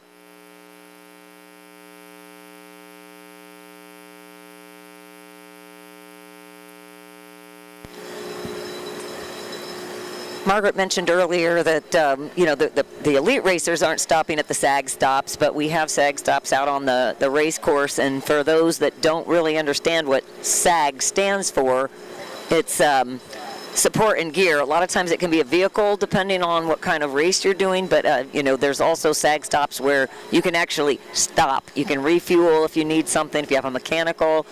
So those are out there on the race course. There's 4 SAG stops on the 100-mile course, 2 on the 100K course, and just 1 for that 44-mile course. But there's water-only stops located 10 miles from the finish on all courses as well. I'd like to take this moment to thank all the volunteers that were out here on Friday setting up the course, as well as all the volunteers that had been here today, this morning, out on the course as well. Marshals, we can't do the things that we do without those volunteers, so please, if you volunteered, give yourself a pat on the back. Come over to me, I'll give you a high five. Thank you so much for volunteering. And also remember, if you do volunteer, there are perks to that. There are things that you can get back, and one of them is you get a first kind of slot to sign up for the next year's race, because the race does sell out, and it's been sold out for a long time. And so just keep that in mind if you're sitting here today thinking, man, just like Nick, I want to race the Dust Bowl 100 presented by Zipp. This is your opportunity to be part of that. So thank you so much again, volunteers, for being here today. Speaking of Carrie Balding, who is a USA Cycling official and did a podcast with Margaret and I, she just came in and finished and came up here to the broadcast booth to give us a hug. Good job. We're good to see you. Yeah, nice to meet you. I got to go away from my... And as people are starting to trickle in here at the Eminence Community Schools at the start and finish line, as people can probably hear me on the speakers as well, don't forget that there are results. There's QR codes that are on the tents. Please scan those and check out your results, as well as the photos eventually will be uploaded. I know that we have a handful of photographers out there. I know John Lobin is one of them. We've got Jake, and I'm not going to be able to pronounce his last name. Is it Risen? I don't know. What do you think it is? We got Lexi Rose Media that did some from last year. John Wallen is also out on course. And there's probably a handful of different photographers out there. And please remember to purchase those photos and support your local photography, because they make it happen and they capture those great moments out on the course. But another thing that I'm going to mention here, I wrote down a couple of quotes from the previous years of what people have said about Dust Bowl. And Isabel from Chicago, Illinois, I know she's a Shrammy. She said, "Didn't know that Central Indiana was so beautiful."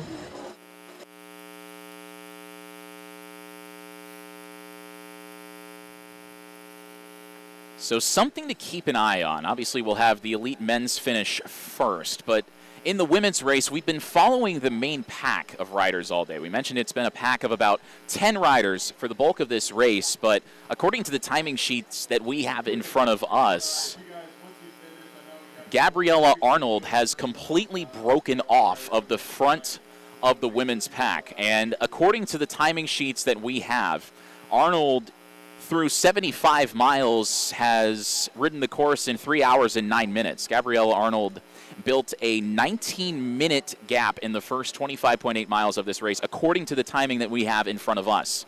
That means that she is well ahead of the main pack of women's riders that we've been following for the bulk of this race. And Arnold would be on pace then to not only break the women's course record that was set by Samantha Johnson a few years back, but also break the current men's course record, which will, of course, probably be broken in this year's race. So that's something to keep an eye on, is that Gabriella Arnold riding completely solo, basically from the jump, might just completely knock the women's course record into next week. That is something to pay attention to as we draw to a close in the women's race, because Arnold pacing at about 23 or 24 miles an hour for the first 75 miles of this race, and that's rivaling what the top men's riders are doing as well. So that's something that we need to watch after the conclusion of the men's race, which, as we see it right now, is still a two-rider race up at the front. It's Evan Boyle in the black jersey that we will catch up to in just a moment, followed by Robert Oehler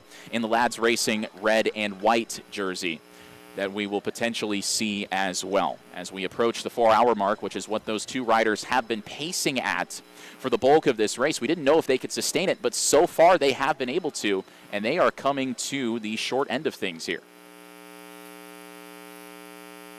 That Gabby Arnold, man, she is just incredible. I've never actually probably ever ridden with her, to be honest.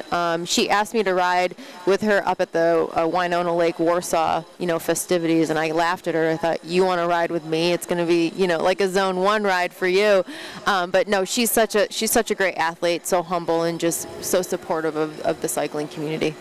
I think that if she would ask me to ride, it would mean you want to drop me. Yeah, that's pretty much what yeah, that would be. You want to ride with me, like you said, it'd be Zone 1, or you're going to drop me off the right off the start line. So something while we're kind of watching the feed, but just don't forget, for all those that are listening, I have mentioned a couple times on the live feed, the Indiana Race Series was launched this year, and it's a free series that we are trying to pilot to encourage Hoosiers or non-Hoosiers to register for specific Indiana events that are part of the series. And the series includes the Boone County Classic, which was new this year, that's out in Lebanon, Indiana. We also have Pedal Putnam, which a lot of you here, I think, recognize the roads as well as participated in that event, and that's hosted with in Greencastle with Wes Kendall. Today's race, the Dust Bowl 100 presented by Zipp, as well as the Harvest 50. So all you gravel riders out there today listening and participating, there is another fun Type 2 fun gravel event in the fall in the Boone County area, and that's the Harvest 50. But again, this is a free series, and there are points, and there's going to be awards for the overall men and women's and masters men's and women's as well. And we definitely can encourage people to still participate if you are just new to it and just hearing about it today. But yeah, the Indiana Race Series, again, is free to all that participate in the events. So we were talking a little bit earlier about how Gabriella Arnold pulled a 19-minute gap on the front of the women's pack in the first 25 miles of this race. She has made her way past the final mile split before the start-finish line.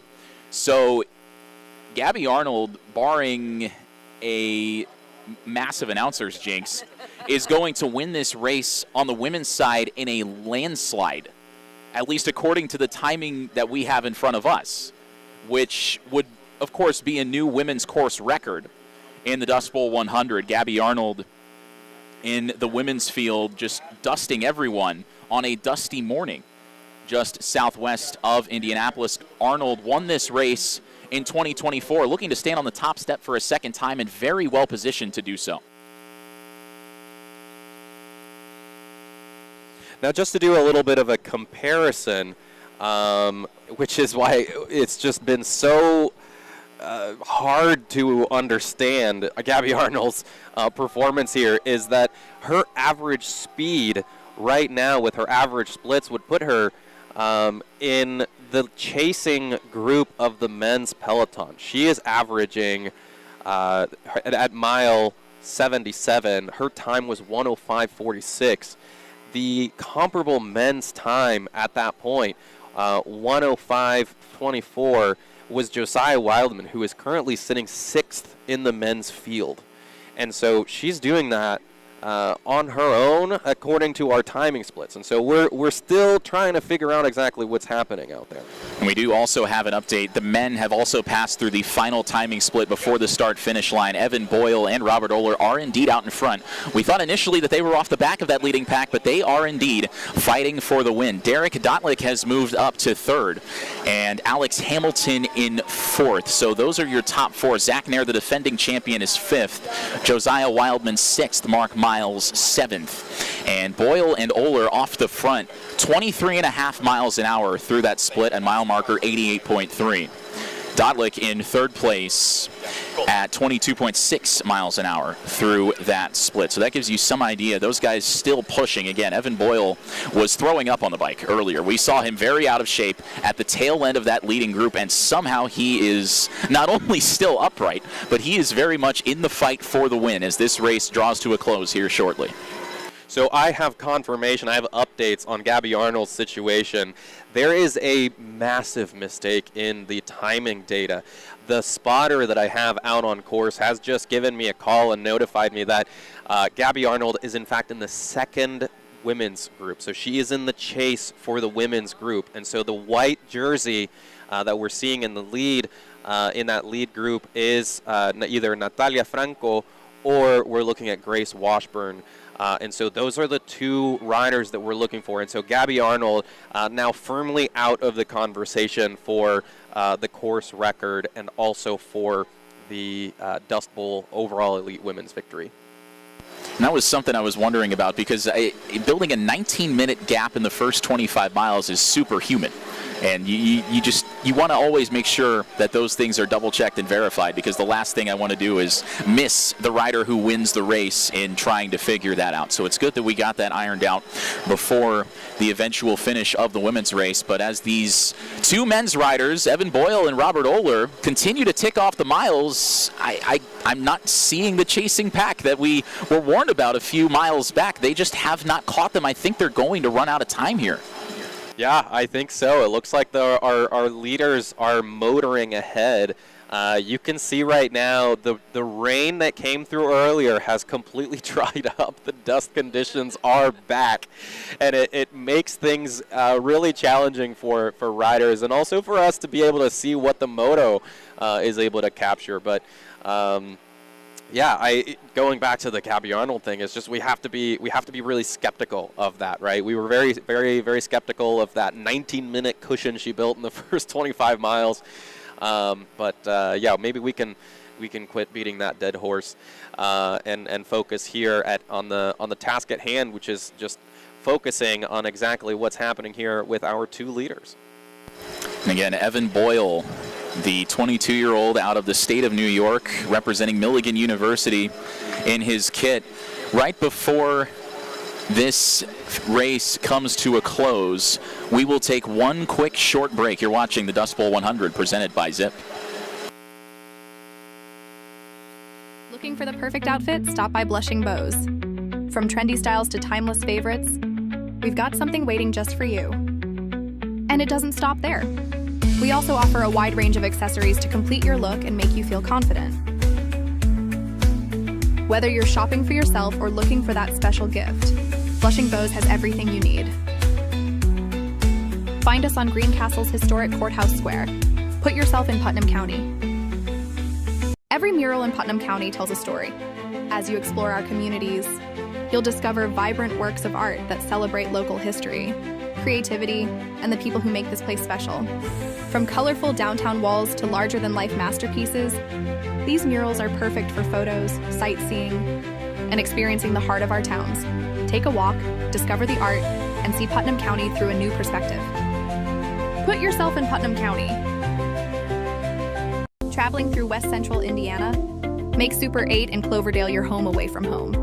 Conveniently located just off Interstate 70, it's the perfect place to relax after a day of exploring Putnam County. Comfortable rooms, friendly service, and easy access to local attractions make every stay simple and stress-free. Rest easy, then start your next adventure. Put Put yourself in Putnam County.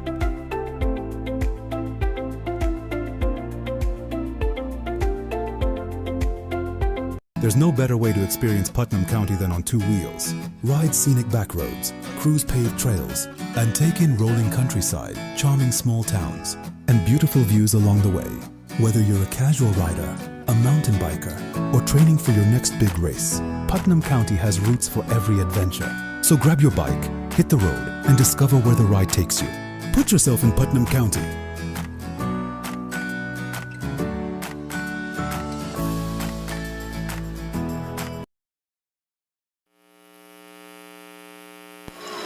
And we welcome you back to the Dust Bowl 100 presented by Zipp, approaching the 4-hour mark from when this race started. It was cold then. It's still chilly now.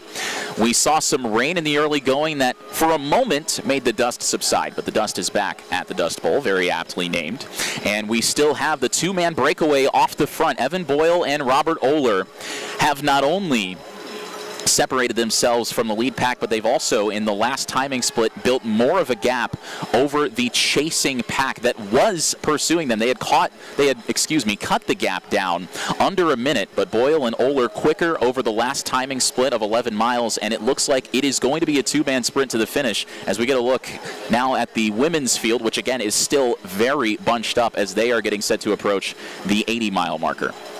Yeah, when we start looking at the time gaps, at mile 88.3 is our latest timing check. Our two leaders were exactly 1 minute over their two chasers.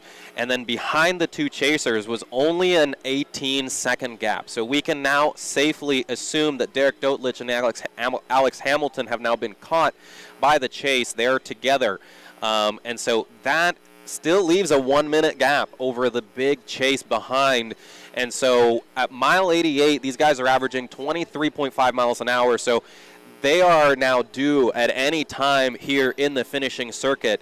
The last segment of gravel is fast, it's turny, and specifically there are some slight tailwind conditions in it. And so right now that it is, and they're onto the tarmac there, that is coming up onto the last bit. So we are now awaiting for the leaders to come through.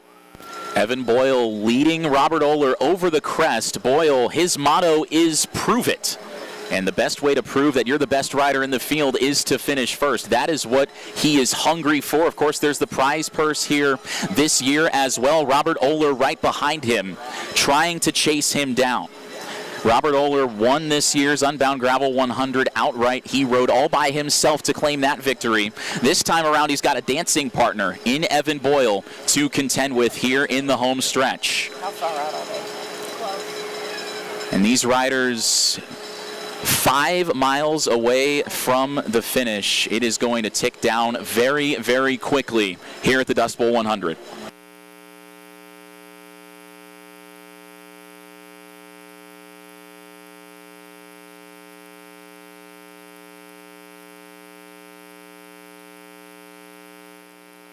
The women's field a few miles further back, and again, much more bunched up. The men's race from about the 15-minute mark or so, thereabouts, has been a 7-horse race, and that has dwindled down to 2, and it looks like it's going to stay that way all the way to the finish. But the women's race, you still got 10 or so riders in that pack in contention for the win.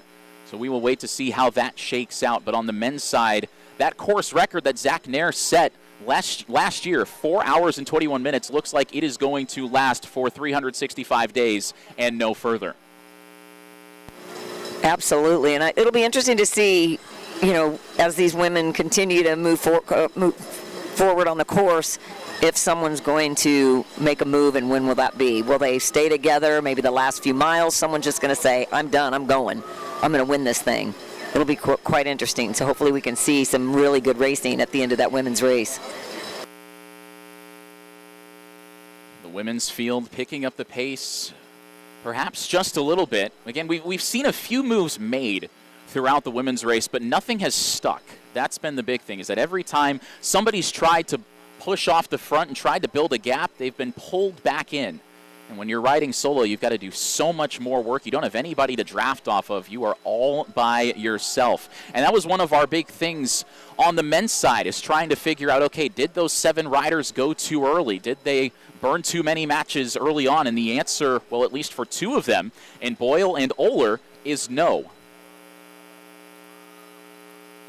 Boyle and Oler sprinting back towards us here in Eminence, where they departed some 4+ hours ago now. And they have been motoring along from the jump, averaging over 23 miles an hour the entire way, most of that on gravel, which is mind-blowing to speak of. And like you said earlier, we got some rain, which did kind of help with the dusty conditions, but unfortunately the dusty conditions are back. Visibility being hampered by that. Of course, these riders also getting covered head to toe in dust when that is the case. And it's not a question of whether or not Zach Nair's course record is going to be smashed. It's a question of by how many minutes will the new record be set. Nair described that race last year as one of the best he's ever done. Those conditions were much less favorable than this race. It was much hotter, it was humid, it was sticky, a typical July day in Indiana, but here, temperatures just over 70 degrees, no sunshine to speak of, and these riders at the front, Boyle and Oler, have taken full advantage here this afternoon. And they have to know that that course record is on the line here. They are just motoring through this last section. They really are.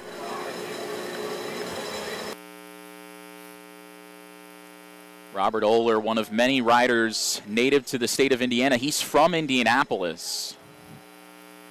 Rode in the Little 500 for Jet Black in 2018 was his final, 2018 and 19, I should say. He was going to ride in 2020. He was Jet Black's team captain that year, but of course COVID-19 canceled the race, so Oler did not get that opportunity to represent Jet Black in the 2020 Little 500, but perhaps maybe a little bit of redemption because Jet Black won the race in 2021, and the Little 500 community is so tight-knit, I'm sure he was very excited to see that. The women's race, again, still, they've been much more well-behaved, I would say, in this race. There haven't been any big daring moves. There hasn't been a group that's really tried to separate itself. Everybody has stayed very close together on the women's side. But on the men's side, it's these two. It's Robert Oler chasing Evan Boyle at this stage. Boyle, the 22-year-old from the state of New York. Oler, 6 years his senior, riding for Lads Racing. He's already won Unbound this year. Can he add the Dust Bowl 100 to his growing resume? It'll be one heck of a summer for him, that's for sure.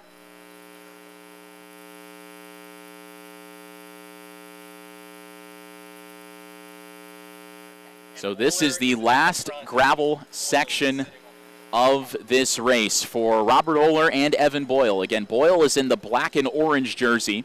Oler in the Lads Racing red and white jersey. So right now, Oler is the one giving chase as they make their way back onto the paved section. It's a two-man sprint to the finish in the 2026 Dust Bowl 100 presented by Zipp. The course record, you can throw it out the window. It's going to be smashed here this afternoon. So many riders have already come back from the shorter courses. They've got to clear things out because these two are steaming to the finish. And this is exactly what Boyle wants. He's sitting on the wheel right now, and Oler is pushing. He is on a mission right now, doing everything possible. He knows right now the conditions are a tailwind, so every effort that he puts in, Boyle has to match by number, by raw wattage. That is the last final incline. They're looking at one another side by side. Now rotate back. Now Oler is on the wheel. He has the position right now. Next thing we see these riders are going to do is make that left-hand U-turn onto the gravel and into the finishing cyclocross segment. And it is these two riders who separated themselves from the leading pack just a few miles ago, maybe 10 or 15 miles back. We thought maybe there was going to be a group of 10 riders that could catch them, but it hasn't happened, and it doesn't look like it's going to happen. It absolutely will not happen. These two guys are looking side to side. They're looking at one another, checking behind the shoulder. Nobody is there. You can see the effort right now. The head is down. The shoulders are bobbing. The bike is weaving left to right with every single pedal stroke. You can tell every ounce of their being is being poured into the pedals right now. Out of the saddle, both over the hill. This is Oehler leading the charge now onto a false flat here. Robert Oehler leading Evan Boyle down this hill. I don't think that anybody's going to be saving any energy at this point. They are going to empty the tank, burn all their matches, burn any matches they have left as we come to the finish of the 2026 Dust Bowl 100 presented by Zipp. These riders have been on the bike for 4 hours, and they are separated by almost nothing. We are now within drone footage radius here, so we have a full eyes on course right now. Some hand waving left and right. They're trying to coordinate exactly what's going to happen. Lapped riders from the smaller, shorter distances are now obstacles on the road, little bits of draft up along the way, and our leaders are coming up onto the finishing circuit. Evan Boyle makes his move to the left side of Oehler. The question is, when will he overtake and try to be the first one to cross the start-finish line? These riders training all year long, the elite athletes of this sport, trying to claim the Dust Bowl crown and make history by setting the course record in the process, but there is still nothing separating these two. And the two have now passed those iconic signs that warn riders when they're getting started of what awaits them. So now it is all pavement and grass to the end. Weaving through the off-road gravel sections of rural Indiana, plenty of cornfields, plenty of historic covered bridges for what has been a phenomenal race at the 6th Annual Dust Bowl 100 presented by Zipp. Robert Oehler out of Indianapolis, a Little 500 alum. Evan Boyle out of the state of New York, making his way west, trying to spoil the home favorites party here this afternoon. And these riders have been pushing so hard. Evan Boyle perhaps even pushed a little bit too hard earlier on. Somehow, not only has he stayed with the lead group, he separated himself from that group of 7 that broke away within the first 25 miles of this race, and now he looks to come out on top. Robert Oehler with him neck and neck. They are giving it absolutely everything they have. I don't know how they have anything left in the tank because they've been riding for almost 4 hours and 10 minutes. Oehler following the wheel of Evan Boyle, as Boyle in the black jersey leading on Oehler's right side.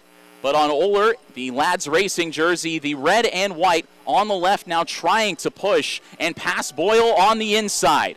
Oehler to the inside, perhaps getting a little bit of a run, but how much energy does he have left in the tank at this stage?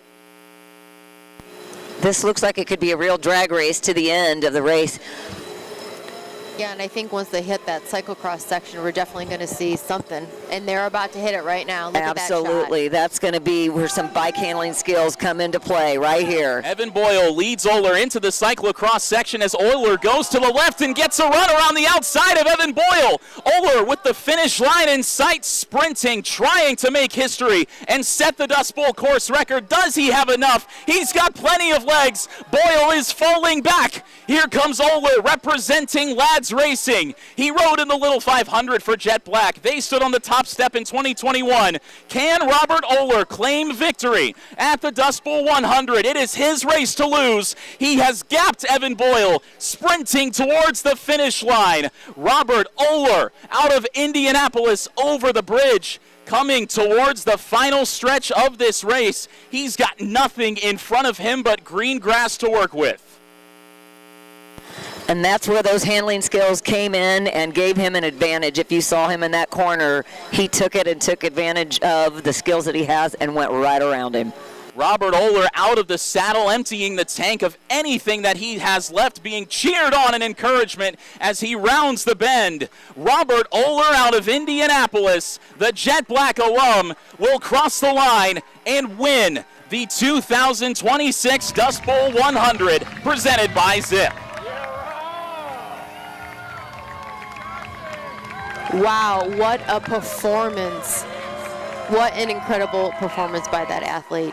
Incredible, incredible. Robert Oehler smashes the course record by over 10 minutes here at the Dust Bowl 100. Evan Boyle coming home with a valiant second place. He was throwing up on his bike about 30 miles ago, and he comes home with a podium finish. The question is, who's going to finish third? And I don't think we'll be able to answer that for quite some time because of how much of a gap these two riders pulled on the chasing pack. A remarkable effort by Robert Oler, the Jet Black alum with little 500 experience to his name. Abner Meralda catching up with him as Oler gets some much-deserved congratulations and tries to catch his breath from what was an absolutely thrilling finish to this race. And a valiant effort by Evan Boyle. He made the move initially, but Oler sprinted his way ahead and got the green grass and came across the start-finish line first. What a remarkable effort by both of those men pushing away from the rest of the field.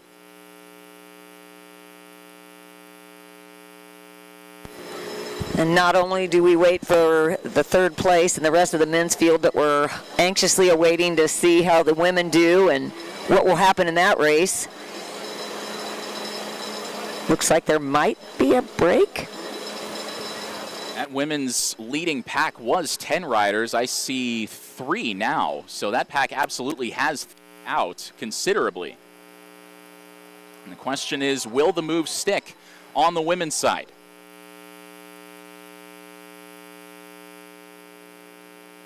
And as soon as we can find out who those 3 riders are in the women's field, we will pass that along.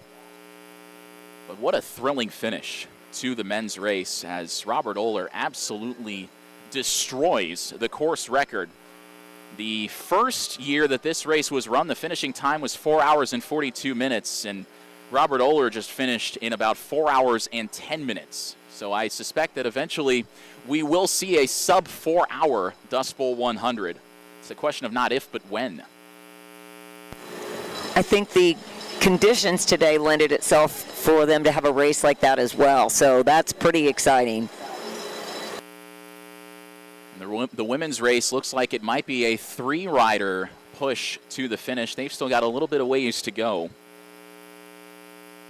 But this, on the women's side, because we were following the men's finish, the women's side, it was a 20-rider group. It dwindled down to 10 a few miles in, and from there, everybody kind of stayed together.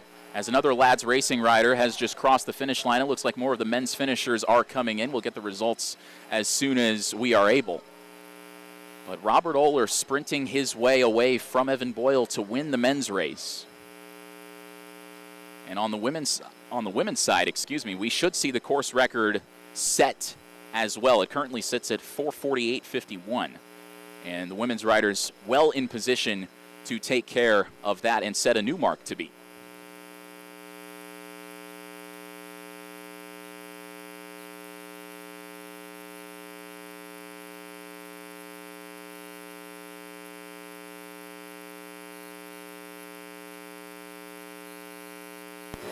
And after they finish racing, or if you're out here, please join the Vendor Expo. They'll be out here they were just here yesterday.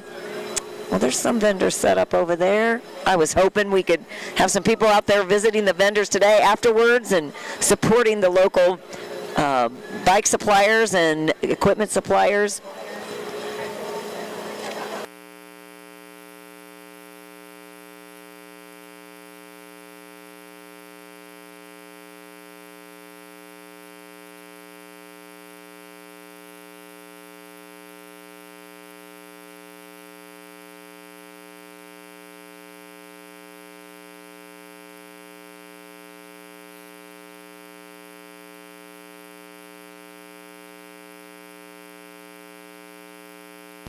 Earlier, we talked about the community involvement and how the people around Putnam County feel.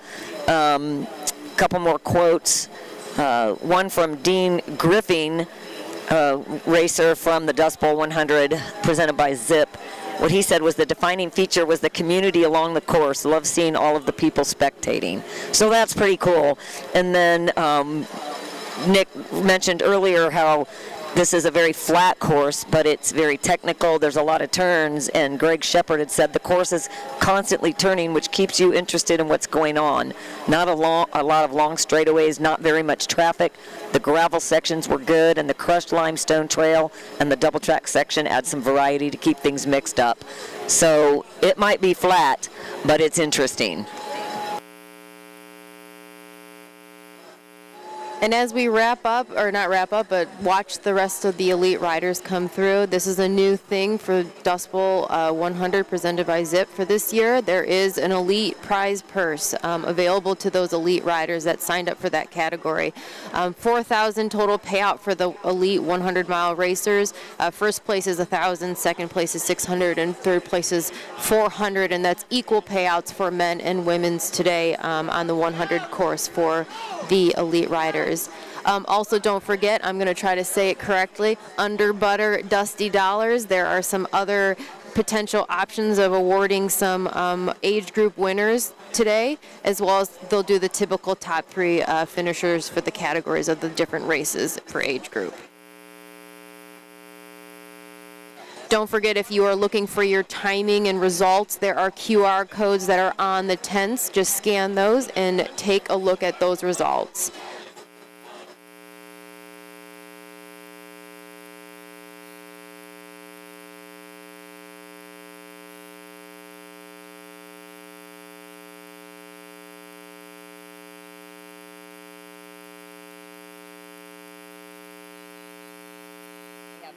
So the women are at the 88-mile mark, which means we have time for Abner Meralda to talk to the winner of the men's Dust Bowl 100 presented by Zipp, as he is standing by with Robert Oehler, the new course record holder.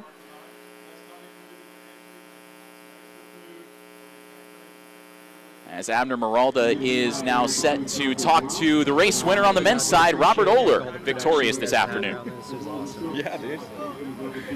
I love seeing this event grow as well. Like, I first did it a couple years ago. But I am here with winner of the Dust Bowl 100 presented by Zipp, Robert Oehler of the Lads Racing Collective.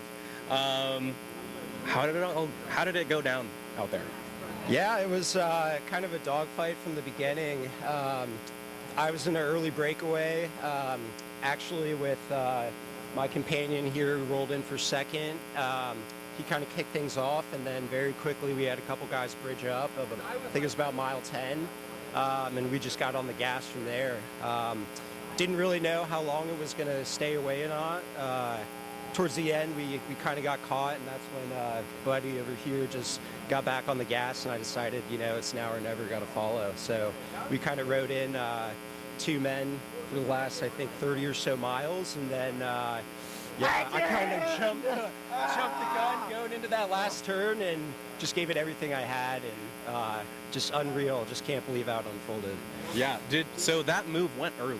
Did you think, in your mind, this is too early? Yeah, honestly, I've been in the earlier moves in this race a couple years ago and got caught right after the bridge at about mile 50.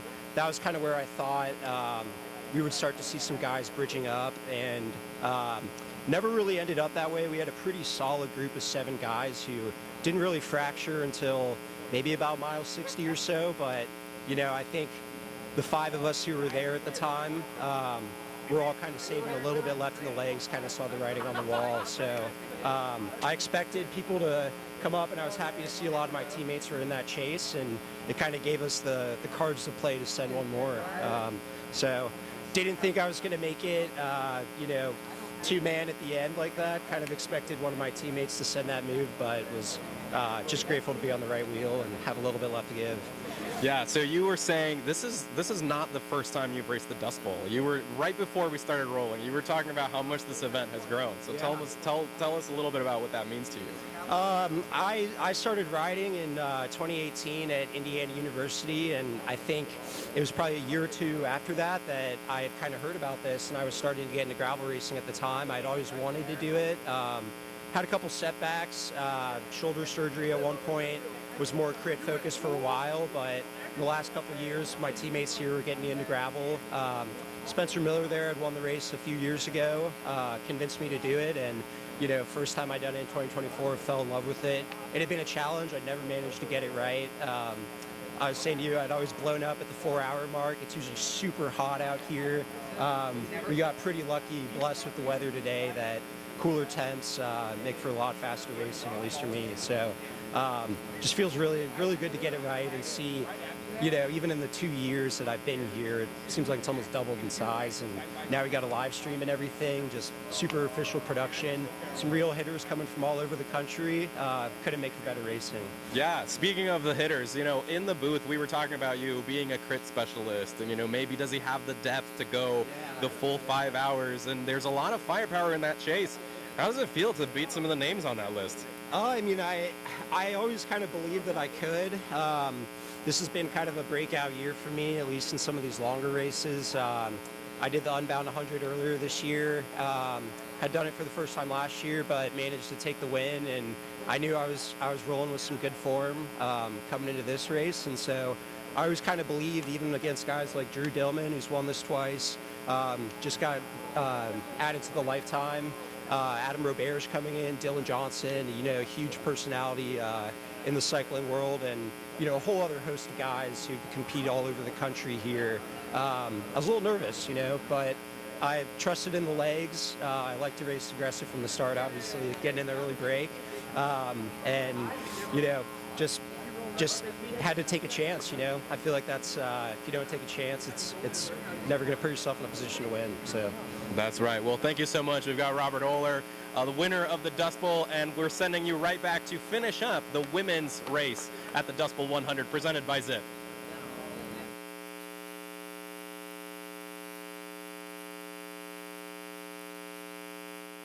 Robert Oler, new course record at the Dust Bowl 100, unofficially a time of 4 hours, 11 minutes, and 27 seconds.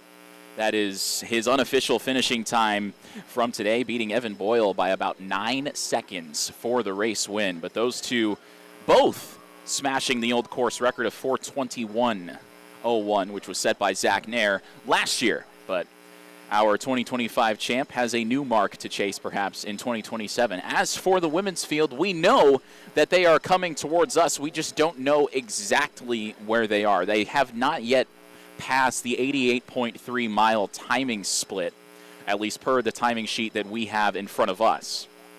But we do know that that is a 5-rider pack that seems to have pushed away from what was about a group of 10 riders.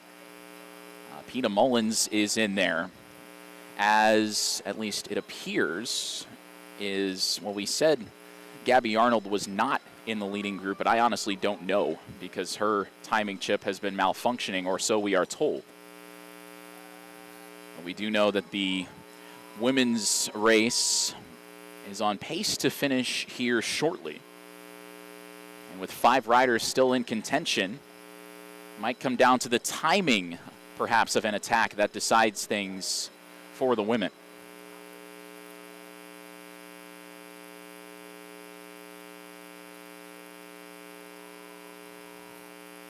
But as for the men, the unofficial results, I mentioned that Robert Oler setting the course record at 4:11:27, Evan Boyle with 4:11:36, so just shy of 9 seconds behind, 27:08:36:05, so that would be 8.97 seconds back, the official gap, which in a over 4-hour race spanning 100 miles is practically nothing. And then in third place, Derek Dotlich with a time of 4:14:13. So about 3 minutes back. Mark Miles in fourth. 3 Indiana natives in the top 5. And then Josiah Wildman in fifth place. Alex Hamilton, another Little 500 rider. We've talked about Little 5 quite a bit. Robert Oler riding for Jet Black. Alex Hamilton, also a Little 500 rider, as is Judah Thompson. They finished 6th and 7th. Adam Govan out of New Hudson, Michigan, finishing 8th. Our defending champ, Zach Nair, finishing 9th. And Adam Roberge rounding out the top 10. The rider out of Quebec. In 11th, David Brower, who was in that leading group for much of the race, and Dylan Johnson crossing the line in 12th. Again, these results obviously unofficial as of now, but that is what we have in front of us. So as you would expect in a southwest/central Indiana cycling event, Little 500 ties as far as the eye can see. Its fingerprints are all over this event.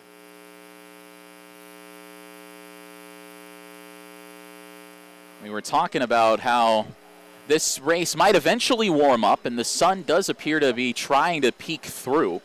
Not to very much success, but it's trying, and that's what matters. We had some rain come through just over 3 hours ago now, and really dampened the dust at least for a little bit. The dust then returned in the latter half of the race, so we got rain also up at Greencastle that impacted the middle portions of this race as well. I gotta say, I mean, it's been 4.5 hours, but it really doesn't feel like it's been 4.5 hours. At least for us sitting here on the broadcast stage. We have the easy job. Yeah, absolutely. Out there on the road, it might feel a little bit longer.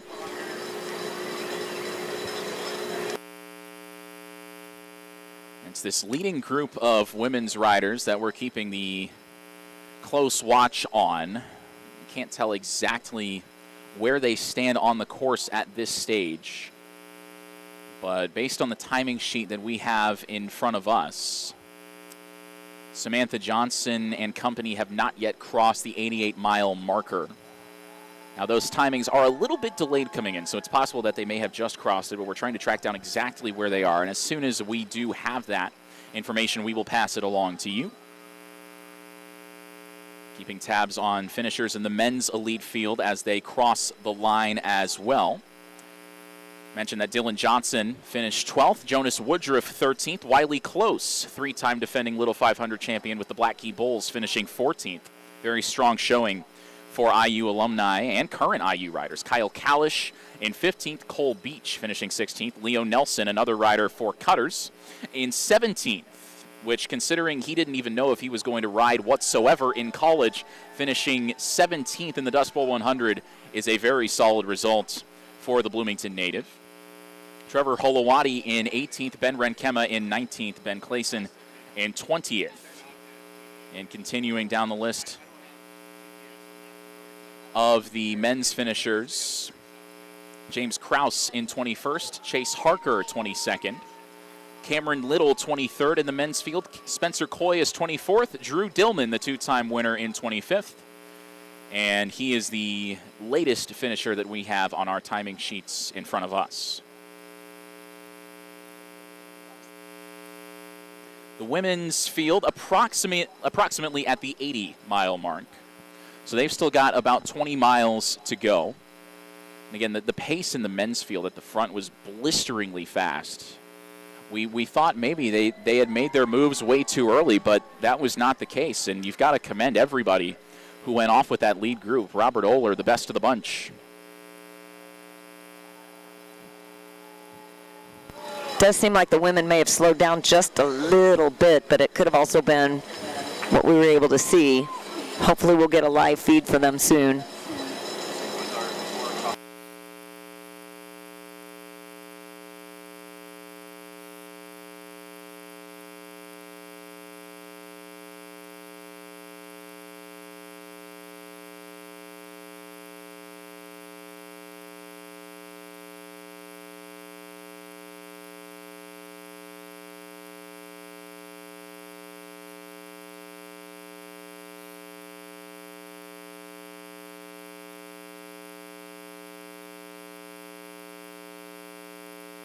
Just remember, if you're visiting Eminence or after the race before you head home, if you would like to stop at a couple local favorite restaurants, we have the Almost Home Restaurant and Bar, Bridges Craft Pizza and Wine Bar, Lost Hollow Beer Company, Taco Wapo, and Burrito Factory, Chicago's Pizza, and Night Brewing Company, Nona's, By So Italian, and Parm House Brew. So plenty of places on your way home or next time you come out to ride gravel out here in Eminence in Putnam County. Stop by one of the local restaurants and say hello. And again, we want to thank all of our volunteers and participants for joining this event, for making it happen. Without you, well, the event doesn't happen, doesn't exist. So thank you again to all the volunteers. Remember that, if you volunteer, you do get some perks. And one of the big perks is when the event is sold out, well, you get first dibs on an entry for the next year. That's one of many of the perks of being a volunteer. One, you get to hang out with Mark O'Leary all weekend long and make sure that the event is set up and a well-oiled machine. But again, you get a t-shirt, you get lunch, you get, that shaved ice. I know it's kind of chilly and overcast right now, but if you really, really want some shaved ice, it's the thing to have right now, I guess. It would still taste good. Doesn't matter how hot or cold definitely. it is. And also, you can get free camping as well. I'm not sure if everyone's a camper here, but there's definitely a very comfortable camping situations over in the fields next to us on the stage. But again, thank you again to all the volunteers for taking the time to come on out to either help set up, tear down. If you are willing to hang out and spend some extra time after the race, we can always use some people to do some tear down. But again, let the party start, and congratulations to all the racers that are coming in. That's right. It's the Dust Bowl 100, baby, right? Oh, yeah.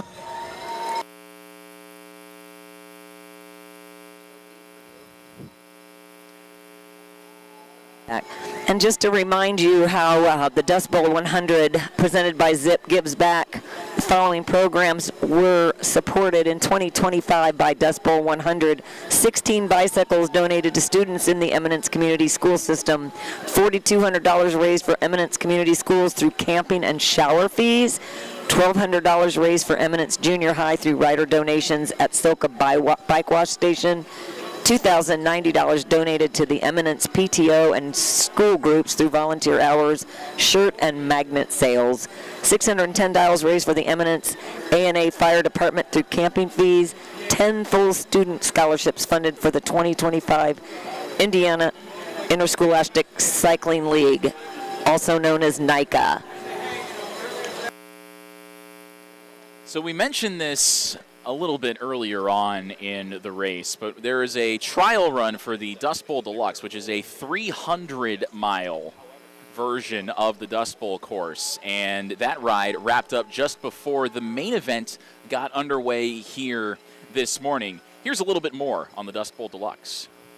Right now, we are awaiting the arrival of Jesse Smith. He is an ultra cyclist based out of here in Indiana, Columbus, Indiana, and he is on the verge of completing the Dust Bowl Deluxe, which is a 300-mile version of the Dust Bowl, and he is only a couple of miles away, so we're going to wait for him to cross the finish line to get this whole weekend started. He started at 8 a.m. yesterday and has completed 300 miles in 24 hours. And I think that is him coming across. You'll see the red blinking lights, and Jesse Smith is on his way in the white helmet. Jesse Smith, owner of the bicycle station, one of the partners of the Dust Bowl 100, and here he is rounding the final bend. Jesse Smith on the verge of completing 308 miles in 23 hours,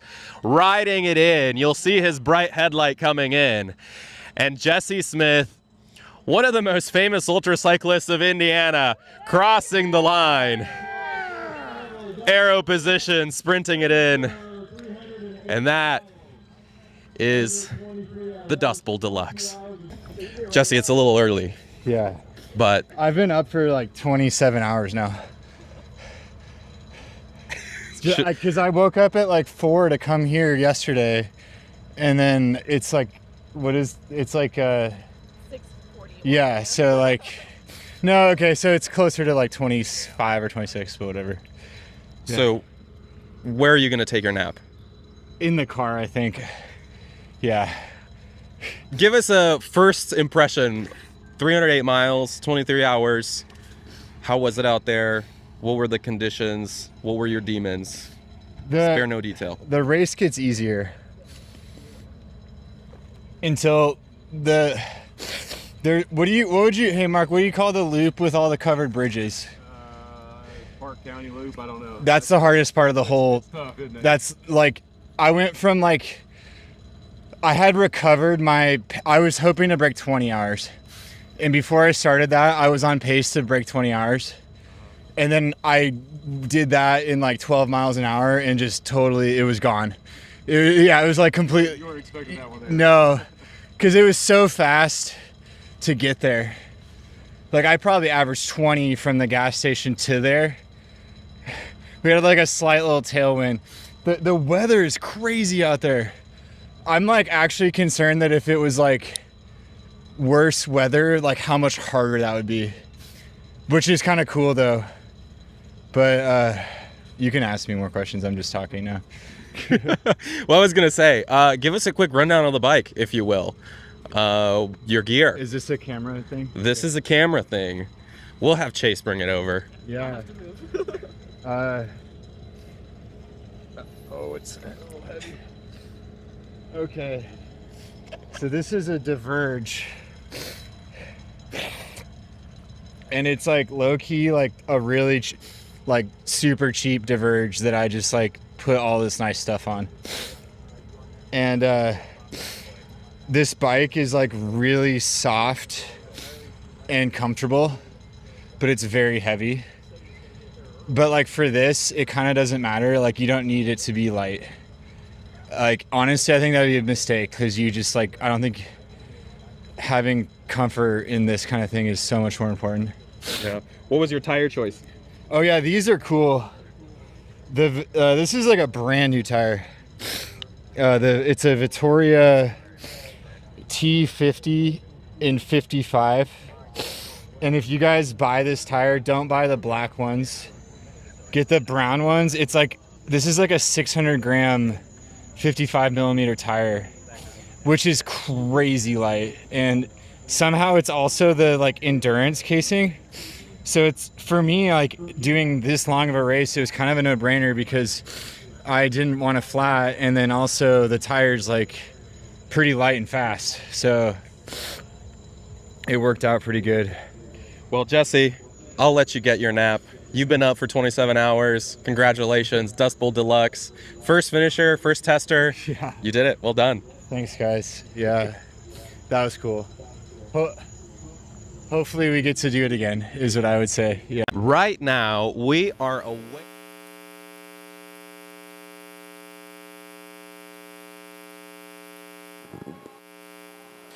What a privilege it was to get to talk to our Dust Bowl Deluxe winners, well, really completers, Jesse and Blaine, Blaine Roeder, who then finished the Dust Bowl Deluxe just a few minutes after Jesse Smith did. And those two guys, they completed it in slightly different styles. Jesse rides fast, stops often, and Blaine is a slower rider who just does not stop. And so we had a real tortoise in the hare type of situation with the Dust Bowl Deluxe. And in our post debrief, after he sat down and chit-chatted for a bit, they kind of decompressed. He said that this was a ride that has a lot of demand. There's a lot of people who are wondering and asking, had been asking Mark about putting on a bigger version of that ride.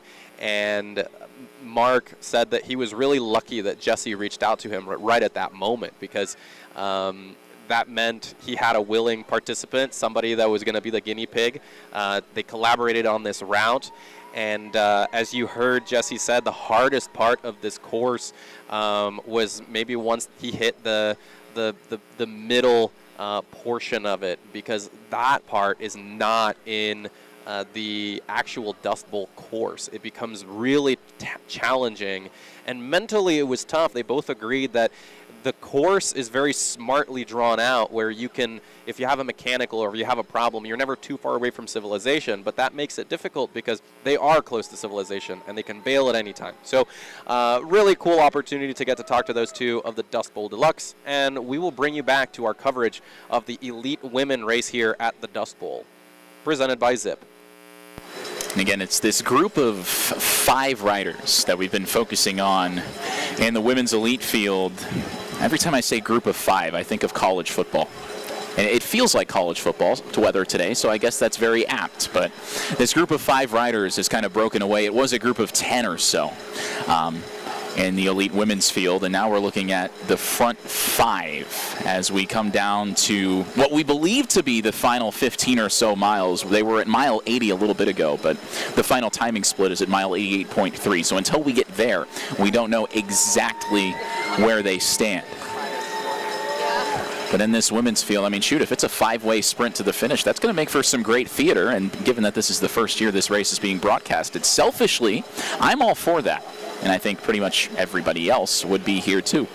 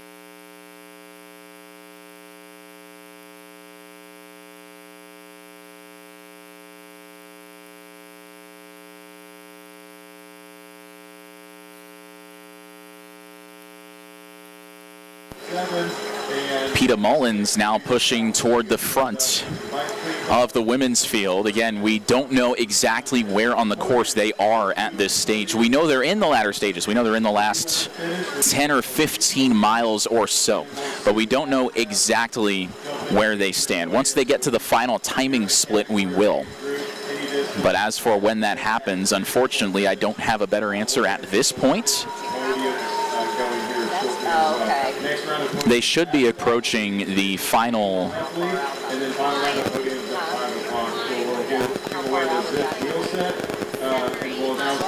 They should be approaching the final 12 to 15 or 12 to 14 miles, I should say, sooner rather than later. Have they given you an update? She's thinking she thinks.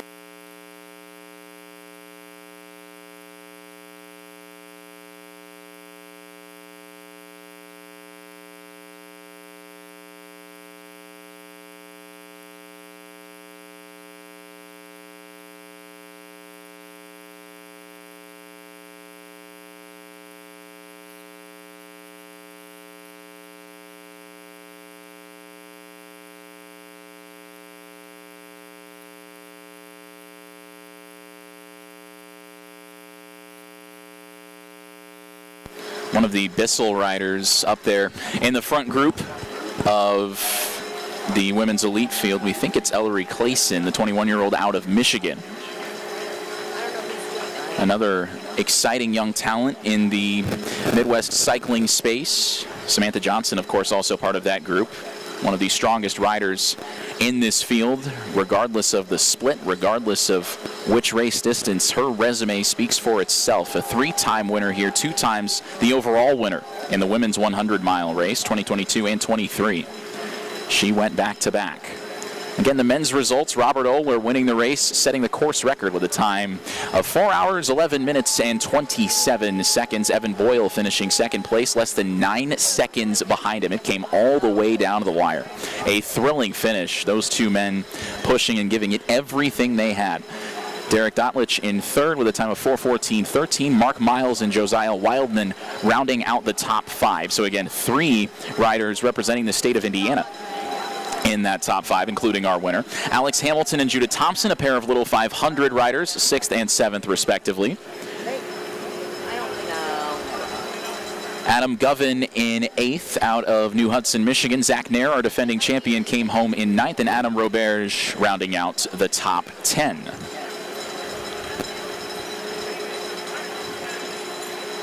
We still await to pick up the front group of that elite women's field. They haven't come through the mile 88.3 timing split yet. That doesn't mean they haven't gotten past there. The timings themselves are a little bit delayed coming in, and we know that from the men's field. And of course, throughout the day, we've just kind of surmised that. But we have the information as it's presented in front of us. And other than that, we are just as in the dark as the rest of you. So as soon as we have any more information on exactly where the women are on the course relative to the finish line, we will pass it along. But with the pace that they've been riding at, you would expect them to finish somewhere right at or just a little bit before the 5-hour mark. That's based on very rudimentary mental math from an IU journalism graduate, so take it with a grain of salt.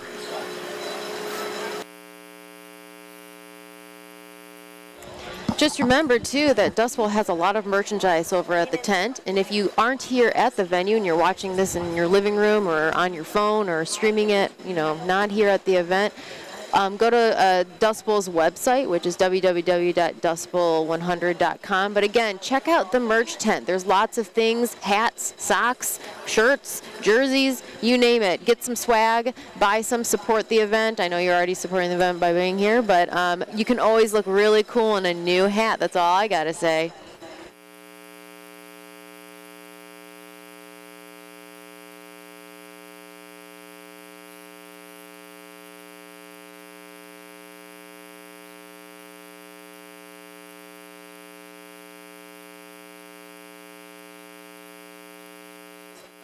Just another reminder, too, we've got the Indiana Race Series. I've mentioned it a handful of times on this news live stream, but it is a new series that was launched in this year. It's kind of a pilot version, but it's free, and there are 4 events that are participating in the Indiana Race Series. You can go on Instagram and find them. That's how we are communicating to the public. But the first event that was part of the series, and again, it's free to be part of it, was the Boone County Classics, which was new this year out in Lebanon, Indiana. Pedal Putnam, which is put on by Wes Kendall, who is also out on the course right now, I believe, suffering and having a good time. But Pedal Putnam is out in the Greencastle area. The third event, part of the Indiana Race Series, is today's event, which there are specific qualifications for each event to qualify you for the series. And then the final event for the Indiana Race Series is the Harvest 50, which is a fall event in September. Again, we have some overall standings for men's and women's and masters men's and women's, but right now I guess I'll go quickly over the overall men's and overall women's points right now. So for the men's, for the Indiana Race Series, we have Will Coleman with 74 points after Pedal Putnam, Richard Carson with 71 points, and Thomas Richardson with 58 points. And again, with the women's overall for the Indiana Race Series is Aaron McDonald with 93 points, Nicole Pullum, which is 45 points, and Sarah Watkins with 45 points. And again, this is free. You don't need to really sign up, just sign up for the events. And then this series was started to encourage Hoosiers and also non-Hoosiers to register for local Indiana events to promote our events to get people involved. And now just to remind folks at home watching right now, when the feed returns to our women's race, right now we are seeing the finish line. We're seeing some of the age groupers come through. Current makeup of the breakaway, we have Peta Mullins. You'll identify her by her white jersey and pink shorts. We have Maren Lawson of the Aegis team, and you will see her in a pink and neon yellow jersey. We've got Katie Dross in the pink Camelback. She is racing for 4D Cycling. She's wearing a purple jersey, and when you see her on the feed, she's got a pink Camelback on, or hydration pack, as I should really be saying it. We also have Ellery Clayson racing for Bissell, and she's going to be identified by her light blue jersey. And she is one of the taller riders, so just look at the height. She is one of the taller riders. You'll notice her seat post is higher. And then also in a white jersey, our defending champion, Johnson, she is in the white jersey.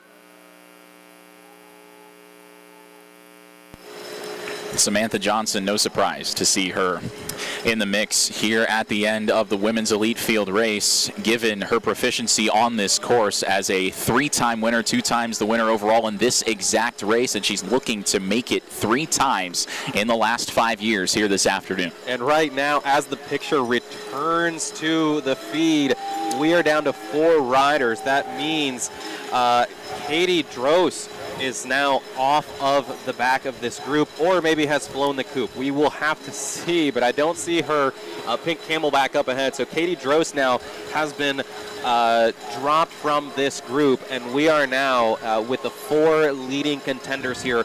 One of these 4 riders is going to walk away empty-handed today without that podium spot. So right now it's going to be up to, everyone's going to be looking at one another to see where that move is going to happen. And it's amazing to me as a relative novice to the cycling world that after 4 hours and 48 minutes, these riders are separated. You could throw a blanket over them. They are so close together, and it's been nearly 5 hours since they started. That is astounding. You can see Peta Mullins looking behind her shoulder, trying to get a better look at the separation between Katie Drost and those top 4. We are now, we're missing, oh, there we go. We're back on the feed, and that is Samantha Johnson on the right-hand side out of the saddle, taking her pull off the front and sliding back. And Peta Mullins is now starting to skip pulls. She dropped back, opened the gap to the wheel to force Samantha Johnson to slide in front of her. So the mind games have officially started with Peta Mullins now taking a feed. You can see she's tucking it into her jersey. That's the Speed Pro move, and that's a second pull that Peta Mullins has now skipped.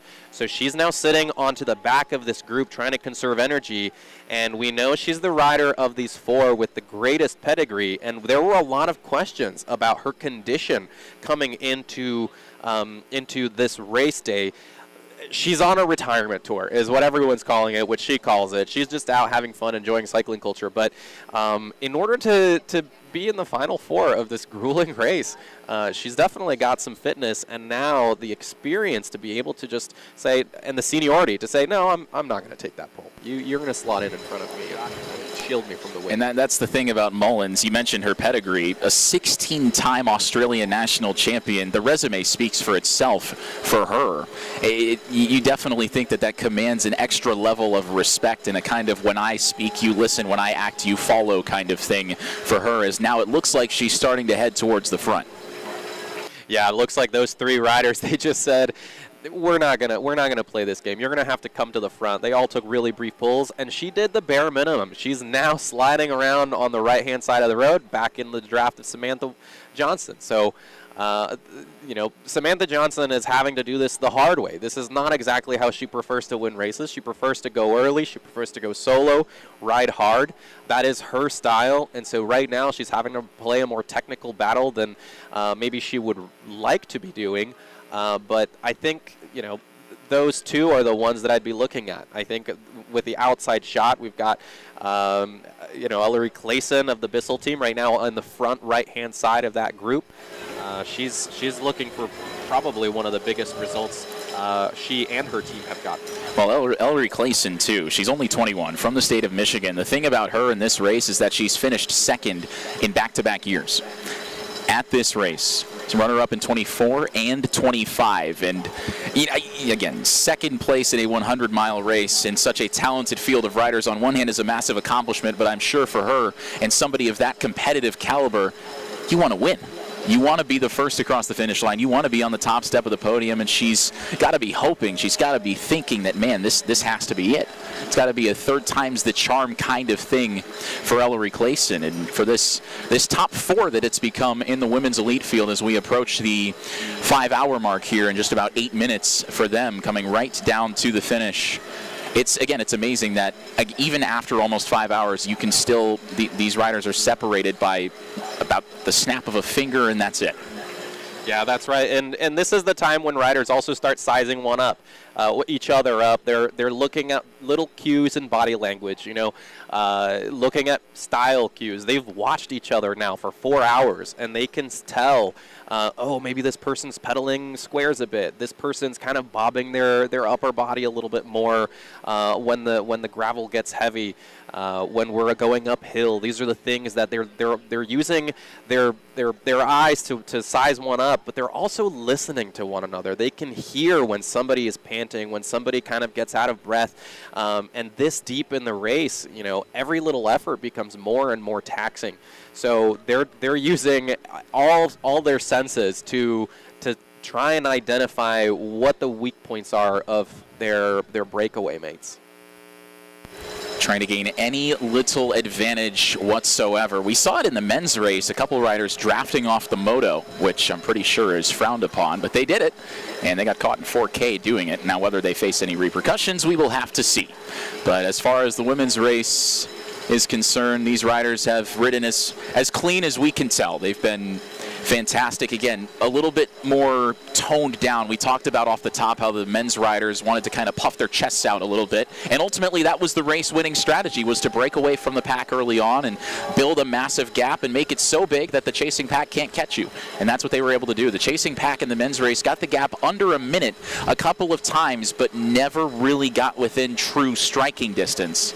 And that was a very interesting strategic wrinkle. Robert Oehler ultimately coming out on top on the men's side. It is a 4-rider race on the women's side. Very interesting to see how this shakes out in the coming miles. And and it couldn't be any more different in the women's race. It's been a race of attrition, slowly one by one, just dropping off the back. Samantha, I almost called her Samantha Clark, her maiden name.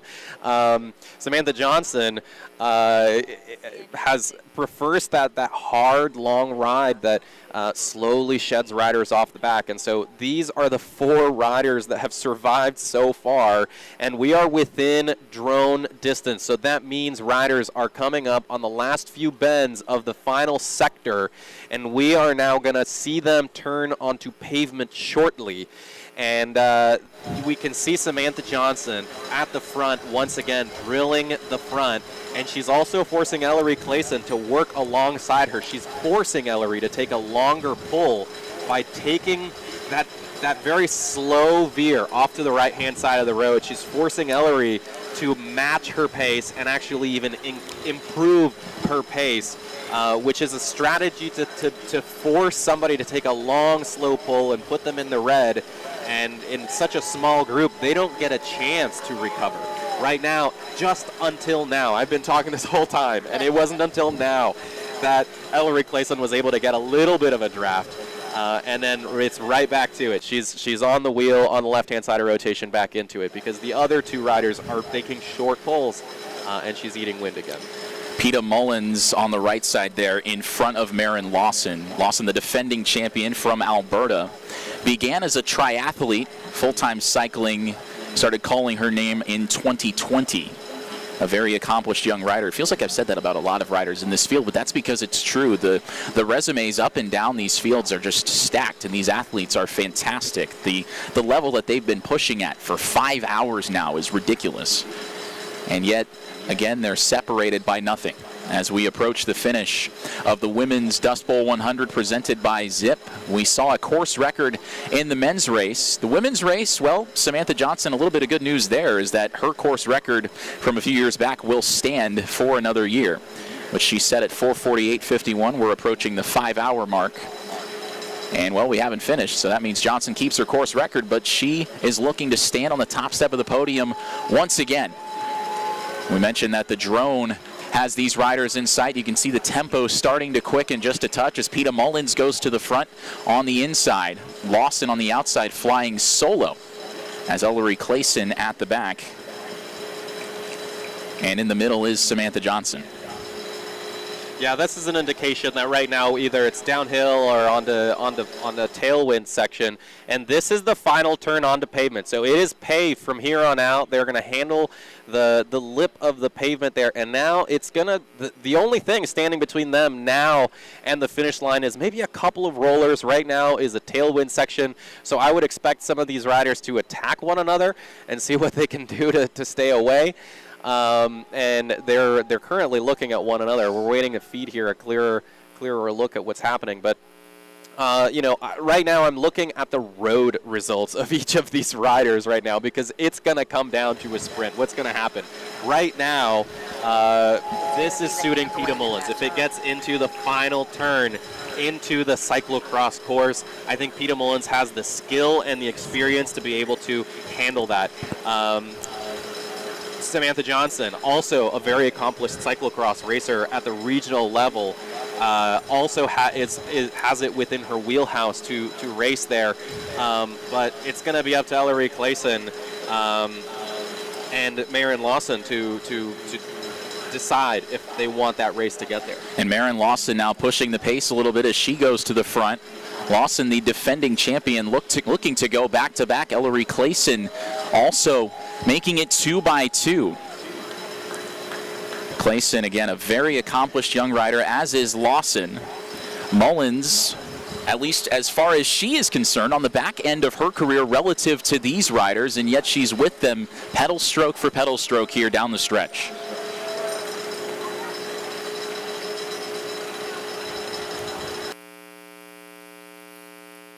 And the difference between the men's and the women's timing-wise, really, really similar. I mean, 4:58 for the women. We've got a running clock right now. I'm talking about wrong information here. I'll set it back to you. Well, it's been 5 hours. The riders get tired, our brains get tired, and I again will maintain that we have the very, very easy job relative to what these riders have been doing for the last 5 hours, and of course all the preparation that goes into a race of this magnitude and what these riders are able to do. Athletes at the top of their game, and it is going to be a 4-horse race to the finish here in the women's elite field race. We had a thrilling finish in the men's race. The question is, will the women's race top it? It looks like it might. Samantha Johnson making a move on Peter Mullins, as Lawson holding Johnson's wheel. Ellery Clayson dropping back to fourth, if only for a moment. Now this might be an interesting thing to look at. Samantha Johnson is the only rider of these four with aero bars on her bike, and it's significantly more challenging to sprint with aero bars dangling off the front of your bike. And so this might be an interesting move where she might be questioning some of her equipment choices. Well, we might see what's going to happen here in just a moment, if the aero bars are going to work or not. Yeah, it's pretty bumpy actually once you might make it onto that finishing circuit. The before and after the bridge, during my pre-ride yesterday, I was actually trying to do a little bit, simulate race pace, and it's really bumpy. There was a spot in the grass where I hit a pothole and my chain skipped a few cogs. And then I couldn't figure out where exactly it was going to seat, so I had to let up off the gas so in my simulated sprint, and that right there could be the 3 or 4 pedal strokes that decide the winner of this bike race, if it comes down to something like that, where in the heat of the moment they're sprinting for the line, they're trying to cut the inside line, they're shoulder to shoulder and can't pick it, and they have to ride through a hidden pothole in the grass. It might affect the outcome of this bike race. And that's something that we saw. I mean, as far as the men's race goes, that finish came down to just a few pedal strokes between Robert Oehler and Evan Boyle. And ultimately, I think it was Oehler who was able to kind of dart down the inside as Boyle maybe went in a little bit deep into that sharp corner. And Oehler got the run and just gapped him from there and ended up winning the race. They were neck and neck going into that final real heavy slowdown. And he ended up winning by 9 seconds. So that was the edge that Oehler was able to gain. Will we see something similar here in the women's race? Maybe it could be what the end of the finishing sprint here, and my goodness, I was mistaken. They were exiting the second to last gravel sector. Right now, they should be in the last gravel sector, the women, and going back to the finish line sprint, the way that the chute works is that there is a hump right down the middle. and it's kind of off camber to the left-hand side from the rider's perspective. And the grass has been cut, basically scalped, right along the top ridge of that hump. And so it is the smoothest, fastest line. And all the age groupers and everyone that's here knows about that line, because I've seen just about everybody ride it in on that. Because after 100 miles of riding, you don't want a bit of grass. You want the smoothest, fastest line in. And so whoever is able to kind of round that final bend around the baseball field and get on that line, on that ridge, they have the inside line. That's the inside track to get the victory, because everybody else, if they're on the outside or they're trying to pass on the lower or upper line, they just have to work 50% more just to even get on equal terms. And so that race onto that finishing hump is really important. I think that's why pre-riding is so important. Like you said, you were testing out your sprint. You were trying to figure out what line to take and what bumps to avoid, if you can, in that moment while your adrenaline is going and you're trying to sprint to the finish. But I'm very excited to see what we're about to see here on the finish coming up.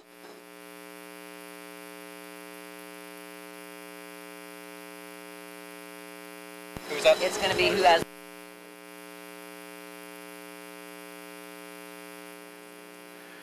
Yeah, and Michelle is just telling us that it's going to come down to the rider with the best handling skills, and I couldn't agree anymore. It's really important for the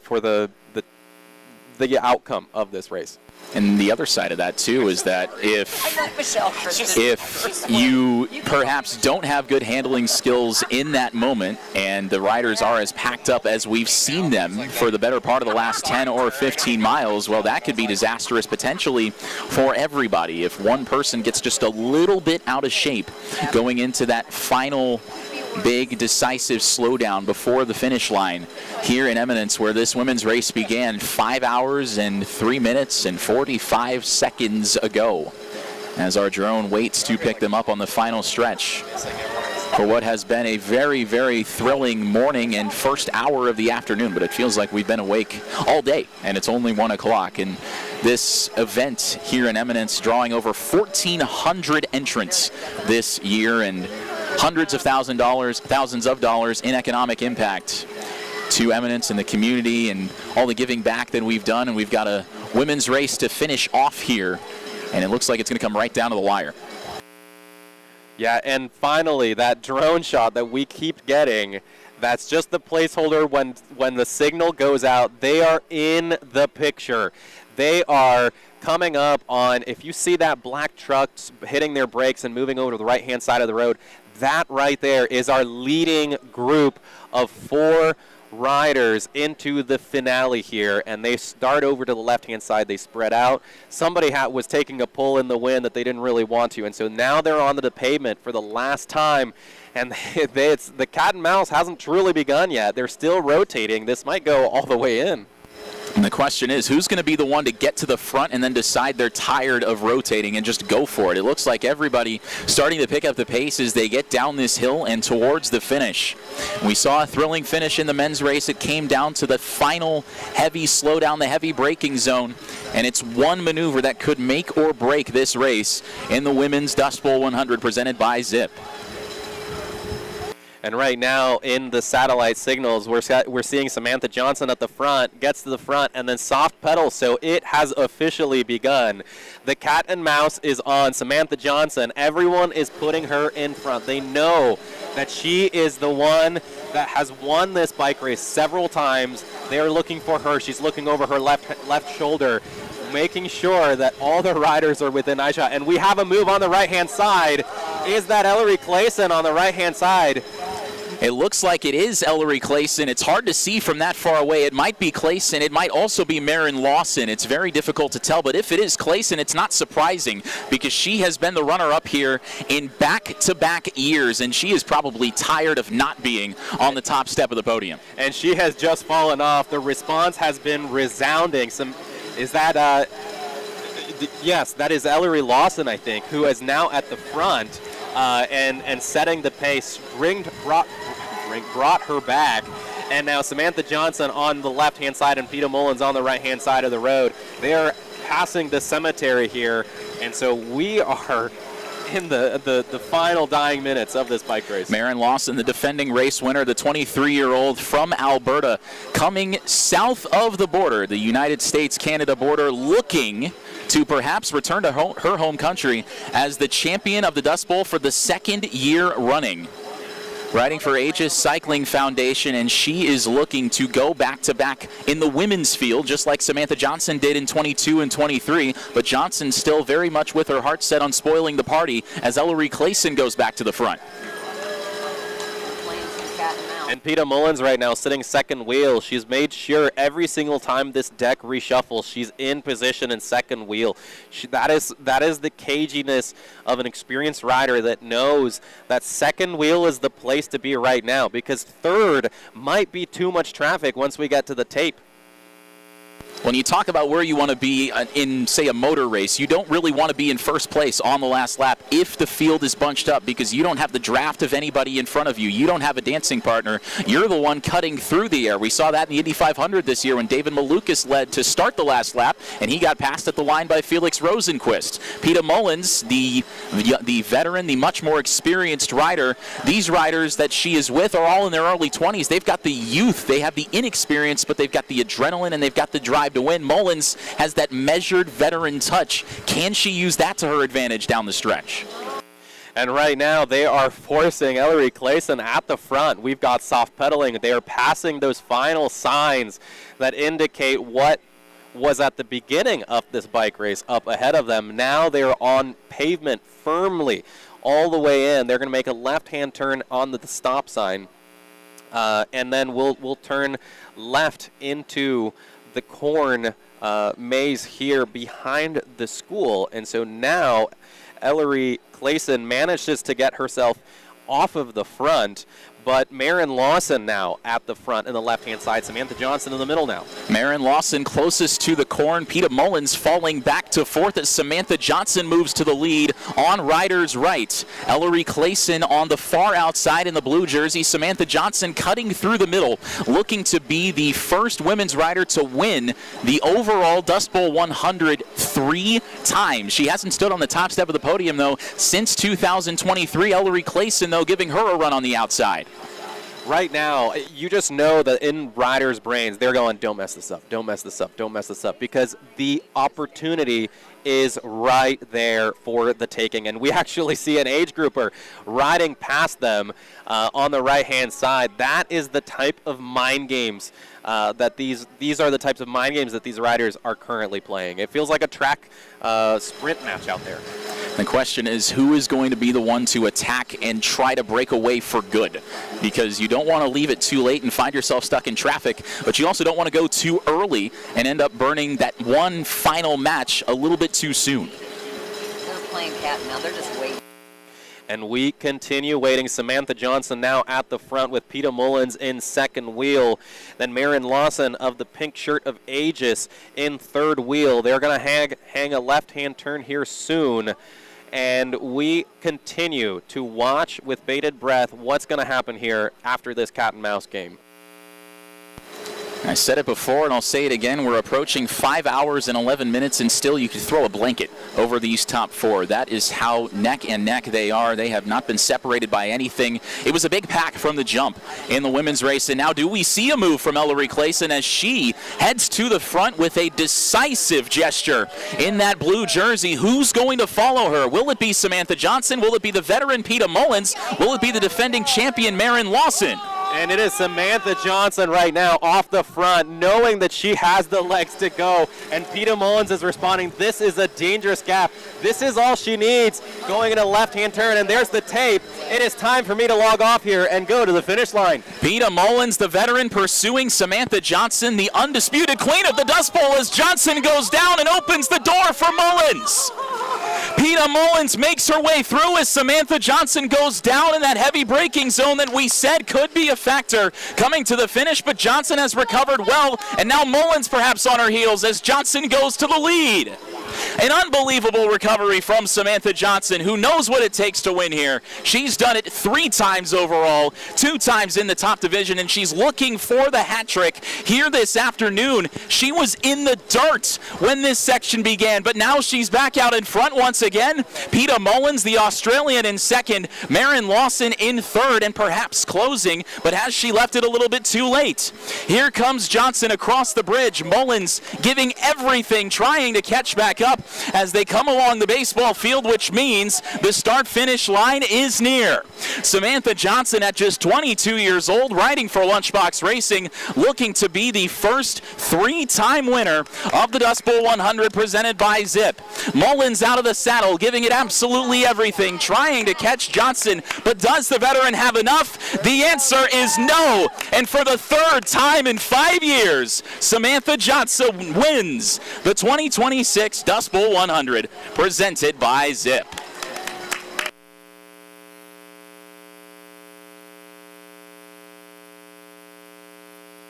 Mullins coming home in second, and in third, Maren Lawson, the defending champion, on the podium once again. Samantha Johnson was in the dirt when that final section of the race began, and somehow she found a way to recover and win this race. That is absolutely incredible.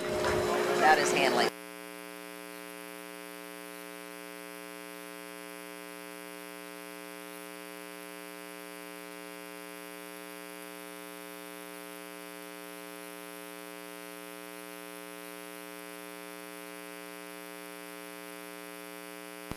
What a great women's race. Great finish, good handling skills to recover and come back to win her 3rd Dust Bowl.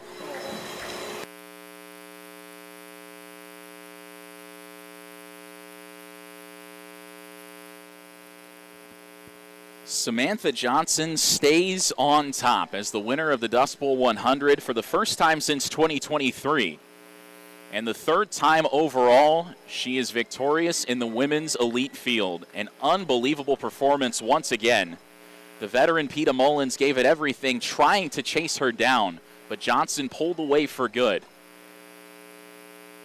We had thrilling finishes in both the men's and the women's races here today, and it still is crazy how close the field was at the end, given that this race on the women's side was over 5 hours and 10 minutes long.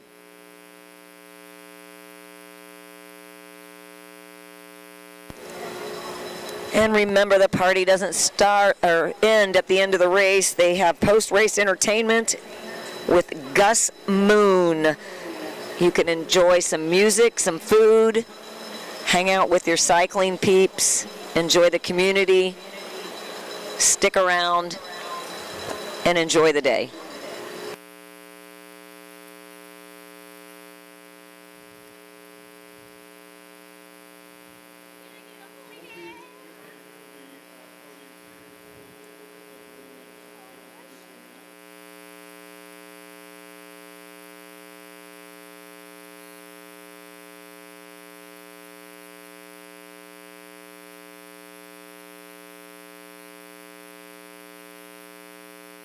Race promoter Mark O'Leary announcing that the podium ceremonies will take place shortly.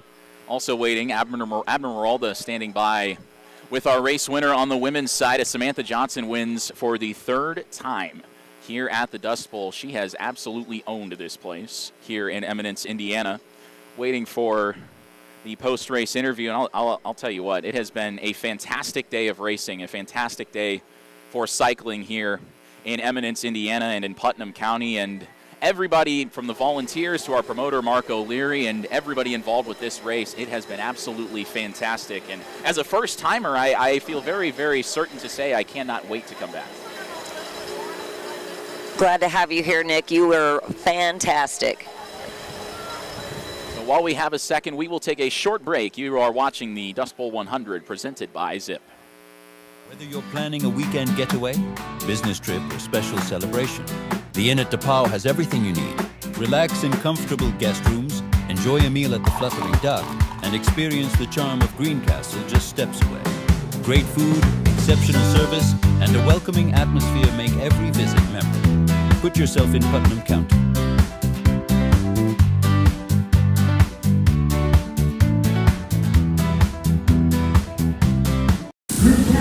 Are we having a good time so far?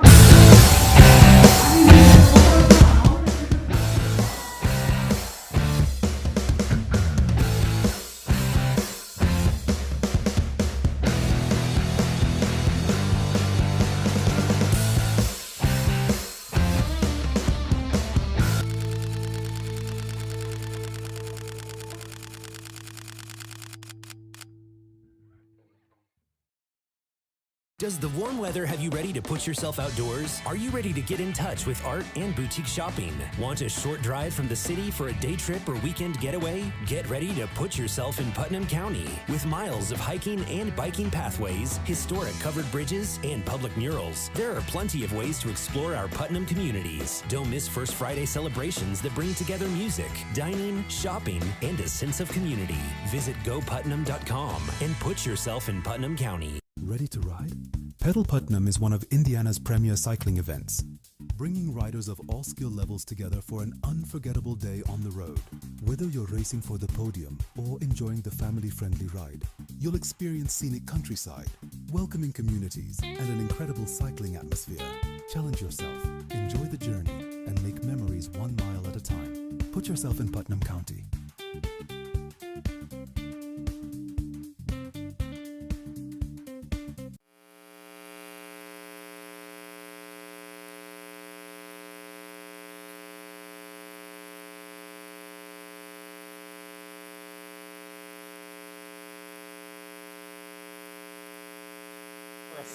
For a second, you know. While we did the interview? Okay, I got that. As long as he does it too. Yeah. My legs are already going to be crampy. I'll be like, I don't know what it feels like. Okay, so can you let them know we're ready? I think I can hear you. Hi, I'm with Samantha Johnson, the winner of the Women's Dust Bowl, now third official time. How did it go out there? I mean, it was kind of hard out there. It started raining off and on too. I was like, oh, this is kind of nice. Just tried to enjoy it while we were out there. It kind of went fast though. I thought the race like flew by a lot longer. Like my first year doing it, I remember 50 miles in, I was like, I want to go home. This is hard. This sucks. But this just felt like pretty comfortable. So you put our hearts in our throats in the U-turn onto the cyclocross course, and then you ended up winning the thing. What was going through your mind on that?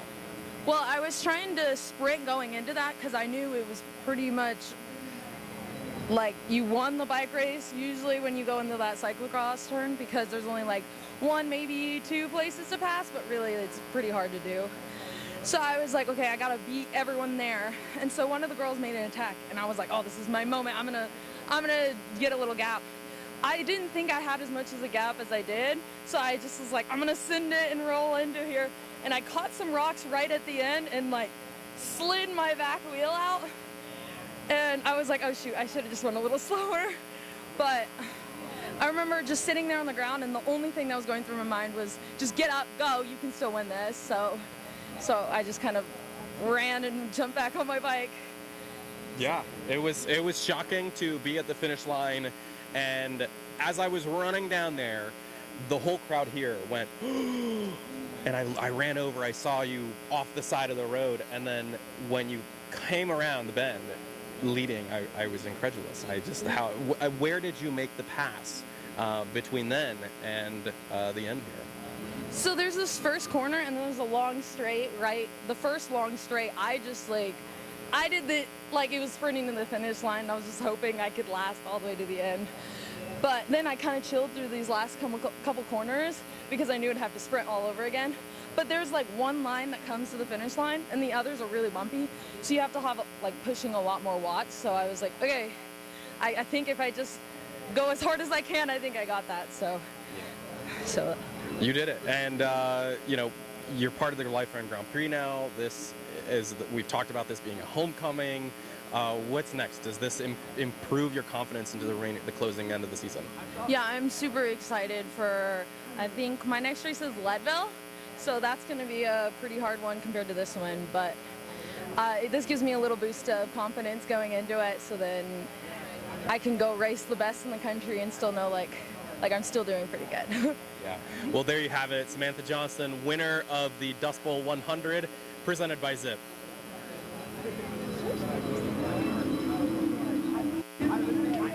Okay. Good job. Woo! Nice job. When you passed me, I was like, oh no. That was...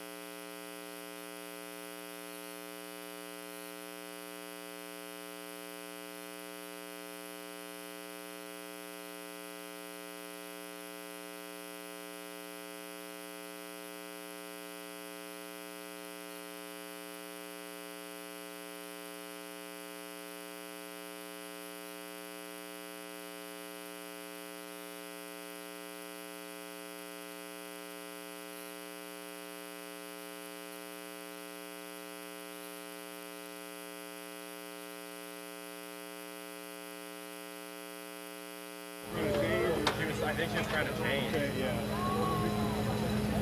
Oh, that's what it is. It wasn't the one from last So, year. do you know where she's at? I mean, I have no problem going to be like, hey, we can play right now. I don't know. I just don't take off that way. Can I use this for a racer? Oh, yeah, please. Thank you.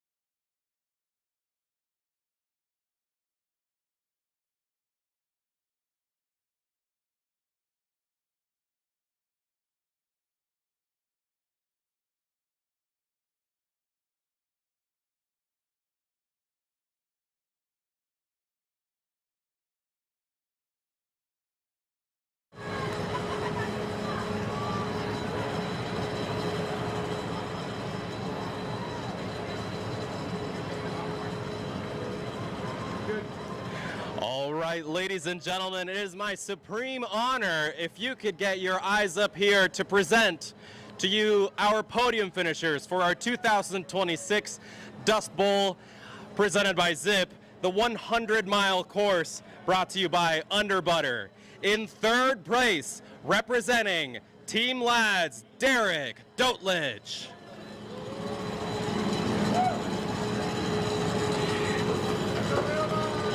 And the presenter of the podium awards is race director Mark O'Leary.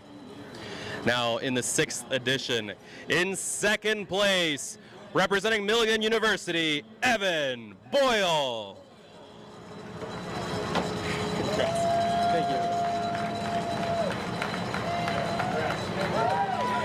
And taking the top step for lads racing, Robert Oler.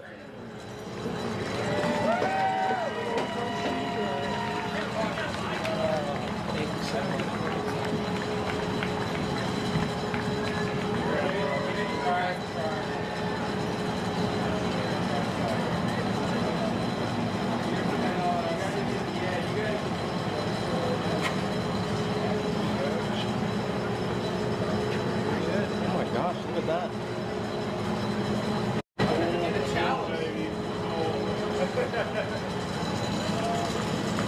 That's the shot right there.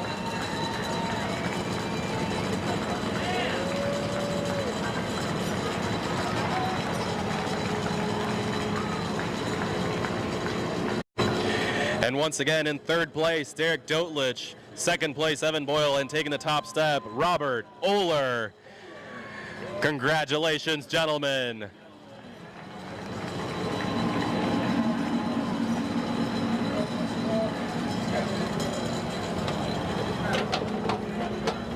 We'll do the same exact thing for you all. It's hard to hear down here. Yeah, so yeah. I'll kind of signal. But you gotta watch his mouth because it.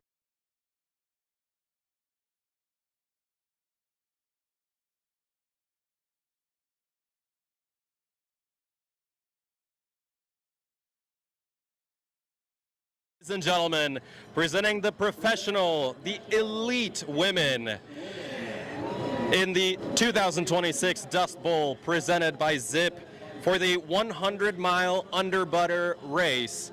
In third place, representing Live Tango Racing, Peter Mullins. Thank you. And presenting the awards is race director Mark O'Leary, the man who has headed up this event for 6 years now. In second place, representing Aegis and leaders, Marin Lawson.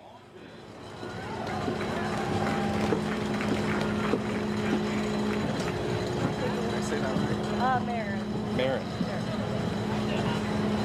And taking the top step, representing Lunchbox, Samantha Johnson.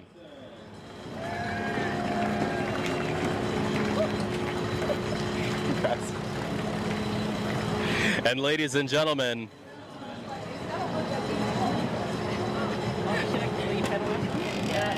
That's what I was like, if you can get my pedal. and once again, in third place for Live Tango Racing, Peter Mullins. In second place for Aegis, Marin Lawson. And taking the top step for Lunchbox Racing, Samantha Johnson.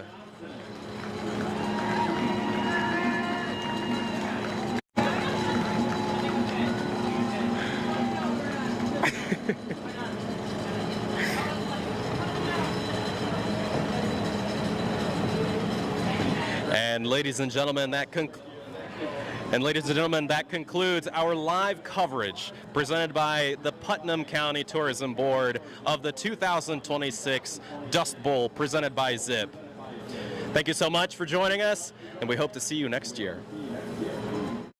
Does the warm weather have you ready to put yourself outdoors? Are you ready to get in touch with art and boutique shopping? Want a short drive from the city for a day trip or weekend getaway? Get ready to put yourself in Putnam County. With miles of hiking and biking pathways, historic covered bridges, and public murals, there are plenty of ways to explore our Putnam communities. Don't miss First Friday celebrations that bring together music, dining, shopping, and a sense of community. Visit goputnam.com and put yourself in Putnam County. Does the warm weather have you ready to put yourself